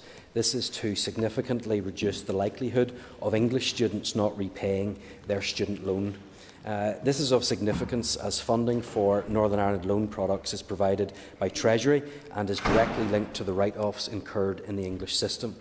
The English changes may therefore force the need for the repayment terms of student loans for Northern Ireland domiciles to be amended to bring down the level of Northern Ireland loan write-offs to the future forecast level in England from 23-24. This is highly likely unless a decision is taken to further subsidise Northern Ireland student loan products by further supplementing them with grant support, something that the Executive would need to decide and could not be achieved within my department's draft budget going forward. Indeed, the Finance Minister's proposed budget settlement for my department may leave me with little choice but to consider further options, including reducing teaching grant funding to our local universities, which could lead to a reduction in places available for Northern Ireland students wishing to study in Northern Ireland, alongside any changes that might have to be applied to Northern Ireland student loan products as a result of the changes announced in England that will apply there from 2023-24. Nicola Brogan, supplementary question for Nicola Brogan. Thank you to the Minister for his answer. Minister, the reforms being tabled in England would mean that students would have to start repaying their student fees when they're on a lower wage, and could be forced to make payments for up to 40 years, which could potentially lead into their retirement. So can you give a commitment, can the Minister give a commitment that his department will not follow with these regressive changes and drive more graduates into poverty? Well, Mr Speaker, unfortunately I'm not in the position to do that because I don't know what the final budget settlement is going to be. I would like to do an awful lot more in terms of skills and in terms of further and higher education, but I'm limited by the budget settlement that I receive. Unfortunately, under the Finance Minister's draft budget, that wouldn't, well, she shakes her head, but it is the case that with the draft budget settlement that I had, I'd be having to cut back on some of the things that I'm already doing, never mind doing some of the other things that we believe need to be in place in order for us to have the type of education system that we want here in Northern Ireland. So to go even further than that and to compensate for these changes would require additional funding. But of course, if that funding is made available, that changes everything. I call Peter Weir. Speaker, for those of us who attended the excellent presentation today by the Open University, will see the high significance of the higher education sector to Northern Ireland, indeed to the wider United Kingdom. Can the Minister outline what he believes would be the implications for that higher education sector if the draft budget that's been proposed by Minister Murphy went through unchanged? Well, I think it would be a very difficult situation for the universities and for students if that draft budget situation were to follow through to become the final settlement from my department. And it would not be good for the universities in terms of what they would be able to provide. It would not be good for students in terms of the support that would be made available to them. It has consequences, and I am worried about what those are. I think the draft budget that the Finance Minister presented to the Executive was the first time since 2007 that we did not put the economy and skills at the forefront of what we are doing here in Northern Ireland. I have a vision to see Northern Ireland among the elite small economies of the world. If we are to do that, we need to make sure that the funding is in place to address what I believe is one of the single greatest challenges that we face in Northern Ireland, and that is in terms of skills. If we do not invest in skills, we're not going to achieve everything that we have set out in our 10x vision, and that's why we need to have the funding in place to support it. Call Paula Bradshaw. Minister, for your answer so far. Minister, you'll be aware that there is huge pressure on our two universities for places, and it's going to just get worse with the growing demography of young people coming through in that age group. What is the Minister's department doing around the maximum student numbers cap at the minute? Is there any review underway, and are there any plans to raise the number for the university intake? Thank you. Well, Mr. Deputy Speaker, of course the number has risen in recent years. However, I recognise that it's increased since 2018-19 to last year from 22,844 to 25,255.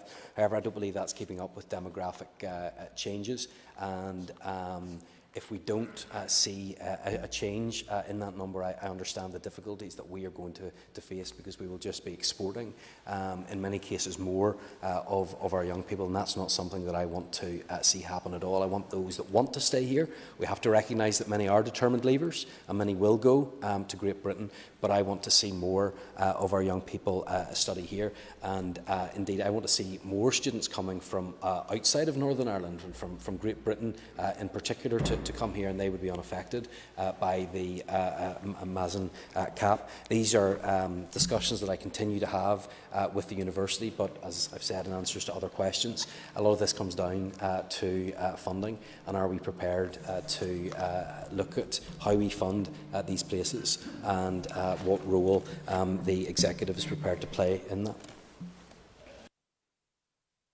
I call Deborah Erskine. Thank you, Mr Deputy Speaker. Question number 5, please. Mr Mr Deputy Speaker, by the end of this financial year, my department, through Tourism NI, will have invested over £12 million in consistently and heavily promoting Northern Ireland as a leading tourism destination across multiple campaigns and initiatives. I was pleased to secure an additional £8 million during January monitoring to support tourism marketing campaigns in Northern Ireland, the Republic of Ireland, Great Britain and Europe, including a comprehensive cooperative marketing campaign with airlines to highlight the ease of access on direct flights to Northern Ireland. I have been pleased to have been personally engaged in working with Tourism Ireland to showcase Northern Ireland on the world stage. In November, I attended the World Travel Market in London, the largest business-to-business event in the global tourism calendar, and we supported around 25 companies from Northern Ireland that were participating. Last month, I attended Expo 2020 in Dubai and engaged with industry partners participating in Tourism Ireland's 2022 Middle East Sales Mission. Last week, I was in the US to engage with around 20 top US travel, industry and media guests at a Tourism Ireland breakfast round table. I will continue to do all that I can to promote tourism in Northern Ireland. Supplementary question for Deborah Erskine. Thank you. And as is the Minister's last question time, can I wish him well in the election, and hopefully after the election we'll be welcoming back to Fermanagh and South Tyrone. I know that in my constituency we have welcomed a lot of stay-at-home tourism as a result of the COVID restrictions. Whilst we want to promote Northern Ireland as a place to visit from other countries, how can we also capitalise on that stay-at-home tourism and support the sector to do that, particularly in my beautiful constituency? Absolutely. Well, I would of course encourage more homegrown tourism, and I would encourage people in Northern Ireland, once they have visited East Antrim, to go and to visit Fermanagh and South Tyrone. I think there are a number of things that we can, and I think Mr Story has something to say about North Antrim as well. But I think what we can do first of all is continue to develop the product that we have right across Northern Ireland, and we haven't stood still. We're continuing to invest in attractions and experiences and in our accommodation as well. You only have to look at the Game of Thrones exhibit, which is a huge asset to Northern Ireland, and will pull in many more visitors. As I already said in my opening answer, we spent £8 million this year promoting Northern Ireland. Part of that was for the domestic market, and I'm keen that we continue to look at the tourists that are right on our doorstep to make sure that they're experiencing everything that Northern Ireland has to offer. But we've also taken other steps, and I think of Project Stratum. We see the benefit that it has for tourism as well, because we have more accommodation providers, more experiences and attractions that will now have access to that high fibre broadband, which is critical for being connected in the modern world and making sure that we can make the most of what we have to offer. And I'm sure that she will continue, as she has done with me continually, to promote everything that Fermanagh and South Tyrone has to offer. And I want to see everywhere in Northern Ireland take advantage of what it is that we have to offer to tourists, whether they're from just down the road or whether they're from the other side of the world. Here, Mayor John O'Dowd, I call John O'Dowd. On the subject of tourism just down the road, the Minister will be aware there's been a significant increase of tourists visiting from the south in the 26 counties, with I think an estimated increase of 55% staying overnight, including in this Erskine's constituency, I'm sure, and everyone else's constituency. So, Minister, why do you underfund Tourism Ireland? Under the agreement that's in place, your department should be funding it by 1/3, but you only fund it by 15%. You're undercutting actual local businesses by doing so. Will you commit to support Tourism Ireland fully? Well, things were going so well yesterday, and Mr O'Dowd was so pleased with the work that I was doing. But, well, of course, Mr Deputy Speaker, the funding arrangement is complex, and whenever the government in the Republic of Ireland want to give more money and give more funds to Tourism Ireland, we might not always be in the position to do so. We might be facing those budgetary constraints, and so our share will go down. I have, where possible, been able to give money through monitoring rounds or extra money that's available to those campaigns, and in particular those campaigns that promote Northern Ireland abroad. I want to continue to do that. Of course, I see the benefit in making sure that everybody around the world knows about Northern Ireland, know what we have to offer, and I want to be able to give that funding and ensure that Northern Ireland can be promoted. Mayor Matthew Toole. I call Matthew Toole. Mr Deputy Speaker, Minister, the most tourists who come to Northern Ireland from overseas come here via the south of Ireland. Dublin airports is the biggest point of entry into Northern Ireland. So with that in mind, did your department respond to the All-Ireland Strategic Rail Review in order to explore how rebuilding the rail network, unfortunately devastated over the past century on this island, we only have one cross-border rail link, could contribute to growing tourism in Northern Ireland? Of course, it's the case, Mr Deputy Speaker, that I want to see improved connections, whether that's by road, whether that's by rail or whatever else. Though I can tell the member that I have had discussions and was able to meet with an airline last week in New York. I was also looking at possibilities when I was in the Middle East about a direct route out there as well. I'm more than happy to ensure that we get more travellers and tourists into Northern Ireland, but I think direct air links are one of the ways in which we can improve the connectivity of Northern Ireland and ensure that that can happen, and make sure that those that are coming in can take advantage of what Northern Ireland has to offer. So whether it's road, rail, air, ferry, whatever it might be, I want it to be as easy as possible for visitors to come here and experience everything that we have. I call Mike Nesbitt.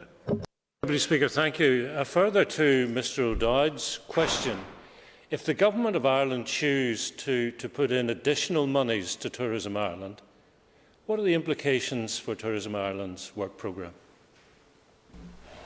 Mr Speaker, I believe if additional money is given to Tourism Ireland, the implications are that Tourism Ireland can do more work. I call Jim Allister. For a different perspective, Mr Deputy Speaker, could I ask the Minister, since he came to office, what success has he had in liberating Tourism NI from its satellite subservience to Tourism Ireland? And does he agree that until that liberation is secured, the promotion of Northern Ireland as a freestanding, delightful tourism attraction will be stultified? Well, Mr Deputy Speaker, the member will be aware that there are certain things that are in my control and certain things that are outside of my control. I'm operating within the parameters of what has been put in place in the past. What I am making sure that I can do is that Tourism Ireland is doing Tourism Northern Ireland is doing its job in promoting Northern Ireland, and Tourism Ireland, and I am constantly speaking with the Chief Executive about this to make sure that Northern Ireland gets its fair share, to make sure that Northern Ireland is promoted, and to make sure that Northern Ireland is not secondary in any way. And that's why whenever I was in New York last week at that Tourism Ireland breakfast, I talked about what Northern Ireland had to offer and everything that we can do to bring more visitors to Northern Ireland. Here, Mayor Liz Kimmins, Cash to Cur. I call Liz Kimmins. Question 6, please. Mr Deputy Speaker, my department's vision for a 10x economy sets out a bold and ambitious vision for our economy through a decade of innovation, with benefits for all the people of Northern Ireland. And I very much welcome the support and endorsements provided from the business community and across this chamber since its launch. This ambition will be realised by focusing on innovation in areas where we have real strengths, and ensuring the gains from innovation mean something to all businesses, people and places in Northern Ireland. I hope the member has picked up her copy of 10X, but 5 priority clusters have been identified in the 10X vision through stakeholder engagement: digital, ICT and creative industries, agri-tech, fintech, financial services, advanced manufacturing and engineering, and life and health sciences. A 10x economy cannot be achieved in isolation, and I remain committed to adopting an inclusive approach to delivery. A good example of this is the cross-cutting work my energy officials are doing with the Department for Infrastructure to start our hydrogen economy and support Northern Ireland Water to deliver its Power of Water strategy, which aims to provide a diverse range of zero-carbon power and produce hydrogen oxygen at scale. Clearly, as I have highlighted already today, it will be impossible to deliver 10x unless my department is properly resourced in Budget 22-25. Liz Kimmins. Supplementary question for Liz Kimmins. I thank the Minister for his answer. Minister, in my constituency in Uri Armagh, we have significant labour shortages in manufacturing, in transport and health and social care, yet any of the city deal funding that we've seen has been directed towards the 10x economy strategy and jobs in digital industries and financial services. So in order to address the need that exists, will you ensure that your department also invests in upskilling people for jobs in these areas that I've outlined? Mr. Speaker, and 10x is our overarching vision for where we want the economy to be in 10 years, but it's not a vision that sits in isolation. We have a number of strategies that underpin that. I've already mentioned the energy strategy, but the skills strategy, which I hope to bring forward soon, is another one which contributes to the overall goals that we seek to achieve. So, for example, in the skills strategy, we'll be pushing very heavily the culture of lifelong learning that we need to see to help bring people back into work, what we can do to bring talent from elsewhere in the UK or further afield, and in particular creating that digital spine that we need moving forward. There are other labour issues and shortages. We want to address those, but that's absolutely what I intend for the skills strategy to do, which in turn contributes to what we're doing through 10x. Mayor Matthew O'Toole, the Cashtacore. I call Matthew O'Toole for a quick question. Question 7. Mr Deputy Speaker, across its international network, InvestNI promotes Northern Ireland as a destination of choice for mobile foreign direct investment based on a compelling value proposition that combines our key strengths of a talented and loyal workforce, advanced telecoms infrastructure, a pro-business environment, competitive operating costs and proximity to major markets. Potential investors assess the aforementioned value proposition as an overall package when determining the optimum location for their international operations, rather than any individual factor being considered in isolation when evaluating our attractiveness relative to other competing locations.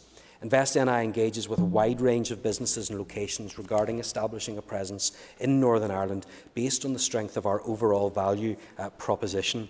The number of live inquiries changes continually as new leads are identified and others don't proceed. You will appreciate that investment discussions are commercially sensitive, and indeed attracting FDI is a highly competitive process, such that I am not in the position to disclose the status of any of these specific inquiries. In general, discussions with potential investors can take upwards of 12 months, and any decision to invest in Northern Ireland will be announced in conjunction with the investor when appropriate. Mr. Speaker, I also want to put on record that I let InvestNI do its job to market and to sell Northern Ireland. He has previously accused me in this House and online of stymieing that work. That is incorrect. That has been confirmed by InvestNI, and an apology would be appreciated. That ends the period for listed questions, and we'll now move to topical questions. Sorry, we can't take points of order now. To the end, just so the member knows, points of order can be taken at the end of question time. Thank you. Topical question number 9 has been withdrawn. So, Defamation, Adam Thirshin, Dennis Lakesh I call Sinead Dennis for a question. Minister, it was agreed a new decade new approach to close down the poorly designed and disastrous RHI scheme created and overseen by successive DUP ministers.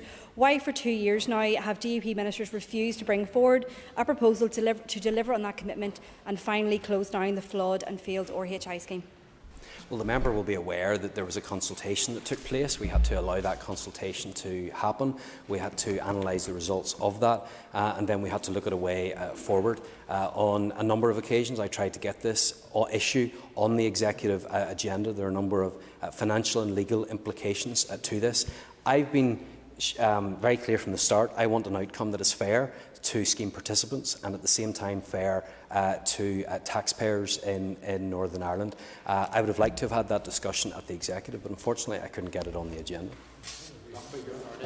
Ceist Brescia, ag Sinead Ennis. Supplementary question for Sinead Ennis. Minister, over the course of this mandate, 3 different DUP economy ministers have been consistent, and you're the latest, in their refusal to close the RHI scheme, despite a commitment and repeated calls to do so. Can you explain, because I haven't heard a rational explanation yet, why no proposals have been brought forward by the DUP economy ministers to finally close the scheme?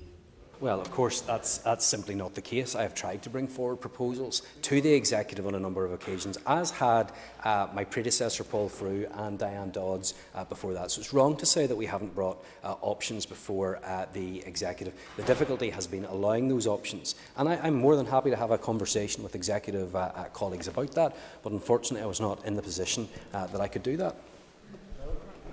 I call Andrew Muir. Very much. Mr Deputy Speaker, my questions are in relation to energy. It recently emerged that up to £660 million over the next 20 years in funding will go unspent as a result of the failure to come up with an alternative proposal to spend cash in relation to renewable heat incentives and schemes such as that. Why is that, and what is the Minister doing to utilise the funding available? Of course, it's not the case that is unspent. As the member himself said, this is over a 20-year period. It's not something that's unique to this financial year. The member will be aware of my energy strategy. He'll be aware of the action plan that I have for 2022. We have an issue around RHI to deal with. There will be financial consequences to that. That will then give us an idea of the sums of money that we will have left to deal with any future scheme that will incentivise renewable energy, and he will understand that there will be a lot of work and due diligence to be done before that can be brought forward. Supplementary question from the Muir.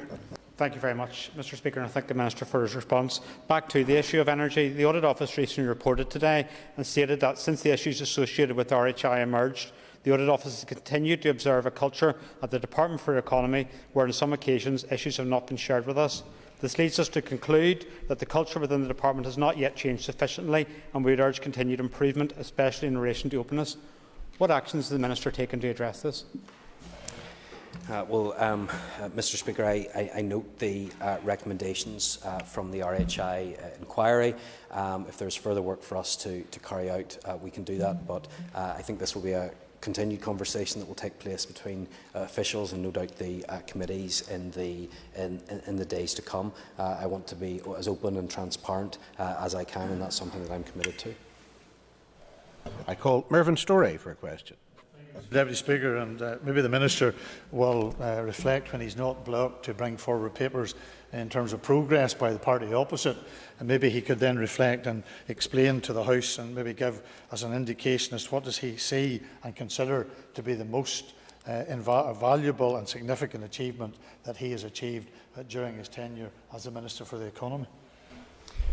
Well, Mr Deputy Speaker, I only have 2 minutes. I don't know if it's appropriate to ask for an extension so that I can explain. Well, there's a number of things that we're pleased that we have been able to achieve over the course of this mandate. I think of the Assured Skills Academies that we have put in place. Many Assured Skills Academies, which has helped to create jobs and has brought more investment into Northern Ireland. I think of the Economic Recovery Action Plan, and in particular the High Street Scheme, which enabled 1.4 million cards to be produced, delivered and spent in the course of 3.7 million transactions. I think of the review that we've taken of the career service, the review of Invest NI, the independent strategic review of agri-food, a new energy strategy that puts affordability and security of supply at the heart of what we are doing, a focus on energy efficiency and cheaper bills for consumers.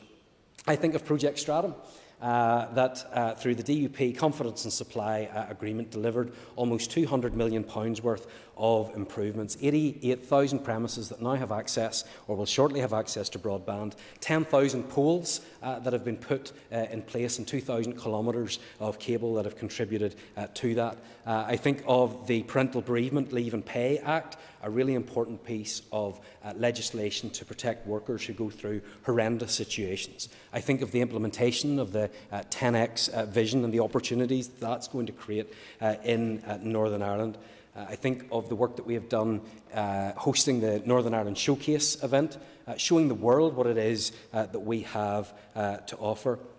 And I think of ERAP and the grant schemes that were put in place that saved thousands of businesses and tens of thousands of jobs. I'll leave it up to the member to decide if that's enough that we have Supplementary achieved. question for Mr Storey. Thank you, Mr Deputy Speaker, and thank the Minister for his answer. All politics is local, so bringing it back to my own constituency in Northampton, will he join with me and congratulate a local company in Ballymoney, Christie Direct, who will next weekend celebrate 30 years in business, and they are now part of the California Nexus brand, one of the largest organisations in that industry in the world.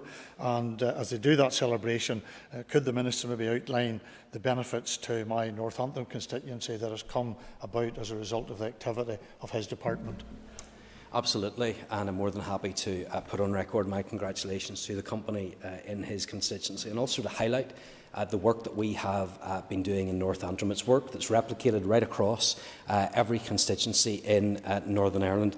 But I think of the efforts that I have put in to ensuring that our hydrogen economy grows and develops in Northern Ireland, and Ballymena has been central to that. I think of the Assured Skills Academy, and 48 of his constituents, I'm sure through Northern Regional College, have been through those assured skills and funding of 147,000. I think of Project Stratum in his own constituency as well, where 7,296 properties will be connected, and 3,000 of those have already been connected as of today. In terms of COVID support schemes in his own constituency, 1,876 businesses were supported, with grants totalling £30,757,603. And of course the High Street scheme in his own constituency at £9,396,809 was spent. I think that's a significant record of achievement in Northampton.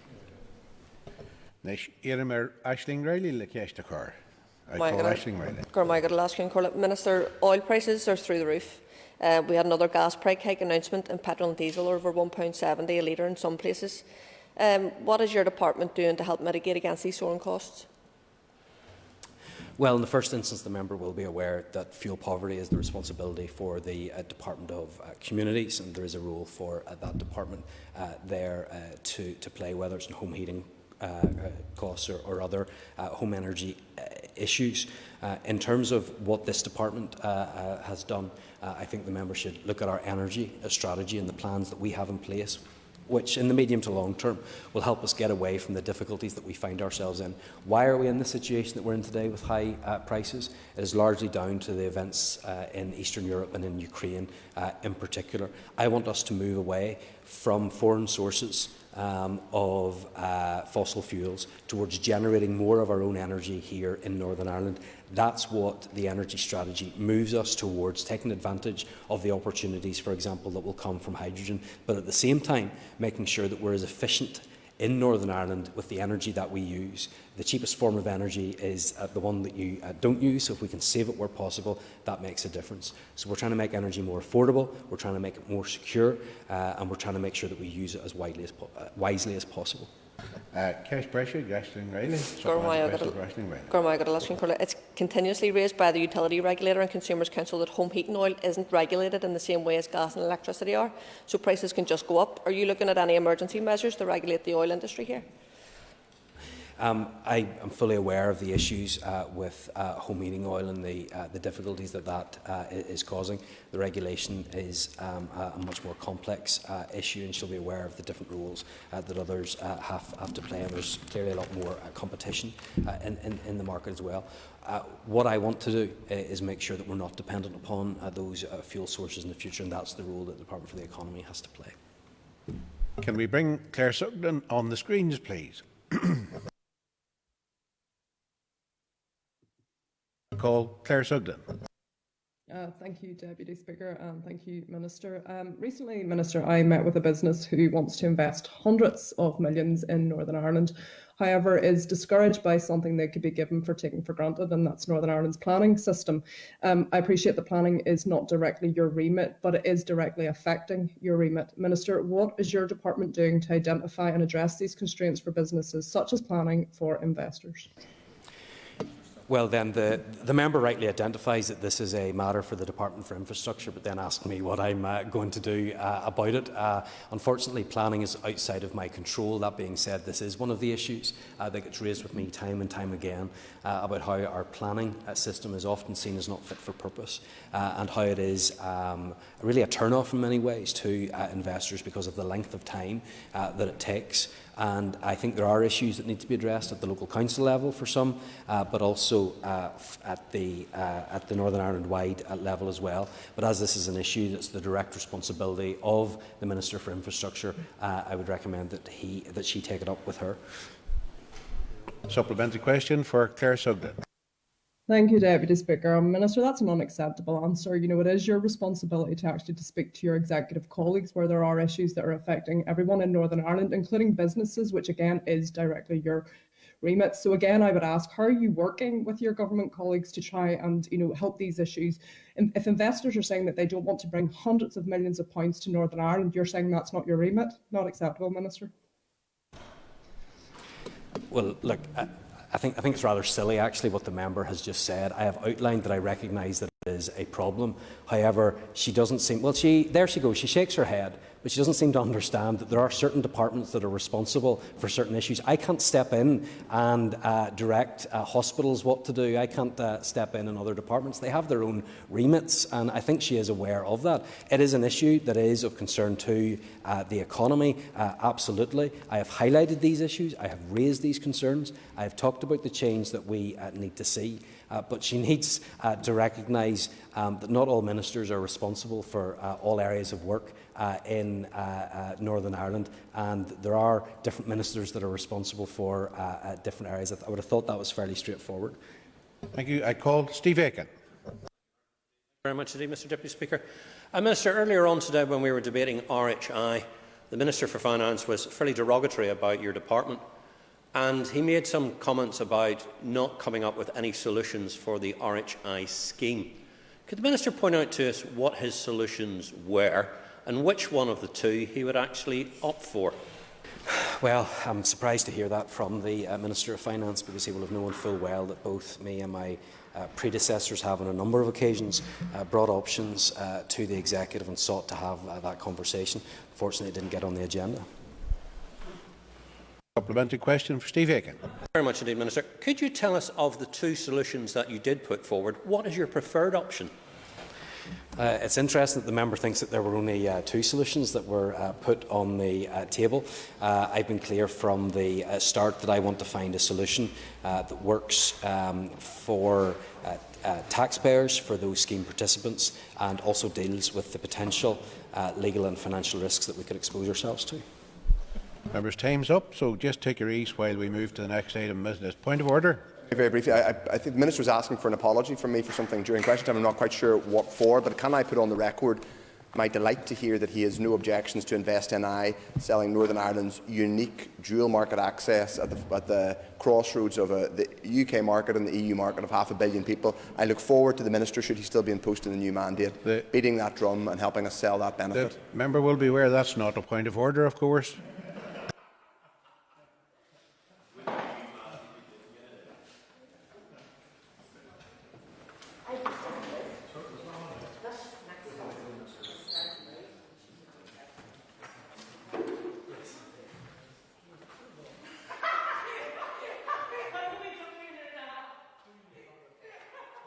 Members, just please take your ease while we move to the next item of business.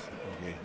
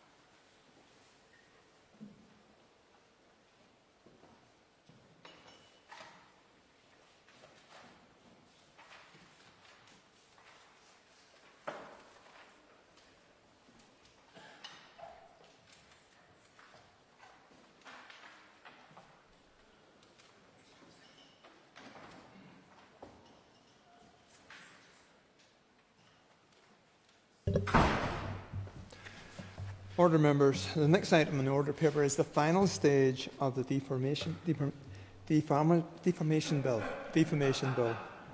And I call Mike Nesbitt to move the final stage.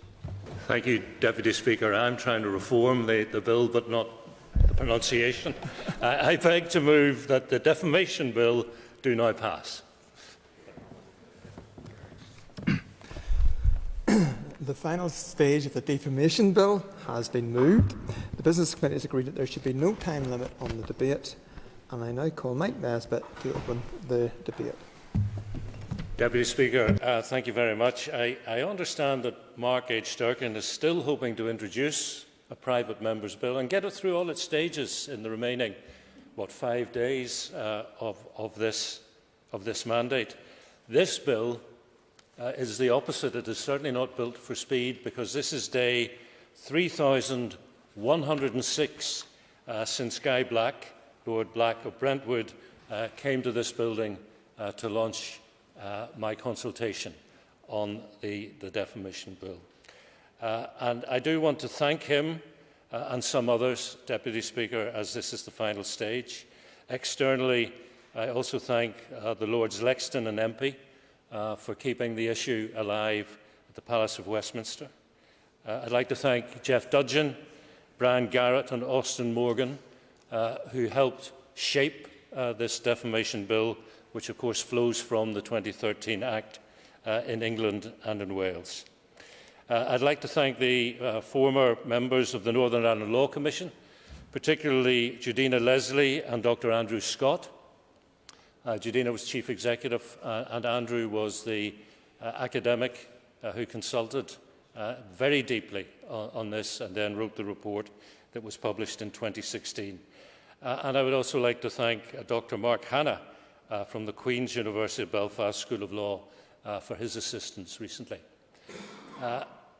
Deputy Speaker, I will not risk the wrath of the Speaker, who said that in his written encouragement yesterday that it is not the norm for members to name officials in this House, and therefore there are about 9 or 10 officials who I will not name by name, but I do want to thank them. They're from the Bill Office, they are from the Office of Legislative Counsel, and they are also from the Department of Finance, and I thank the Minister for allowing for that engagement, which I find extremely useful. And there's one official who I particularly want to thank for his expert knowledge of the life and times of Kenny Rogers, which is an in-joke which you'll have to ask him for an explanation for. Deputy Speaker, there have been a lot of developments over the last 102 months, and indeed developments with regard to the passage of this bill, not least at consideration stage, where the House decided that they did not wish to support my redefinition of the test of defamation as being one that caused serious harm. And I accept the will of the Committee and the House on this. And indeed, I also accept that Dr. Scott, who has been monitoring the 2013 Act in England and Wales, and has come to the conclusion that it is not delivered as was particularly intended. Another development of late is the so-called SLAP, the strategic lawsuit against public participation. Now, SLAPs have no legal definition at this stage, but broadly it is where somebody of wealth and potential influence brings forward a defamation case which they understand has absolutely no merit in law, but they do so to frustrate publication that might be in the public interest. And given that the Department has agreed and the House has agreed that in this bill there's a duty on the Department to keep under review not only the workings of this bill, but also developments within the realm of defamation, I hope the Minister will confirm that SLAPs will indeed be part of that review. I think where the biggest impact of the 2013 Act in England and Wales has come, and Dr. Scott made reference to this in his evidence to the committee, is the impact of non-jury trials, and was described by Dr. Scott in October of last year as having highly beneficial consequences. He said the importance of this change, the move to judge-only trials, cannot be overstated. And I hope that in agreeing to removing the presumption of jury trials in this jurisdiction, we will make it speedier, more easily understood, and hopefully less expensive for plaintiffs to take cases of defamation. My biggest regret is that we are not doing anything with regard to the internet, where reputations are trashed minute by minute, if not second by second. But I understand I have failed to persuade the House of my proposals. Again, I hope that will be part of the review that the department officials in finance will undertake over the next couple of years. We also look to what other jurisdictions will be doing in this area, because it's not just an issue for us, and it's not just a national issue, it's an international issue, and a very difficult one to grapple.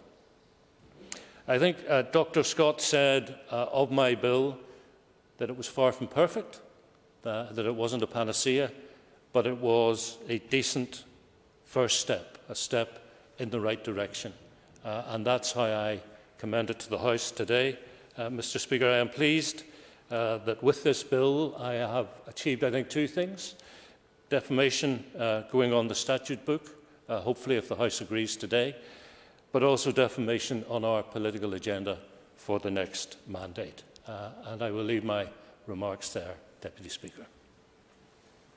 I now call the Chairperson of the Committee for Finance, Steve Egan. Thank you, Mr. Deputy Speaker. I would like to thank the bill's sponsor for his opening remarks and for the oral and written briefing information which was provided to the committee during the committee stage of the bill. I would also like to thank the Minister for information provided by his officials to the committee. Mr. Deputy Speaker, as was indicated during the consideration stage, it is to a member's credit that they bring a private member's bill to this Assembly. It is a lengthy and demanding process, all 3,106 days of it, and can prove to be quite testing for the member involved. The issues in this bill were certainly important and included free speech, a free press, the excesses of social media commentary, and the protection of reputation. The bill underwent quite a lot of changes during its passage. I think all members will welcome the conversion of common law precedents into statute and the requirement for a further review of these matters. A little more controversial was the removal of the presumption against jury trial for defamation actions. But I think all of the debates have been useful and illuminating, and certainly helped to inform the Assembly's consideration of the provisions of the bill.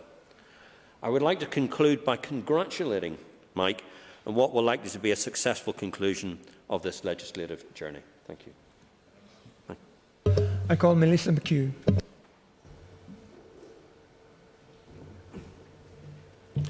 I welcome the opportunity to contribute to the final stage debate on the defamation bill. From the outset of this bill, Sinn Féin had been clear that we wanted to see reform in the area of defamation, and there were a number of factors which made this issue all the more pressing.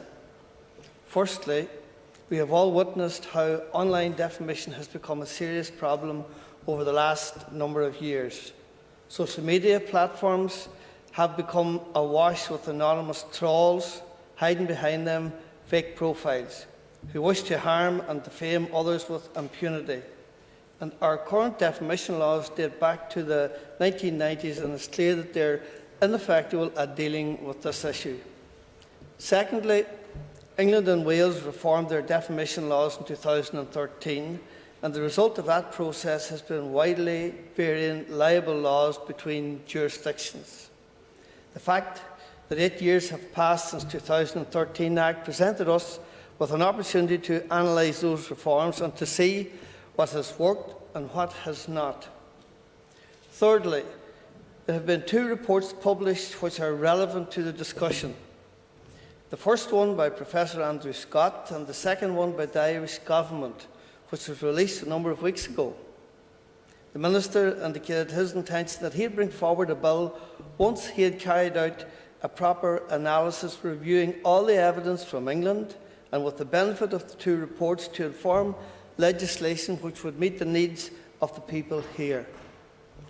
The bill's sponsor initially proposed this bill a number of years ago, and I understand that he has a background in journalism, and this is a subject matter that he has personally experience in. And whilst it is fair to say the bill's sponsor has been patient, I can't help but feel that this bill is still being rushed, even after that passage of time.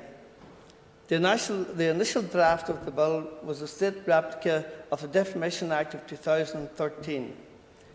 From our point of view, there are a number of issues with that Act which we don't believe should be introduced here.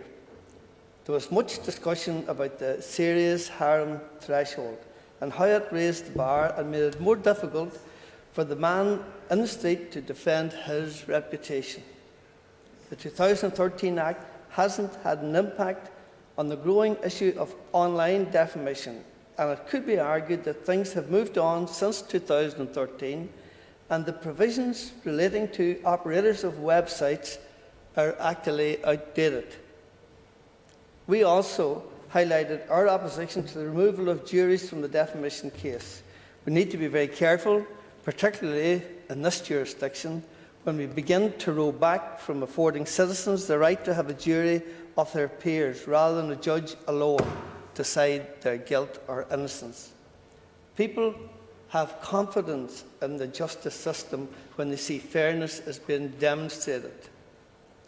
The bill's sponsor brought forward an amendment which called for a review of defamation law within 2 years, and this is welcome because unfortunately we don't have the luxury of time in this mandate to consider carefully all the available evidence from England and digest the report recently published in the South, which would have informed a state-of-the-art, up-to-the-date bill which would meet the needs of citizens and achieve the right balance between freedom of expression and the right to defend one's name. Now, as I have said, in Sinn Féin, along with others, we are not convinced by a number of the clauses within the initial bill, and some of these were removed at consideration stage. The bill which we are voting on today has radically changed from the one which was initially presented to the House. We believe it has changed for the better. The bill will bring positive changes in a number of areas. The common law defences of fair comment and justification will be made into statutory defences of truth and honest opinion. There will also be a statutory defence for matters which are in the public interest.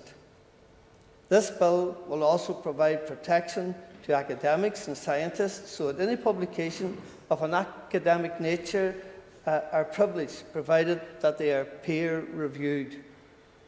The bill also deals with any potential libel tourism which may arise in the future. After the 2013 Act, there was a fear that the North would become a libel hotspot with throngs of wealthy individuals from abroad taking cases here to take advantage of our stronger libel laws. This didn't happen, but we don't see the harm in rectifying this to prevent this from happening in the future. We still remain opposed to the move away from jury trials for the reasons which we have stated, although it seems that there is a majority in the House which favours Clause 7. Despite our reservations, we will not be opposing the passage of this bill today. The area of defamation law is fluid, and I have no doubt it won't be long before we're back here debating defamation again. I will conclude with these remarks last Concordia. I call Matthew O'Toole. Thank you, Mr Deputy Speaker. I should start by declaring an interest as the Chair of the All-Party Group on Press Freedom and Media Sustainability, which has done some work in this mandate, though perhaps not as much in recent months as we would have liked, and hopefully will be re-established in the new mandate. I'm really pleased that we are moving to final stage today on the defamation bill, and I would very sincerely and wholeheartedly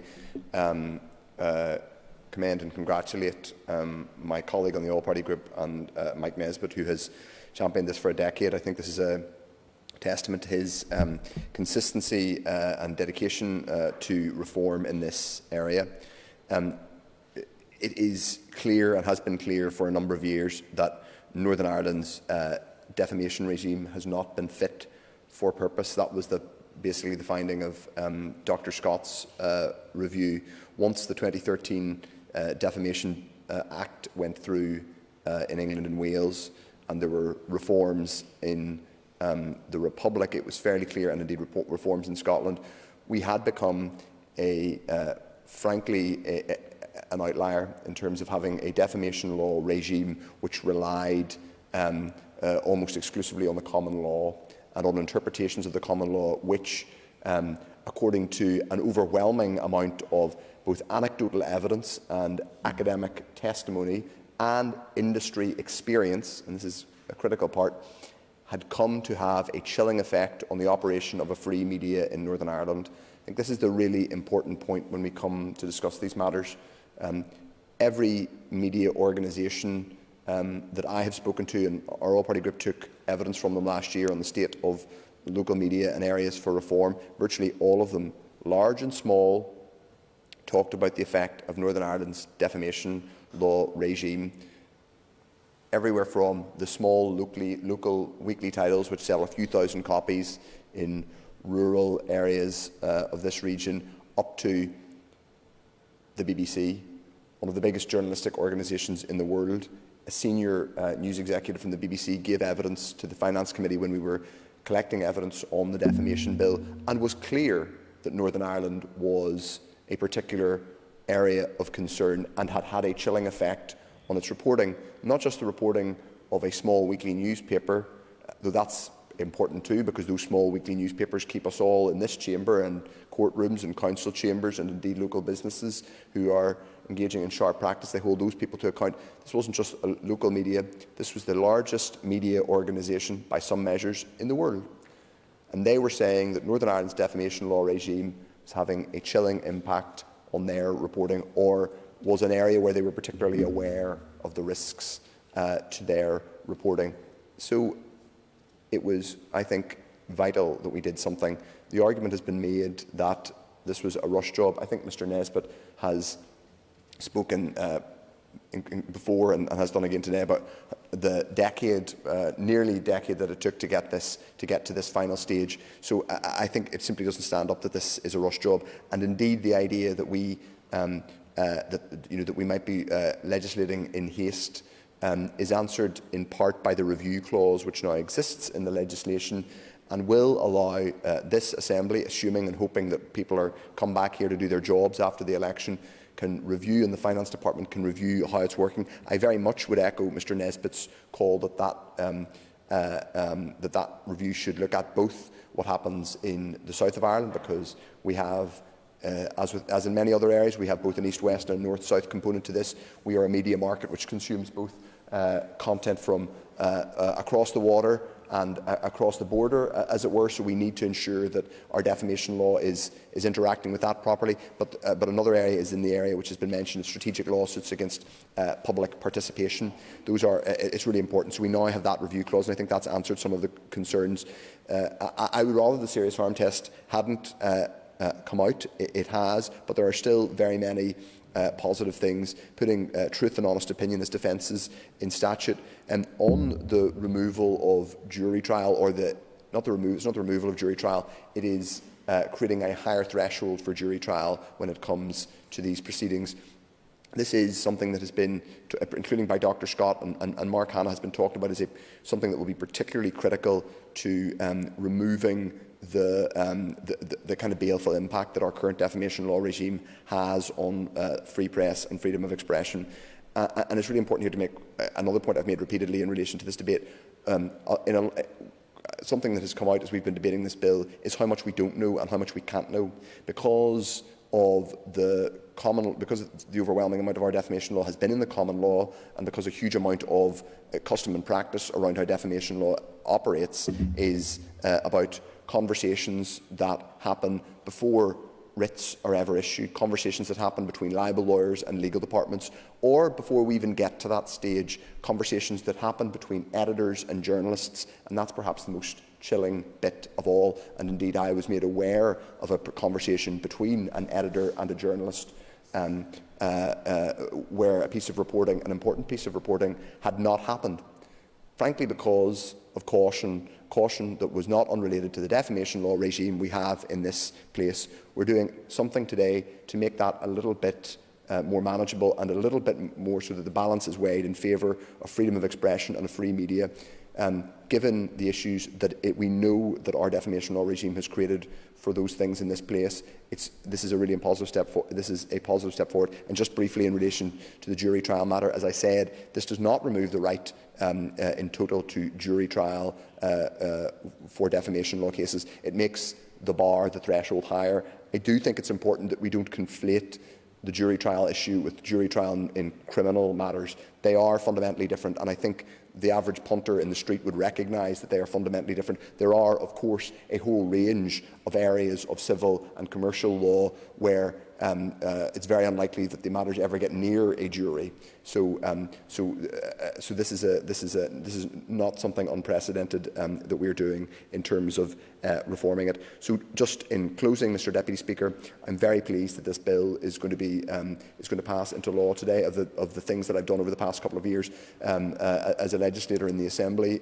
this is, I think, something really important and something that Mr. Nesbitt can be proud of. I very much hope it secures safe passage today, Mr. Deputy Speaker. Thank you. I call Andrew Muir. Thank you, Mr. Deputy Speaker, and I at the outset declare my membership of the All Party Group on Press Freedom and Media Sustainability, as Matthew O'Toole also has. I rise today as a finance spokesperson for the Alliance Party, pleased to be able to give my support and my party's support for this defamation bill. In too many areas, Northern Ireland lags behind in progress within these islands. Defamation law reform has been one of these areas. The opportunity to implement a legislative consent motion with regards to the defamation bill that was passing through Westminster in 2012 was missed and rejected by the then Finance Minister, the DUP MLA and also MP at the time, Sammy Wilson. It is not surprising the DUP voted against this bill in Westminster and have played a significant part in diluting the contents of this bill alongside Sinn Féin. I would say that if people feel this bill is rushed, I'd like to see a bill that's proceeding slowly. The removal of a serious harm test at consideration stage of this bill was very disappointing. This bill that is presented before us today is a vastly watered-down version of what was originally presented to this House in June of last year, and it is disheartening that such a significant change to defamation law was rejected by this House.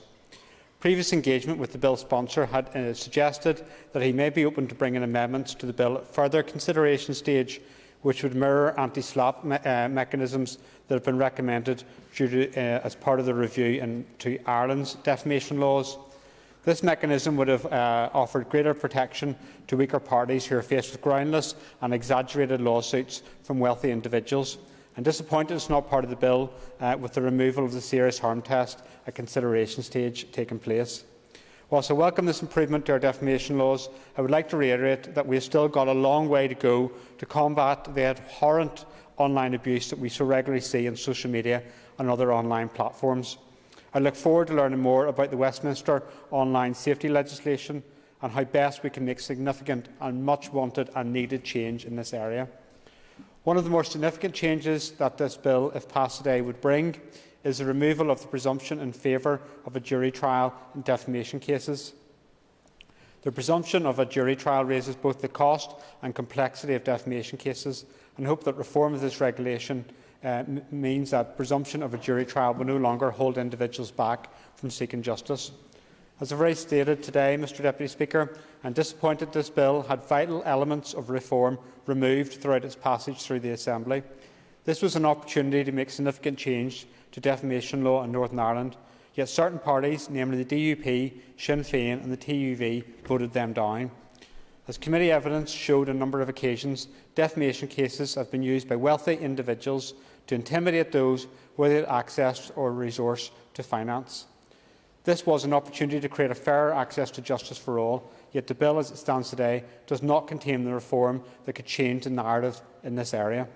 Alliance will, however, be supporting the bill here today, Mr Deputy Speaker, with the hope that a small change is better than no change at all, and I urge all other parties to support this bill today as we take much needed action on updating our defamation laws. Thank you. I now call the Minister for Finance, Conor Murphy, to respond to the debate. The defamation bill that has reached Its final stage has been the product of scrutiny by the Finance Committee and latterly cooperation between the bill sponsor, Mike Nesbitt, and my officials, who were supported by the Legislative Council. And while there have been disagreements on aspects of policy, nevertheless, the bill today is legally coherent thanks to this work. I made no secret of the fact that when I learnt that the bill sponsor sought to bring a private member's bill to this House, that I felt it would be preferable not to simply copy a law from 2013 from England and Wales. The practice and policy in this area of law has moved on from 2013, and we live in an age where people can be potentially defamed every second due to social media. So we need to adapt our laws to meet that challenge. The bill doesn't deal with these issues, but I accept that there are parts of the bill that will be useful. Some of the content I had concerns around from the start, most significantly the serious harm test, have been addressed. I do, however, remain concerned about the removal of jury trials. Mr O'Toole has said this isn't the removal, it's the raising of the threshold, but the actual experience in England and Wales since 2013 is there has not been a single jury trial since the legislation was passed in relation to defamation. So, in effect, it is the same outcome. In my view, ordinary people whose reputation is destroyed as a result of falsehoods would be better served if their case was judged by their peers. However, I do not intend to oppose the bill. My preference and current intention is to develop bespoke legislation to be introduced in the next mandate. This will draw on up-to-date research, including the recently published review of defamation law in the south of Ireland. Mr Nesbitt raised the issue of strategic lawsuits against public participation, SLAPs, as they have come to be known. I know he is keen to have something in the bill. He was keen to have something in the bill to deal with them, and I am sure that that can be considered in the context of the departmental review that appears in clause 11 of the bill. I accept that they have the potential to be a relevant development in law, and I note the recommendations of the Dublin Government, and I understand that this issue may be looked at elsewhere in these islands, and I am sure that the Department will properly consider SLAPs as they commence a review of the law over the forthcoming period. Indeed, my officials have already begun this process. They have held discussions with counterparts elsewhere and will take particular note of the call for evidence just launched in England and Wales, as well as continuing their liaison with officials in Dublin responsible for the consideration of SLAPs there. In conclusion, despite my concern with the shift away from jury trials, I do not intend to oppose this bill. My continued preference is that this law be an interim law for defamation, and that my department will review the law in line with the requirement placed on it in this bill, with a view to developing further legislation for consideration in the next mandate. I now call on the sponsor of the private member's bill, Mike Nesbitt, to conclude the final stage.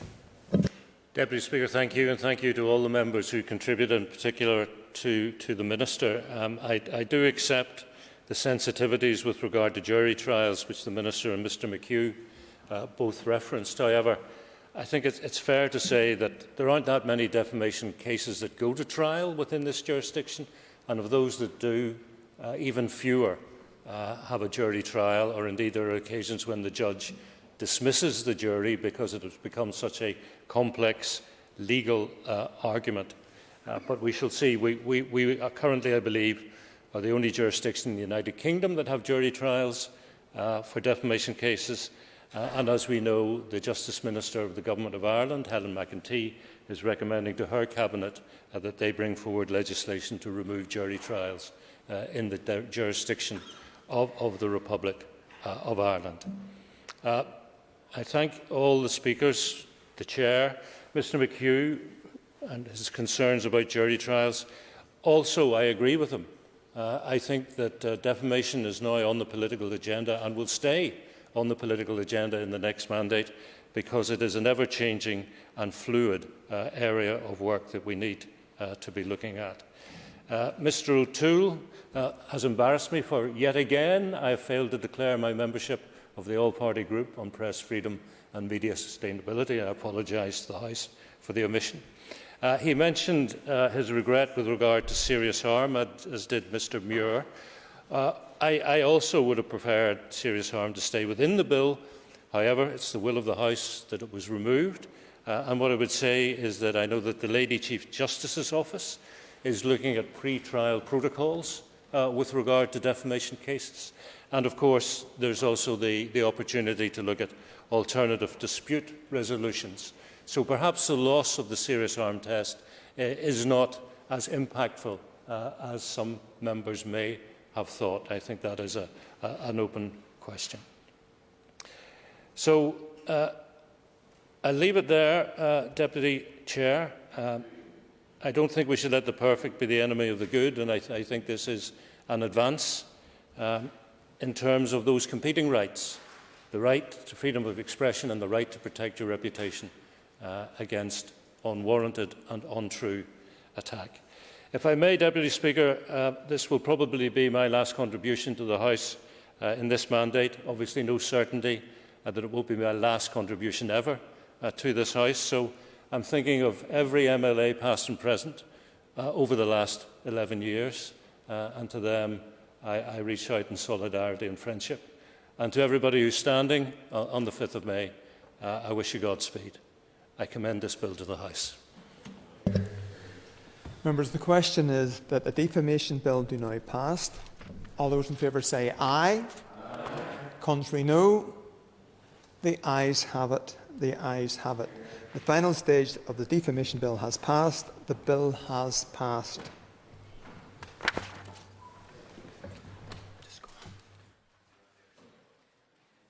Ask members to take their ease for a few moments.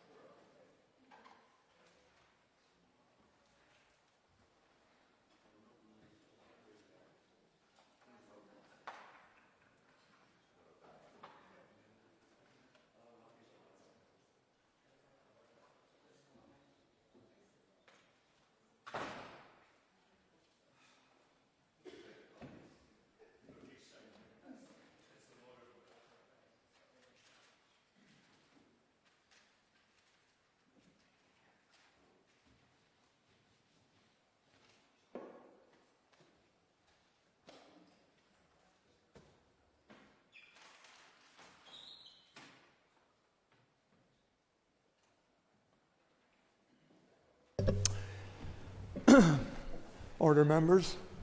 The next item on the order paper is a motion to suspend Standing Order 42.1. Clerk, please read the motion. That Standing Order 42.1 be suspended in respect of the final stage of the Abortion Services Safe Access Zones Bill, NIA Bill 35/1722. I call Claire Bailey to move the motion. Moved. Thank you. The Business Committee has agreed there will be no time limit for this debate. So I now call Claire Bailey to open the debate on the motion. Thank you, Deputy Speaker. The motion to suspend Standing Order 42.1 is purely to do with scheduling that has been agreed by all party whips at the Business Committee to allow bills to be finished within the time remaining during this mandate. I've been working on this bill since I was first elected to this House in 2016. Now, in the last week of the mandate, I'm asking that Standing Order 42.1 be suspended to allow me to bring this final stage one day early. I hope members will support this request as they have done for every other request to date. Thank you.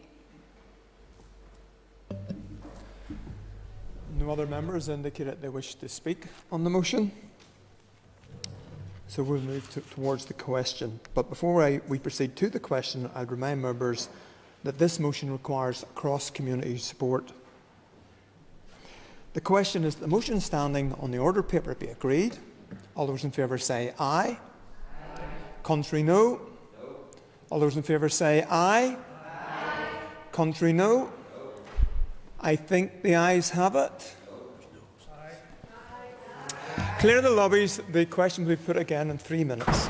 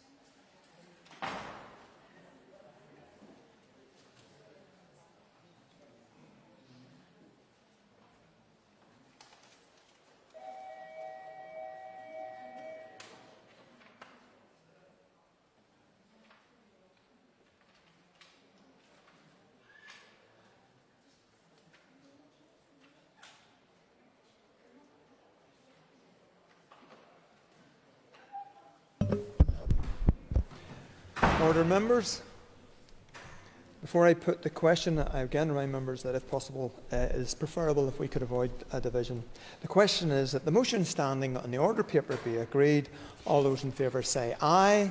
Aye. Contrary, no. Do we have tellers? Do we have tellers?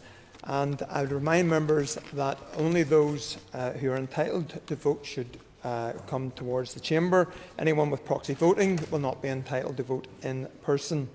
I'd ask members to ensure that they maintain social distancing during the arrangements.